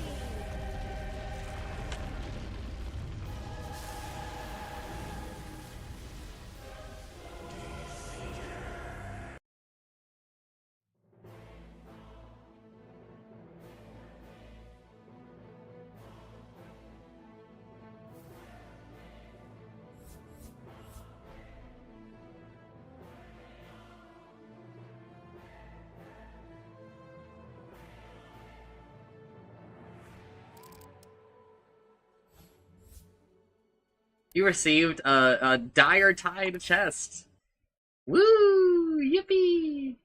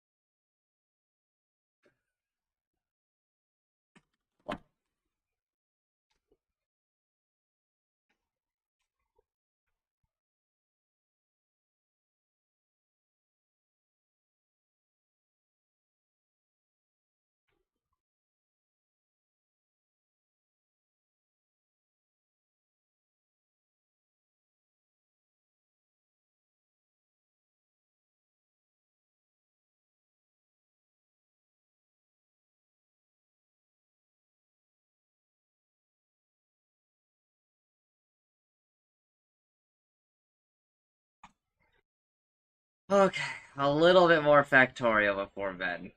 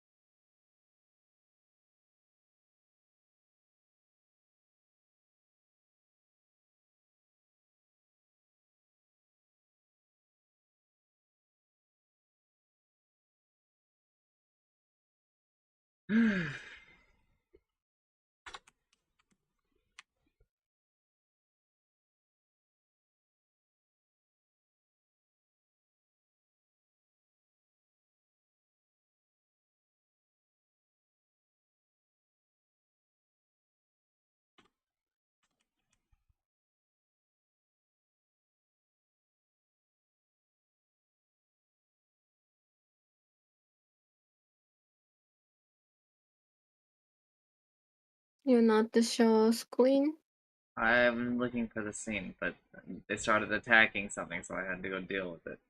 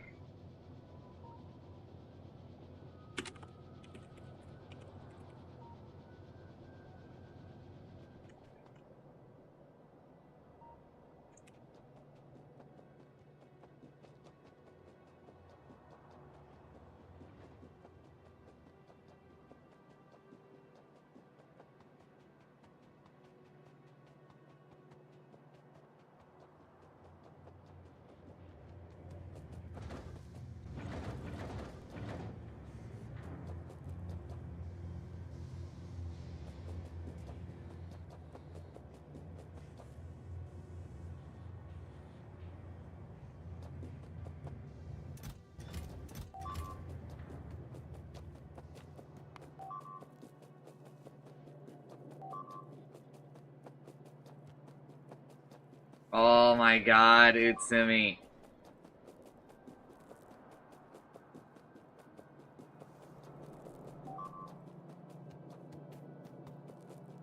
Wow, 大変そう。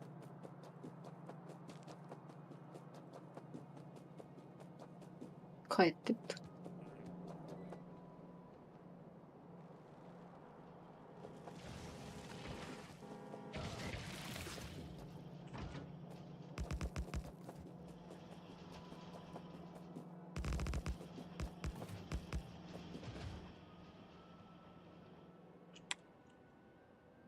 Ugh.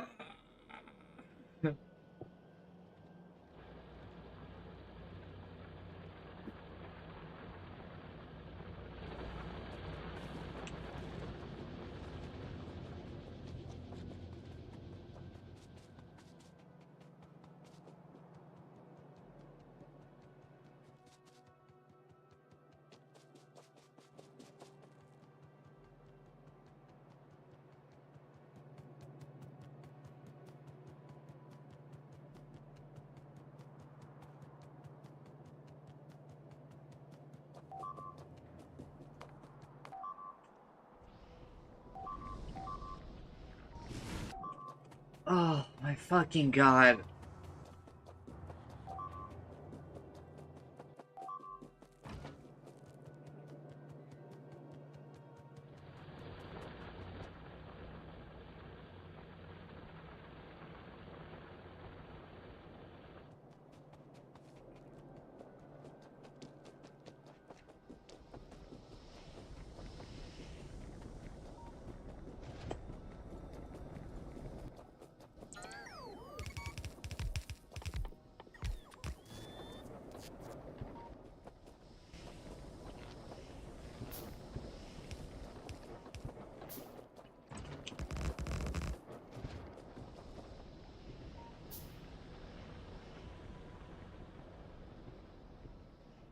アニメストップなの？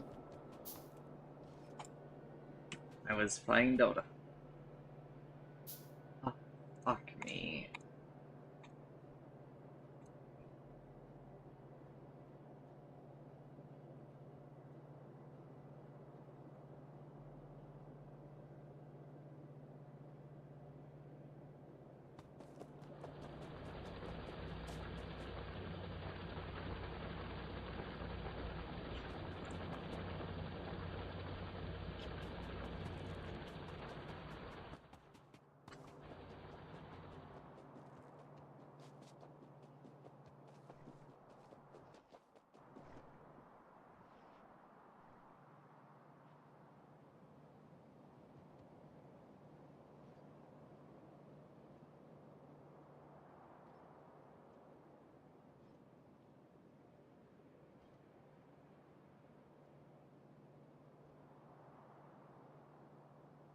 ايه؟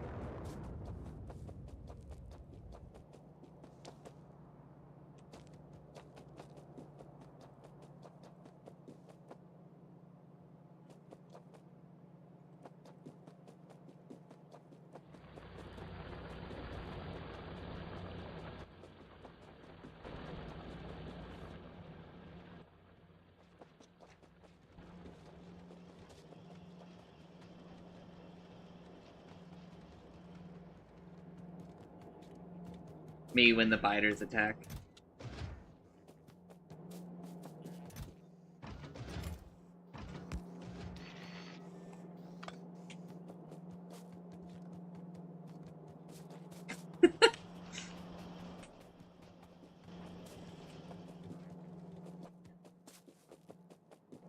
He really didn't need to stab him that many times. I mean, Yeah, but for fun.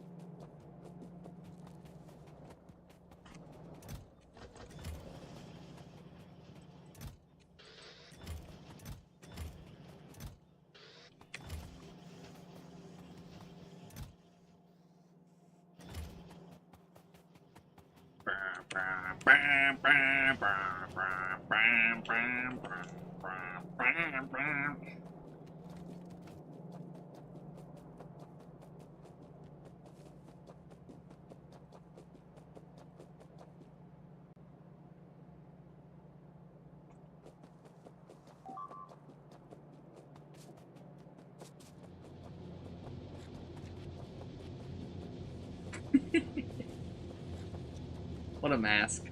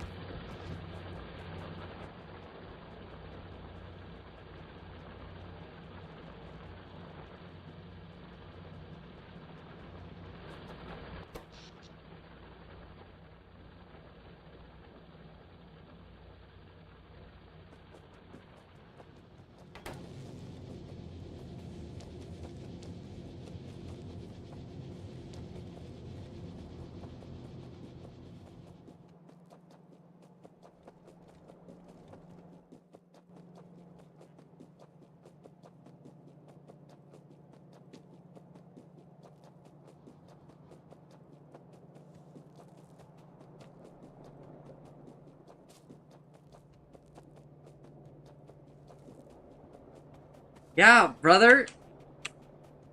You're a fucking skeleton!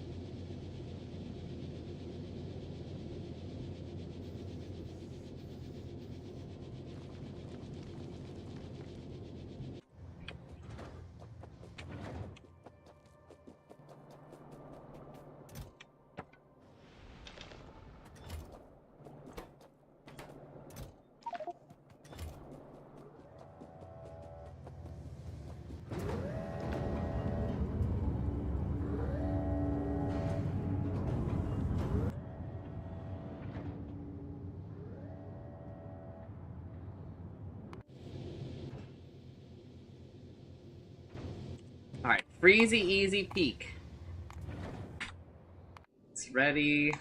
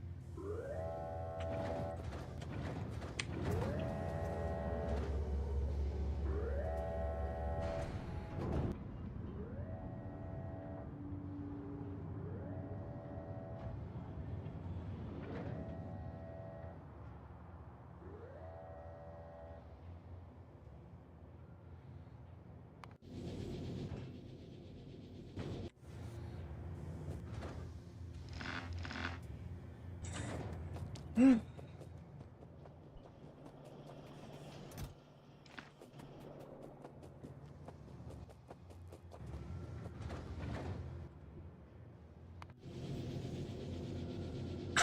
summer.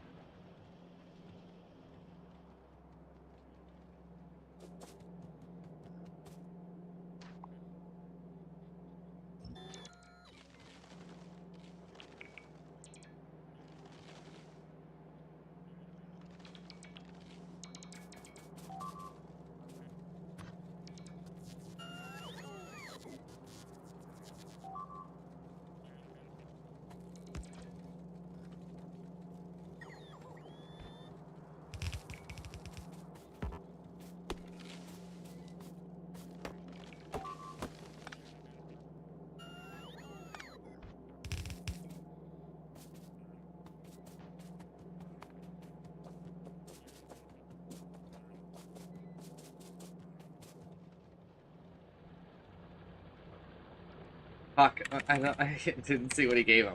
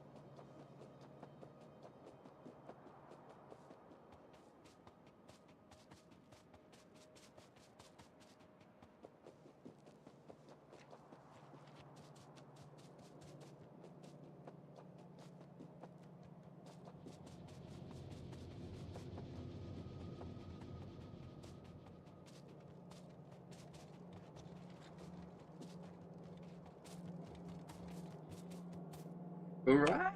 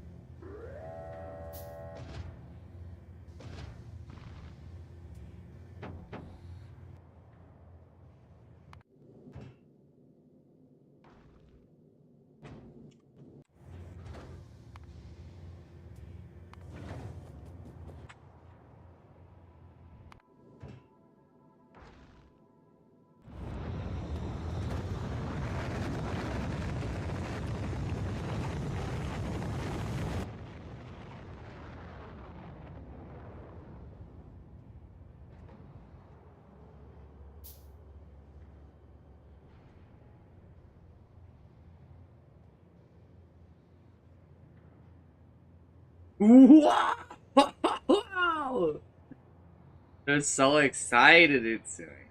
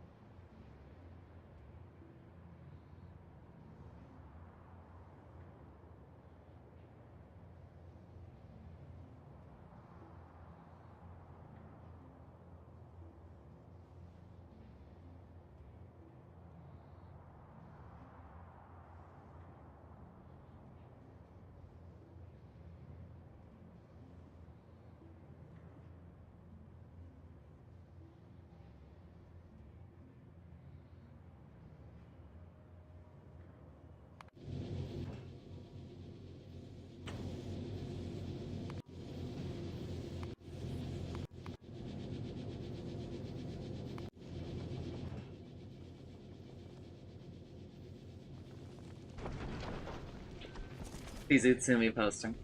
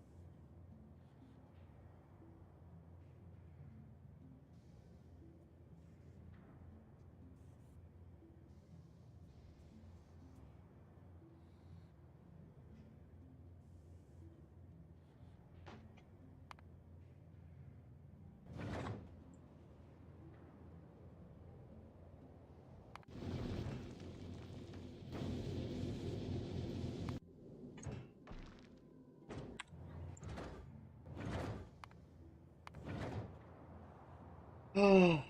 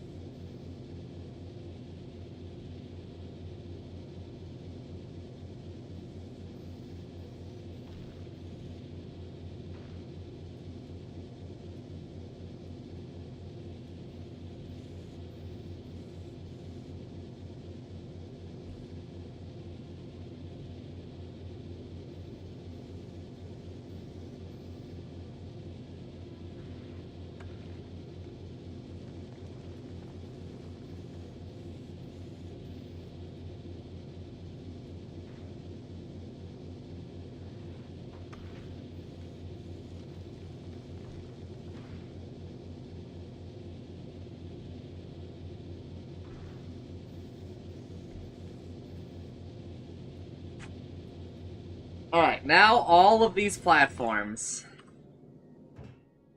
Oh, what the fuck? I didn't put in the goddamn.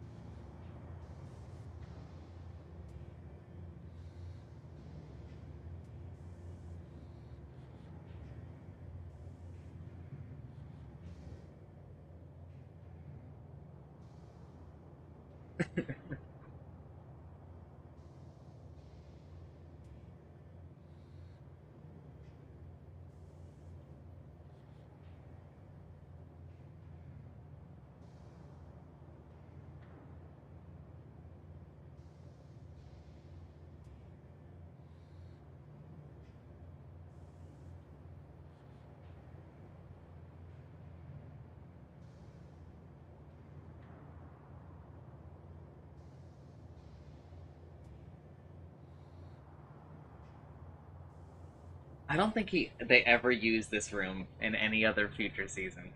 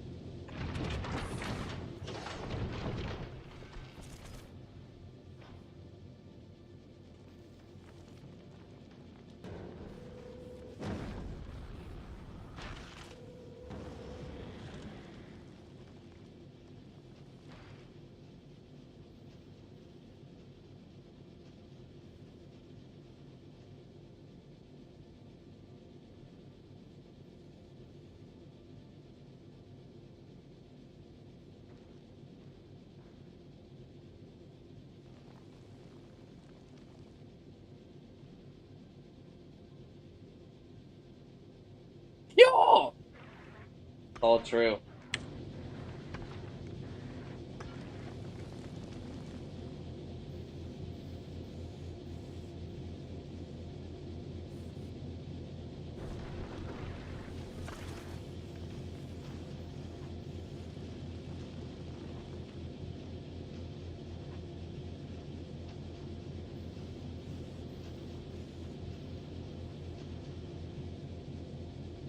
Oh, kind of.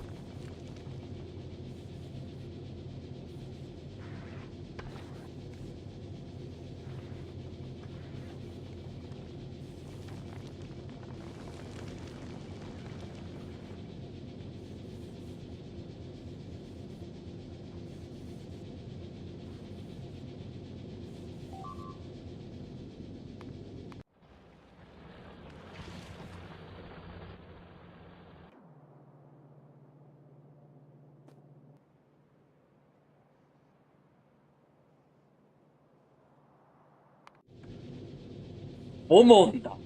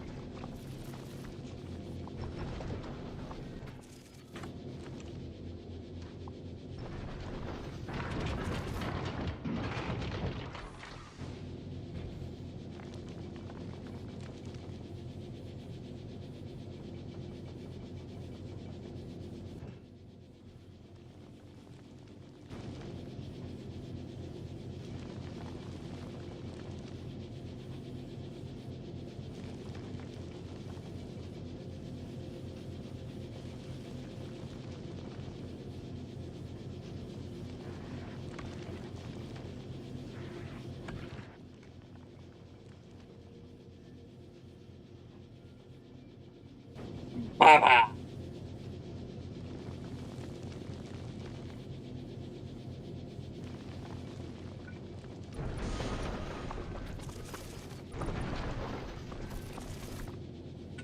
쏘잖아?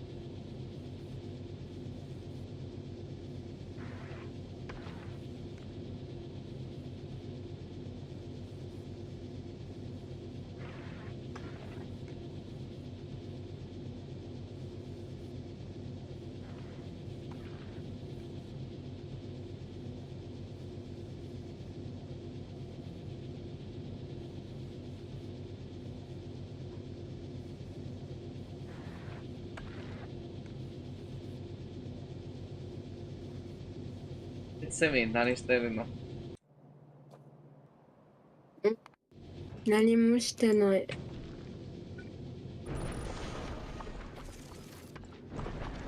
I'm just curious because he's so quiet.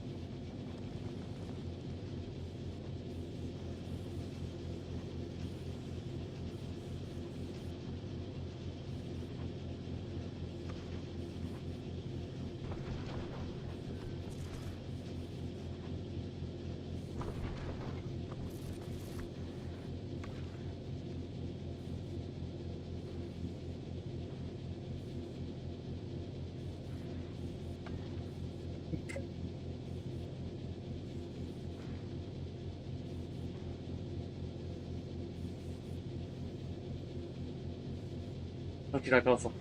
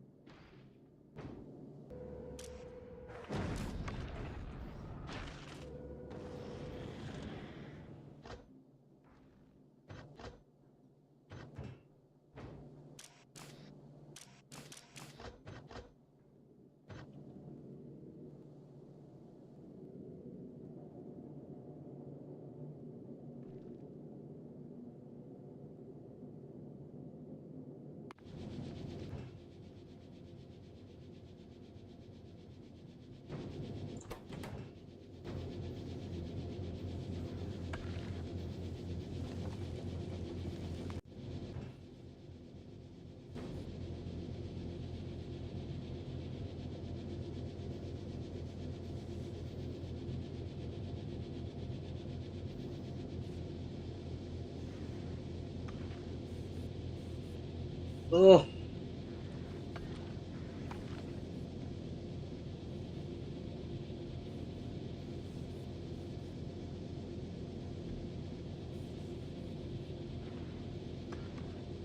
So, ayun.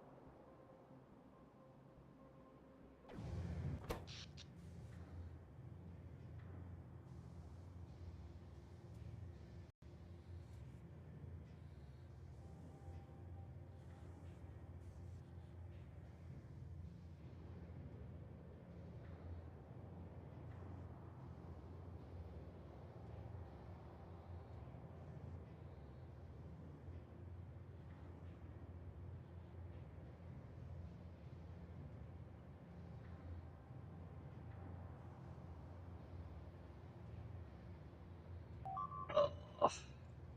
Fuck off. Fighters. And losers. You're back.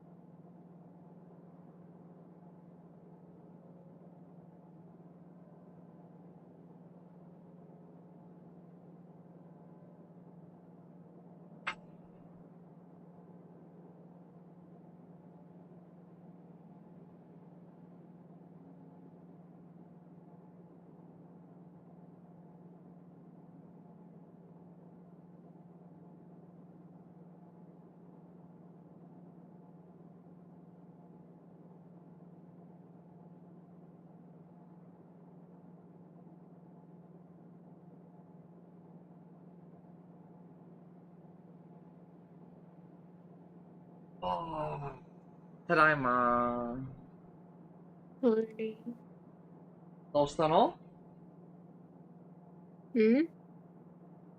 I'm so sad. No.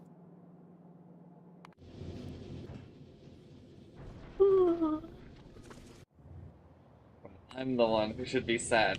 I was supposed to go to Gleva today. そうなの? そうだよ。トイレ。よいしょ。 Takes 10 fucking years to make a space platform.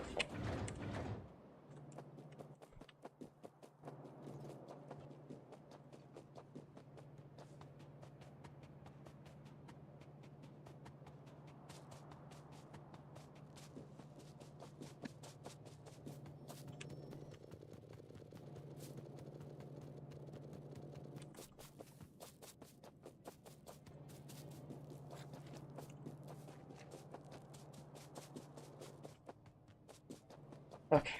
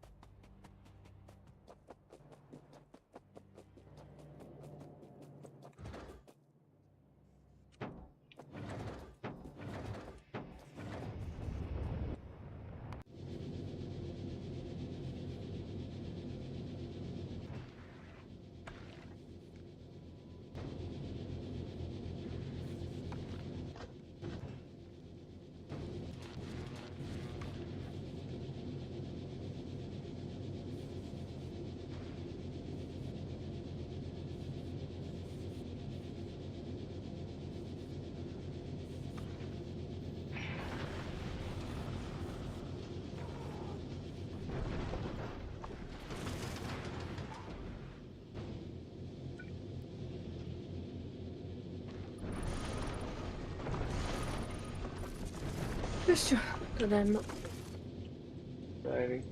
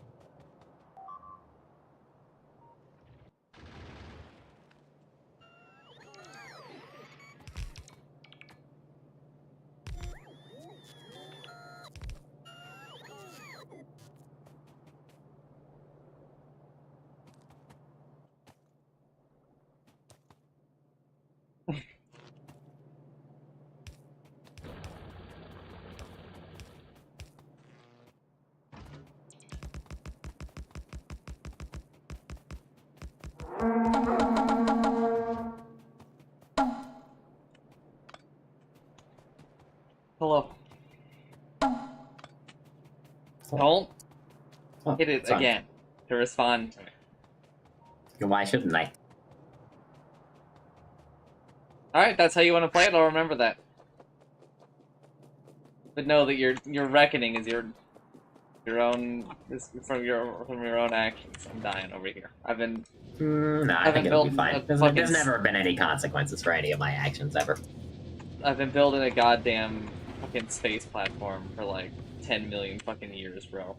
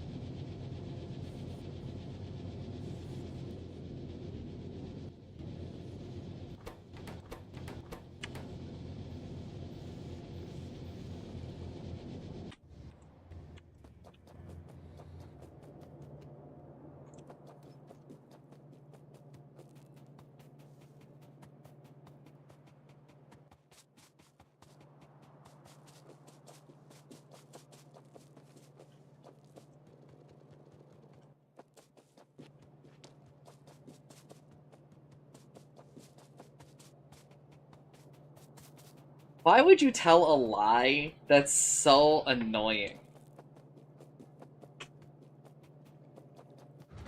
Oh, it's our religious belief, Chancer.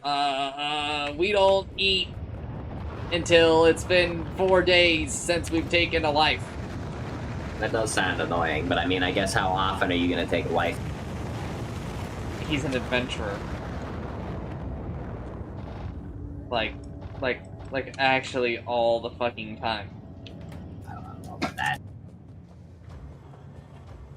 Mamon, the adventurer? You don't think he's gonna kill somebody every I thought you said take a wife, not take a life. Oh, a life.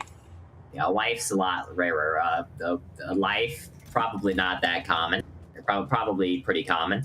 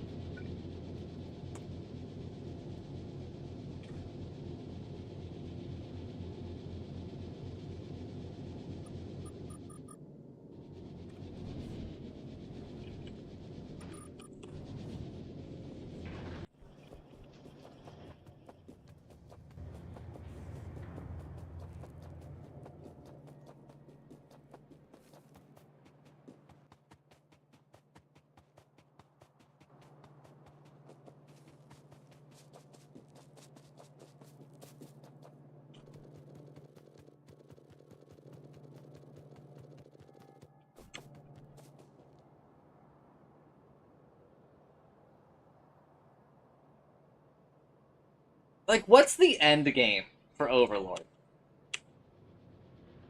Like, what's... like, what's the point? What do you mean? Like, when does he be like, and then the series ends? I You know have what I no mean? idea. I'm sure you could think of something, but I don't know. Because according to Shinto, he's kind of burnt out on it. I mean, there are a lot of light novels. I could see that maybe he'd be a little tired of it.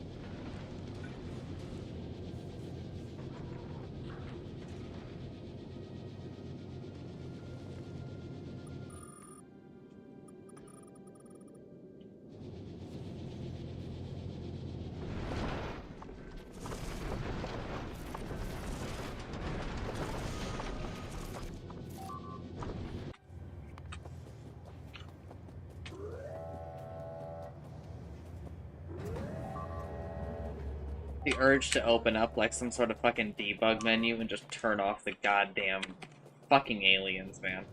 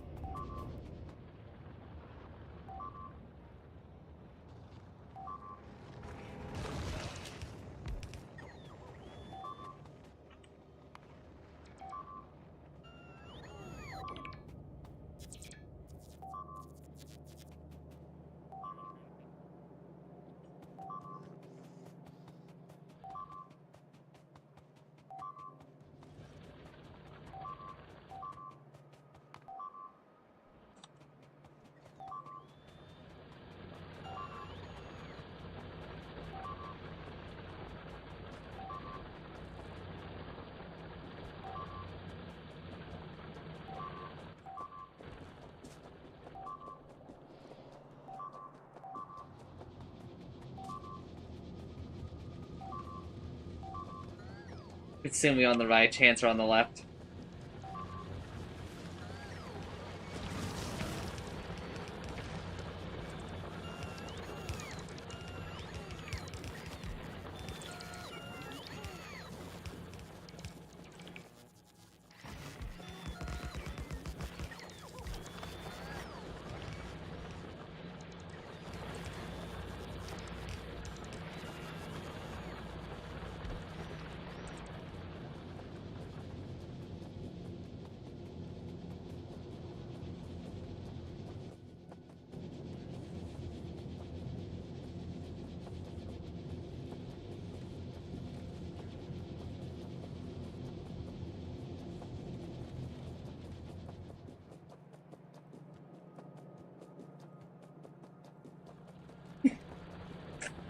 He's been sitting underneath the city, creating undead for years.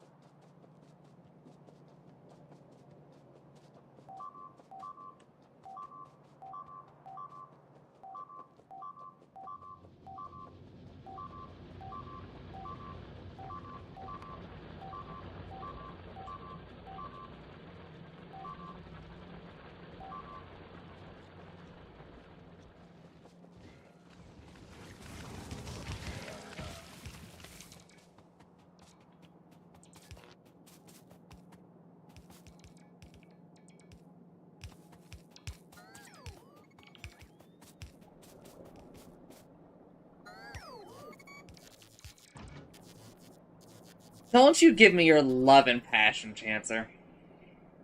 What did you say? Said, don't you give me your love and passion. I won't.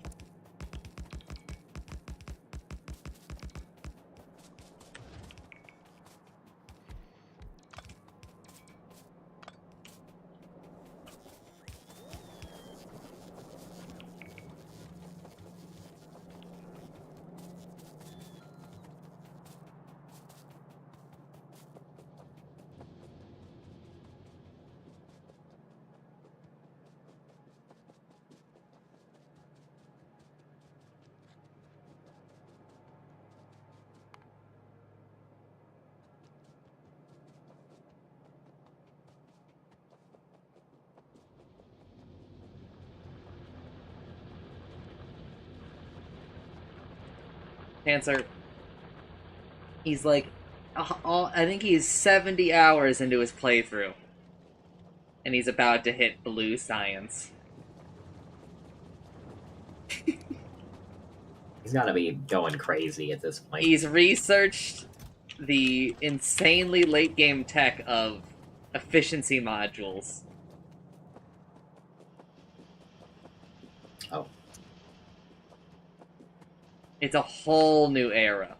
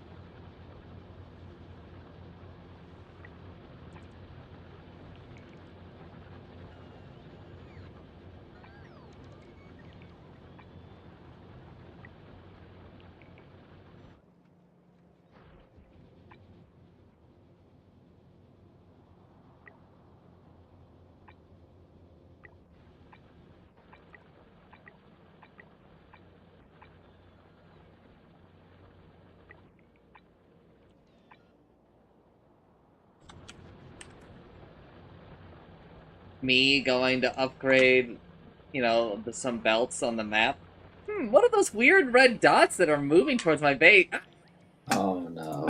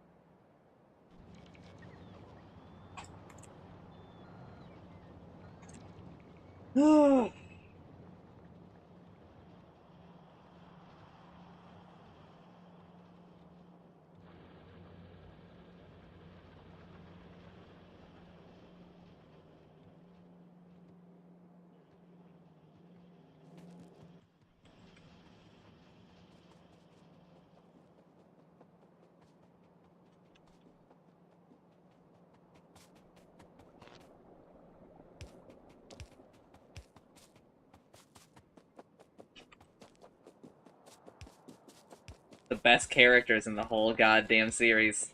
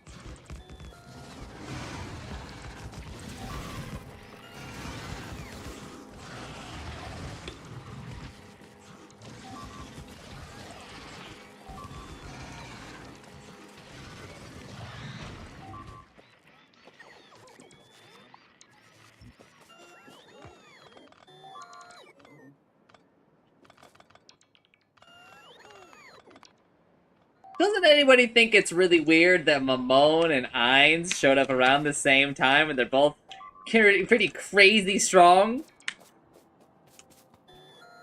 Me shouting in the town center. I think that there's something going on here! He's gonna get destroyed.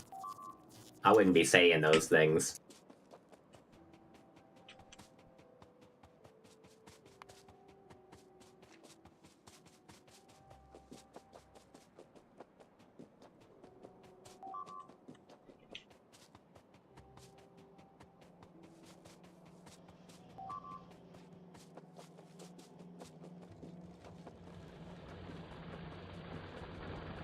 Third tier magic is the highest a normal person can cast.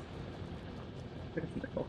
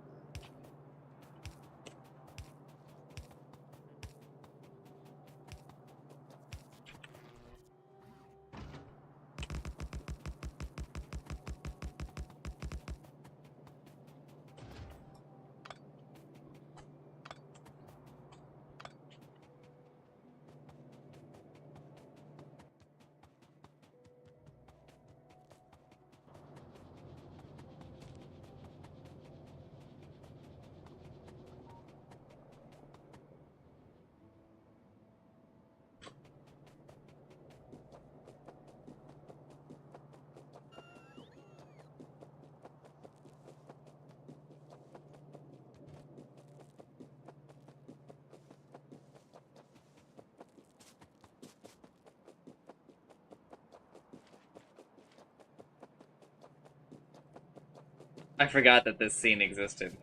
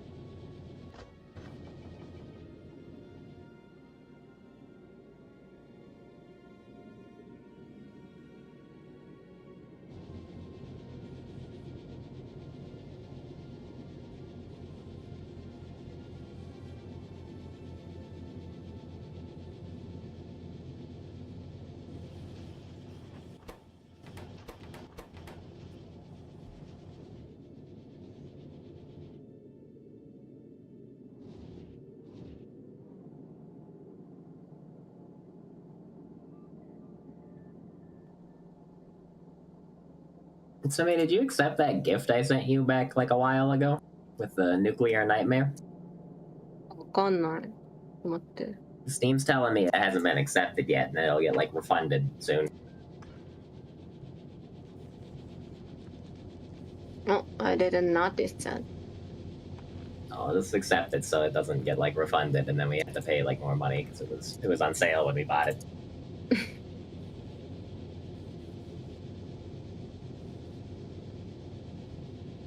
Oh fuck! Not it. I had Overlord covering chat. Am I Sasuke coded? It's Isekai Cop. There isn't Isekai Slop. There is no end. Recreating. What are we? Some kind of recreators? I actually don't know. Recreating. Recreators is it's like a weird anime. It's like all the there's like a whole bunch of shows that get like reverse isekai'd into the real world, and they have like a little battle. Yuri did that to me once. Okay, just so we're clear, Utsumi did not get gift ghosted. We had a full conversation about it. She just didn't get the notification. I mean, it's fine. I know, but it's not gift oh, actually, wait. Never mind. I understand gift ghosted now. My brain hasn't been working too great today. Is the dementia coming back? No. I think it was just like the less sleep into reading Overlord. But what if I started playing like a happy birthday song? Would it come back? What makes you think it ever stopped? It's terrifying.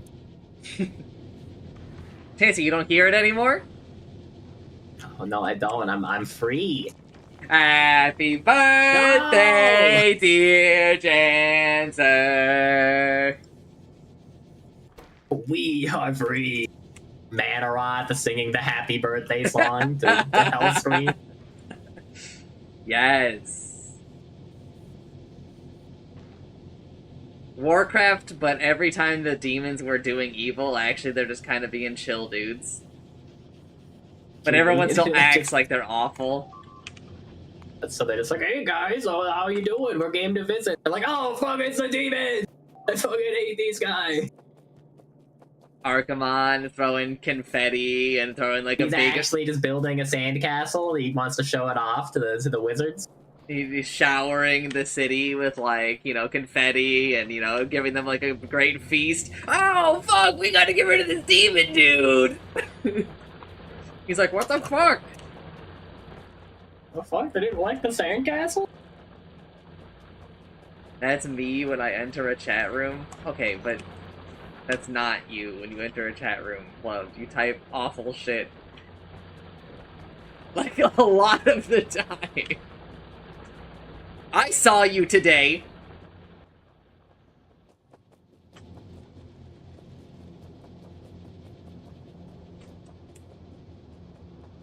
I type base messages. Maybe he is a lost cause.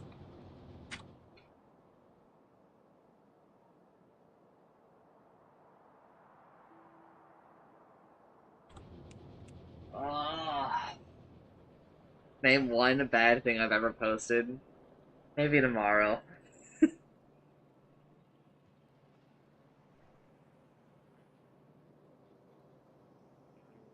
I must have done something wrong here. Because I don't remember this being such an awful experience last time. I don't remember it feeling like it takes like 10 million years to get a space platform up and running, man. Well, I mean, when we did it, it was kind of like new, so we were like kind of like experiencing it all. And also, I think our standard for functioning was probably lower. I'm like literally just trying to get to that point. I don't know, like, you remember my first space platform? Like, it was a piece of shit. Probably still is, honestly.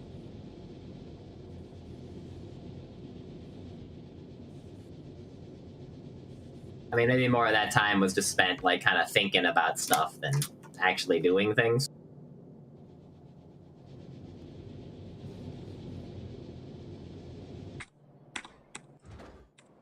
Like, I have like 7 spaceships building themselves at the moment. And I'm just like, It's a lot, damn, though. dude. Well, yeah, but I mean, they're all basically working independently. Like, they're building themselves. Which is I feel better like than what we when did we last built time. ours at the start, we sent up materials for them. Yeah, I know, and I'm doing that a lot of that too, but like I feel like I've launched like 80 million rockets for this motherfucker.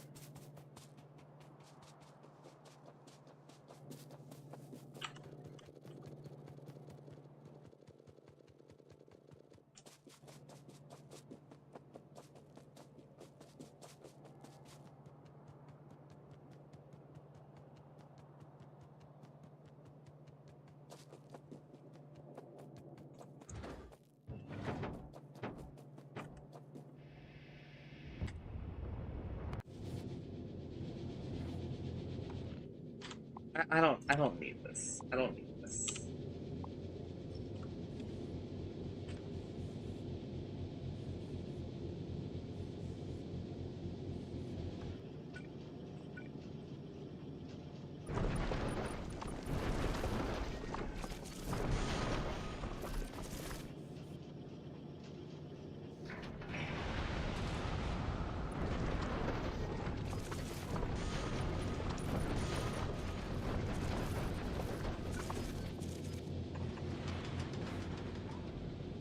Okay.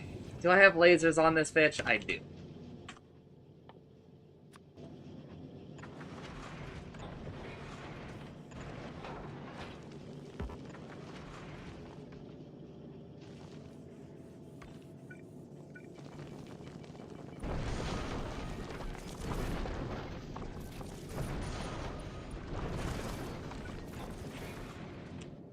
Okay. Just a couple of lasers?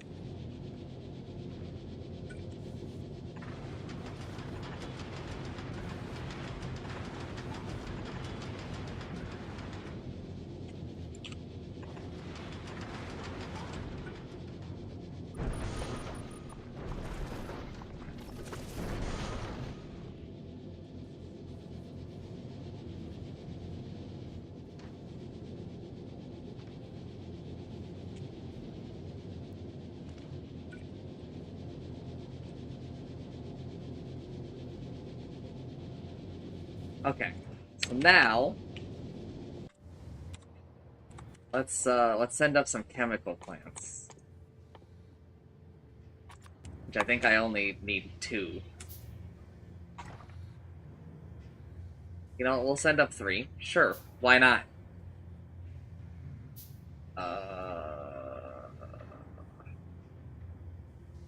Send up some splitters, I suppose. Got long handies. Let's send up some pipe to grounds. To the Multo platform.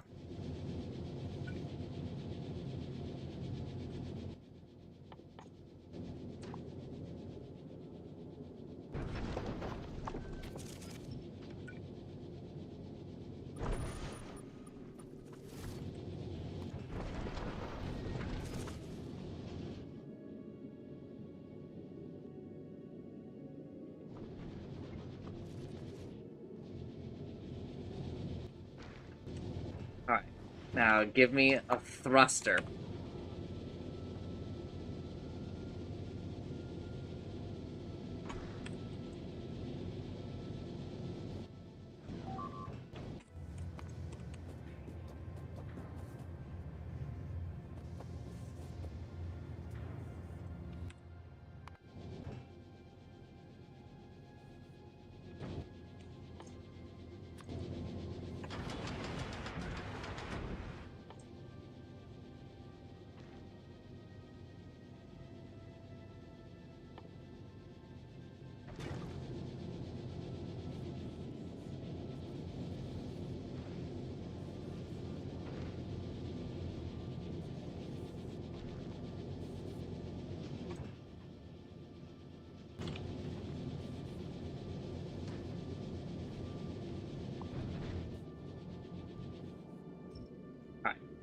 delete all this.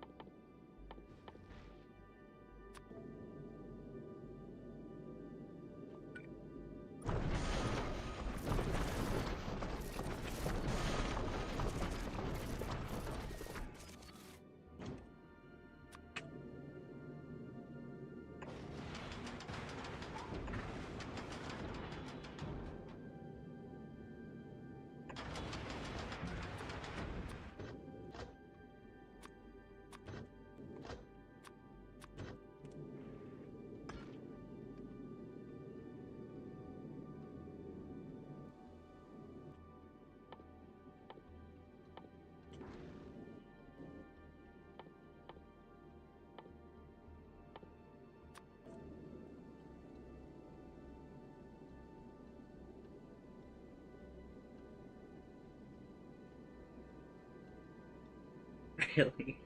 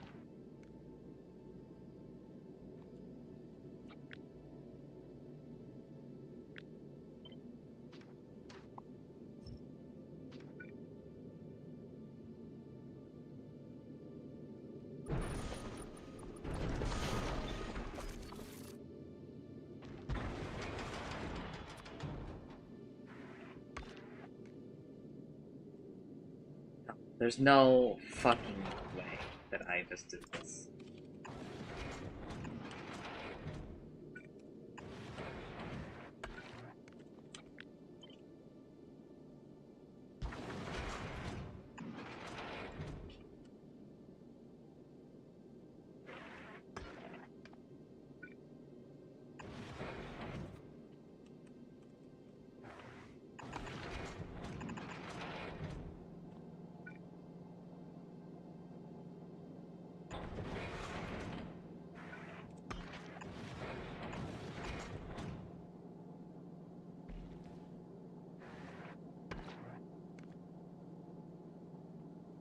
Alright.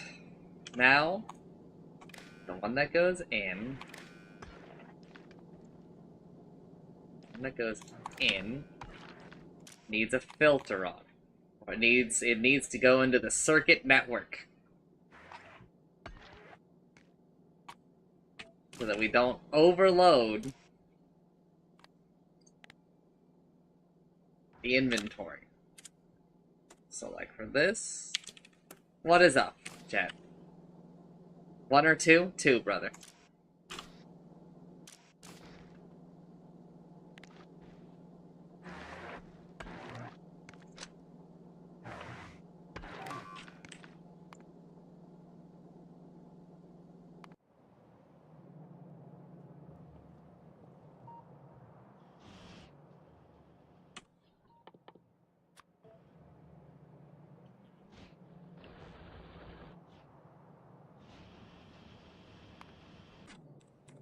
If you're curious, you picked Jack 2. I was curious. Thank you for telling me ahead of time. This one is carbon. Copy that one to the iron one. However, iron chancer obviously needs a larger amount in the storage. Why? Because you need twice as much iron for the recipe that it uses. I didn't ask. Fuck you, Chancer.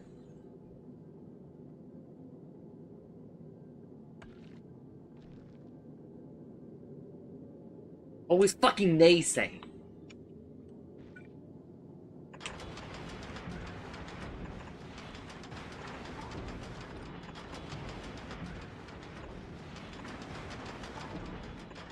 Alright, then we slather the rest of the ship in solar panels.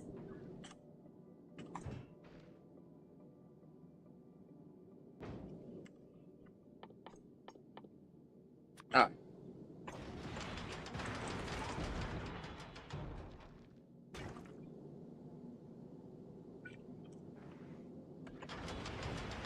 First,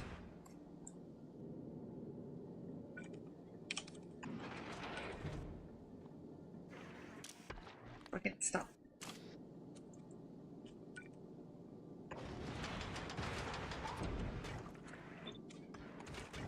Oh my god, you can do that. Oh, that's so fucking beautiful, bro. First, you gotta make some fucking ice. Or you gotta make some water. So you melt your ice.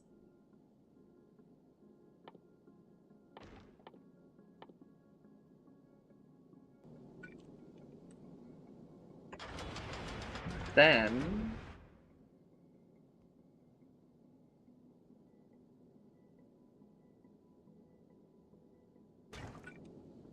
you just have to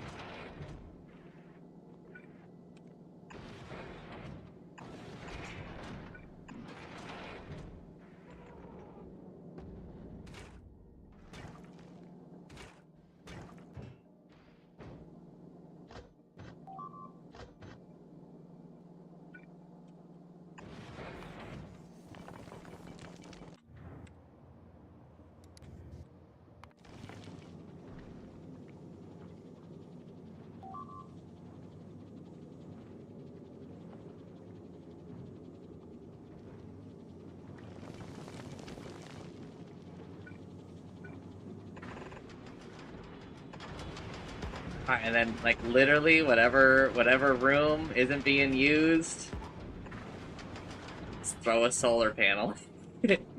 Alright. Save game. 14. Space test.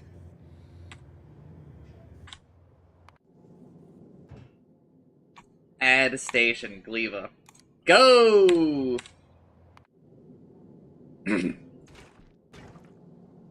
Oh, maybe you should add some inserters.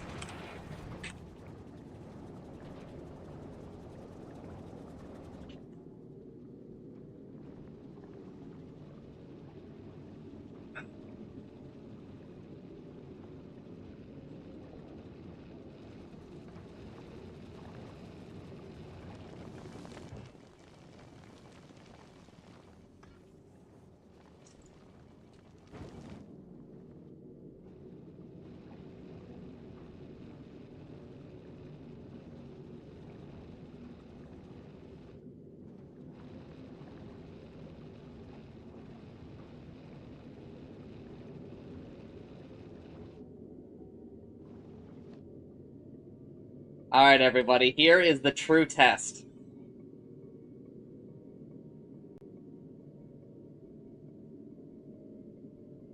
Right here. We're about to run into our first fucking asteroid.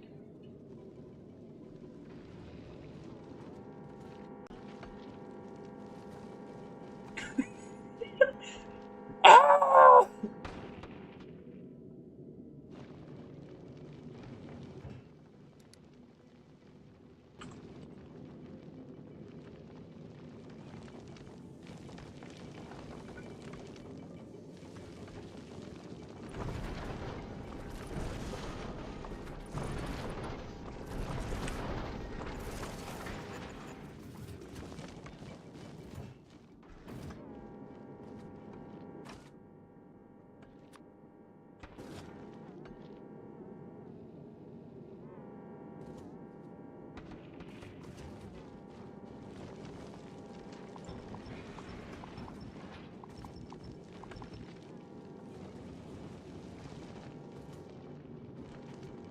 Shouldn't have fucked with it.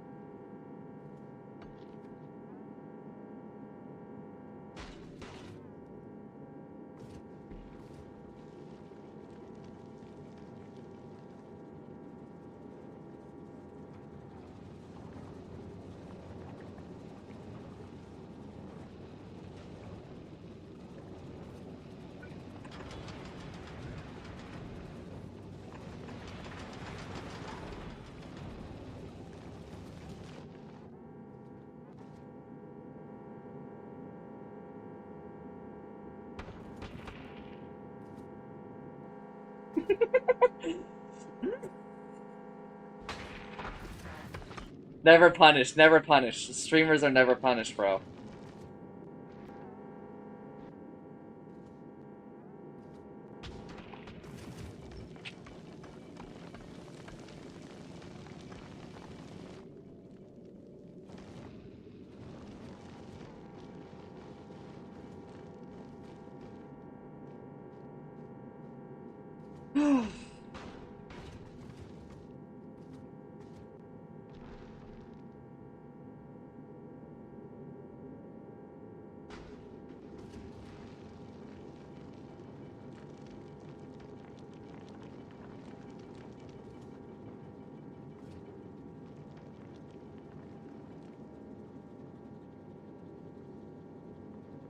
Someone needs to start punishing streamers, going up to their meet and greets and trying to kiss them or something horrible like that.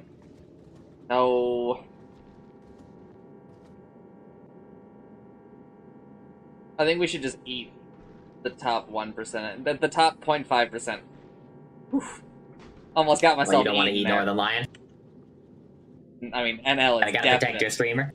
NL is definitely in the top 0.001%. Alright, he's eating bulb. I said if you waited half a second, you would have heard me say I almost had got myself eaten because I'm in the top 1%.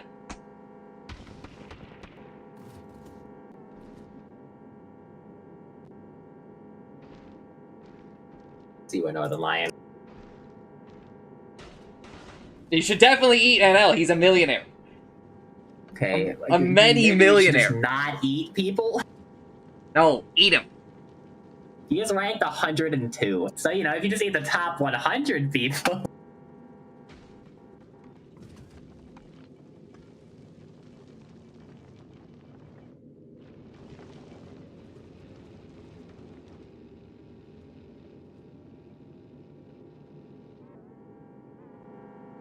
Oh I no. don't think there's anything wrong with them being like a millionaire. It's just like maybe like we should know that they are millionaires and then treat them as such.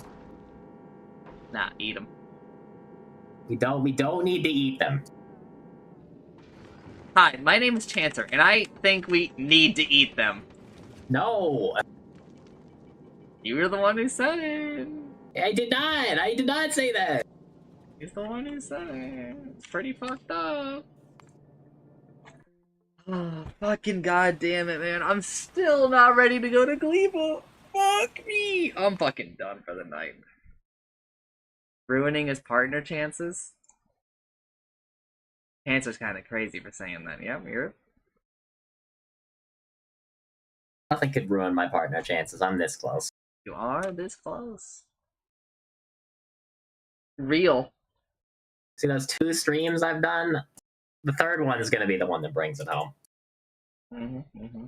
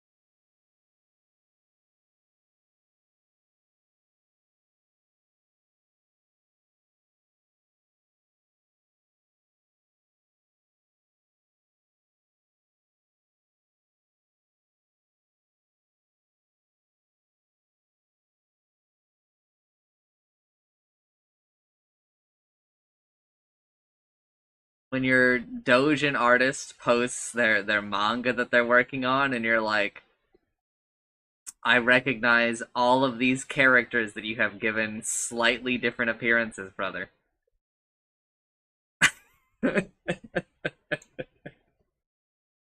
You're not fucking fooling me.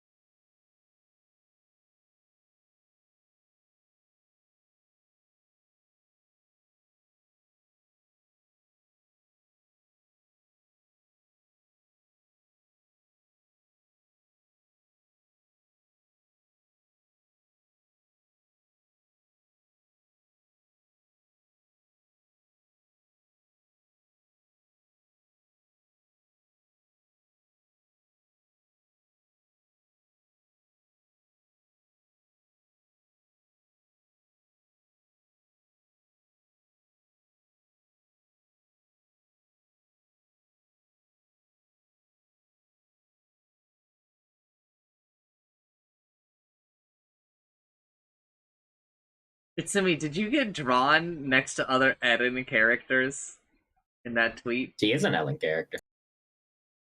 That's why I said other Eden characters. What do you mean? In this tweet that you reposted a little bit ago.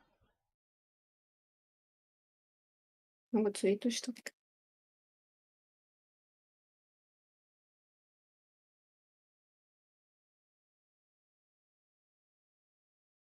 リポスト？それともマイツイート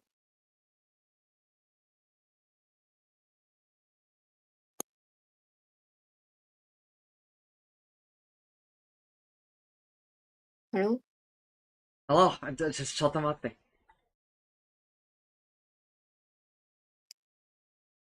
I think that you had reposted so much that I had to send you the tweet. Yeah, I asked you repost or my tweet.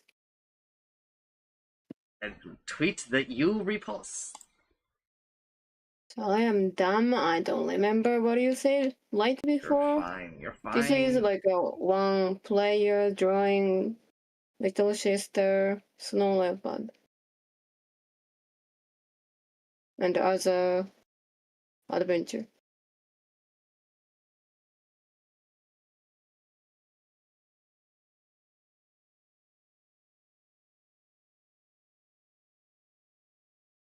Eh?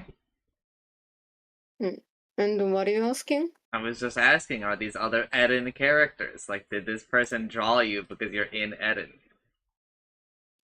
Those is characters Baka-wish adventure. So before selling Ellen, they crowdfunding, and if you fund, you can like buy some lights about the game. Okay. So So if you paid a lot of money, you could like have him put you in the game, and so you're being put next to those characters because yours is similar. まあそう。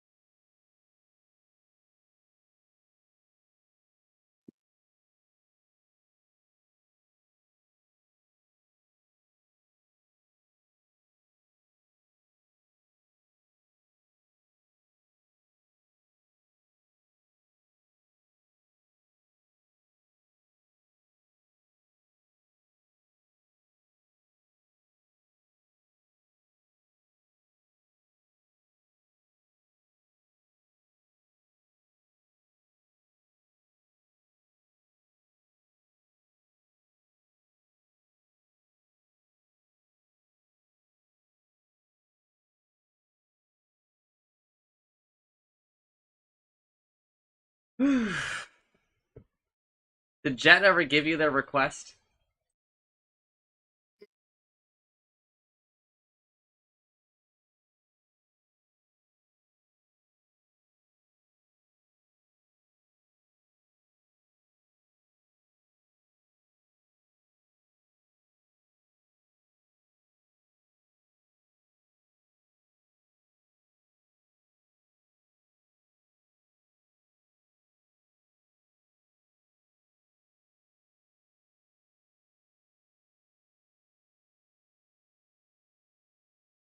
I'm about to commit chancers. So I should just end stream. Right in stream. Alright, gamers, if you somehow find yourself watching the stream, thanks for watching, and I'm sorry.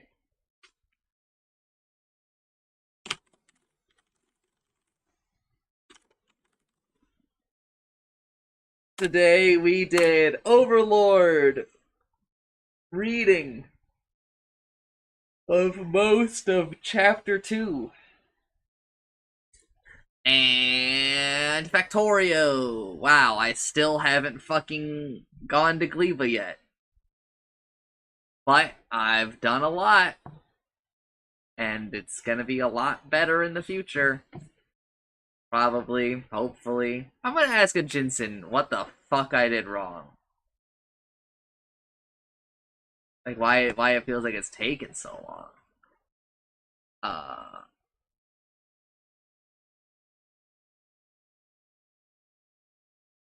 and then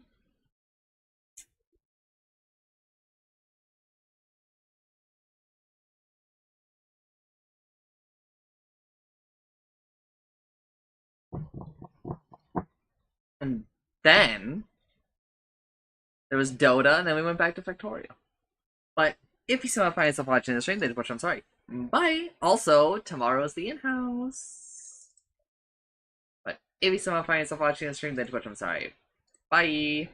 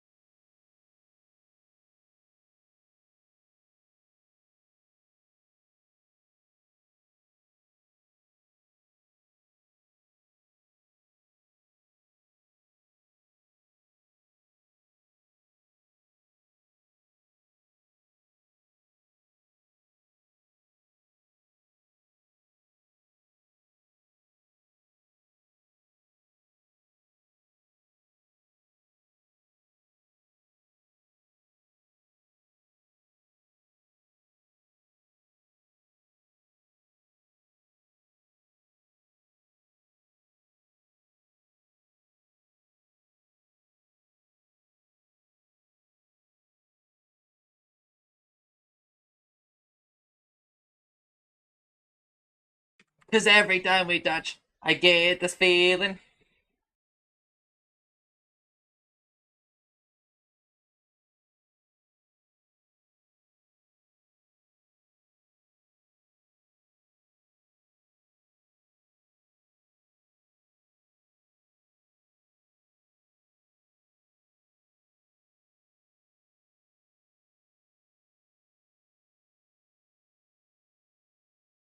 And every time we touch, I swear I could fly.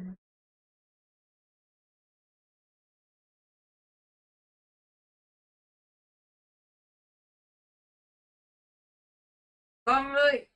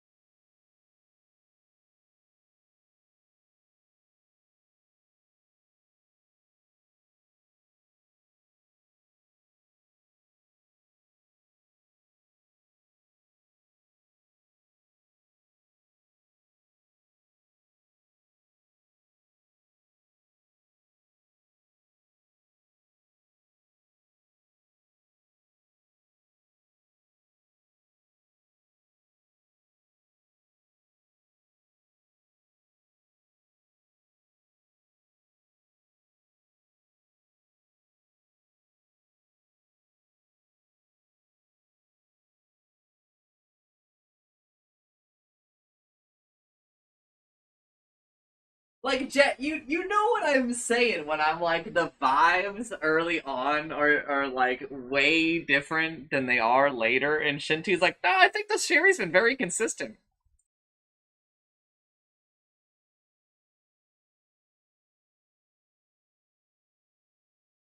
What do you mean I didn't mute on stream?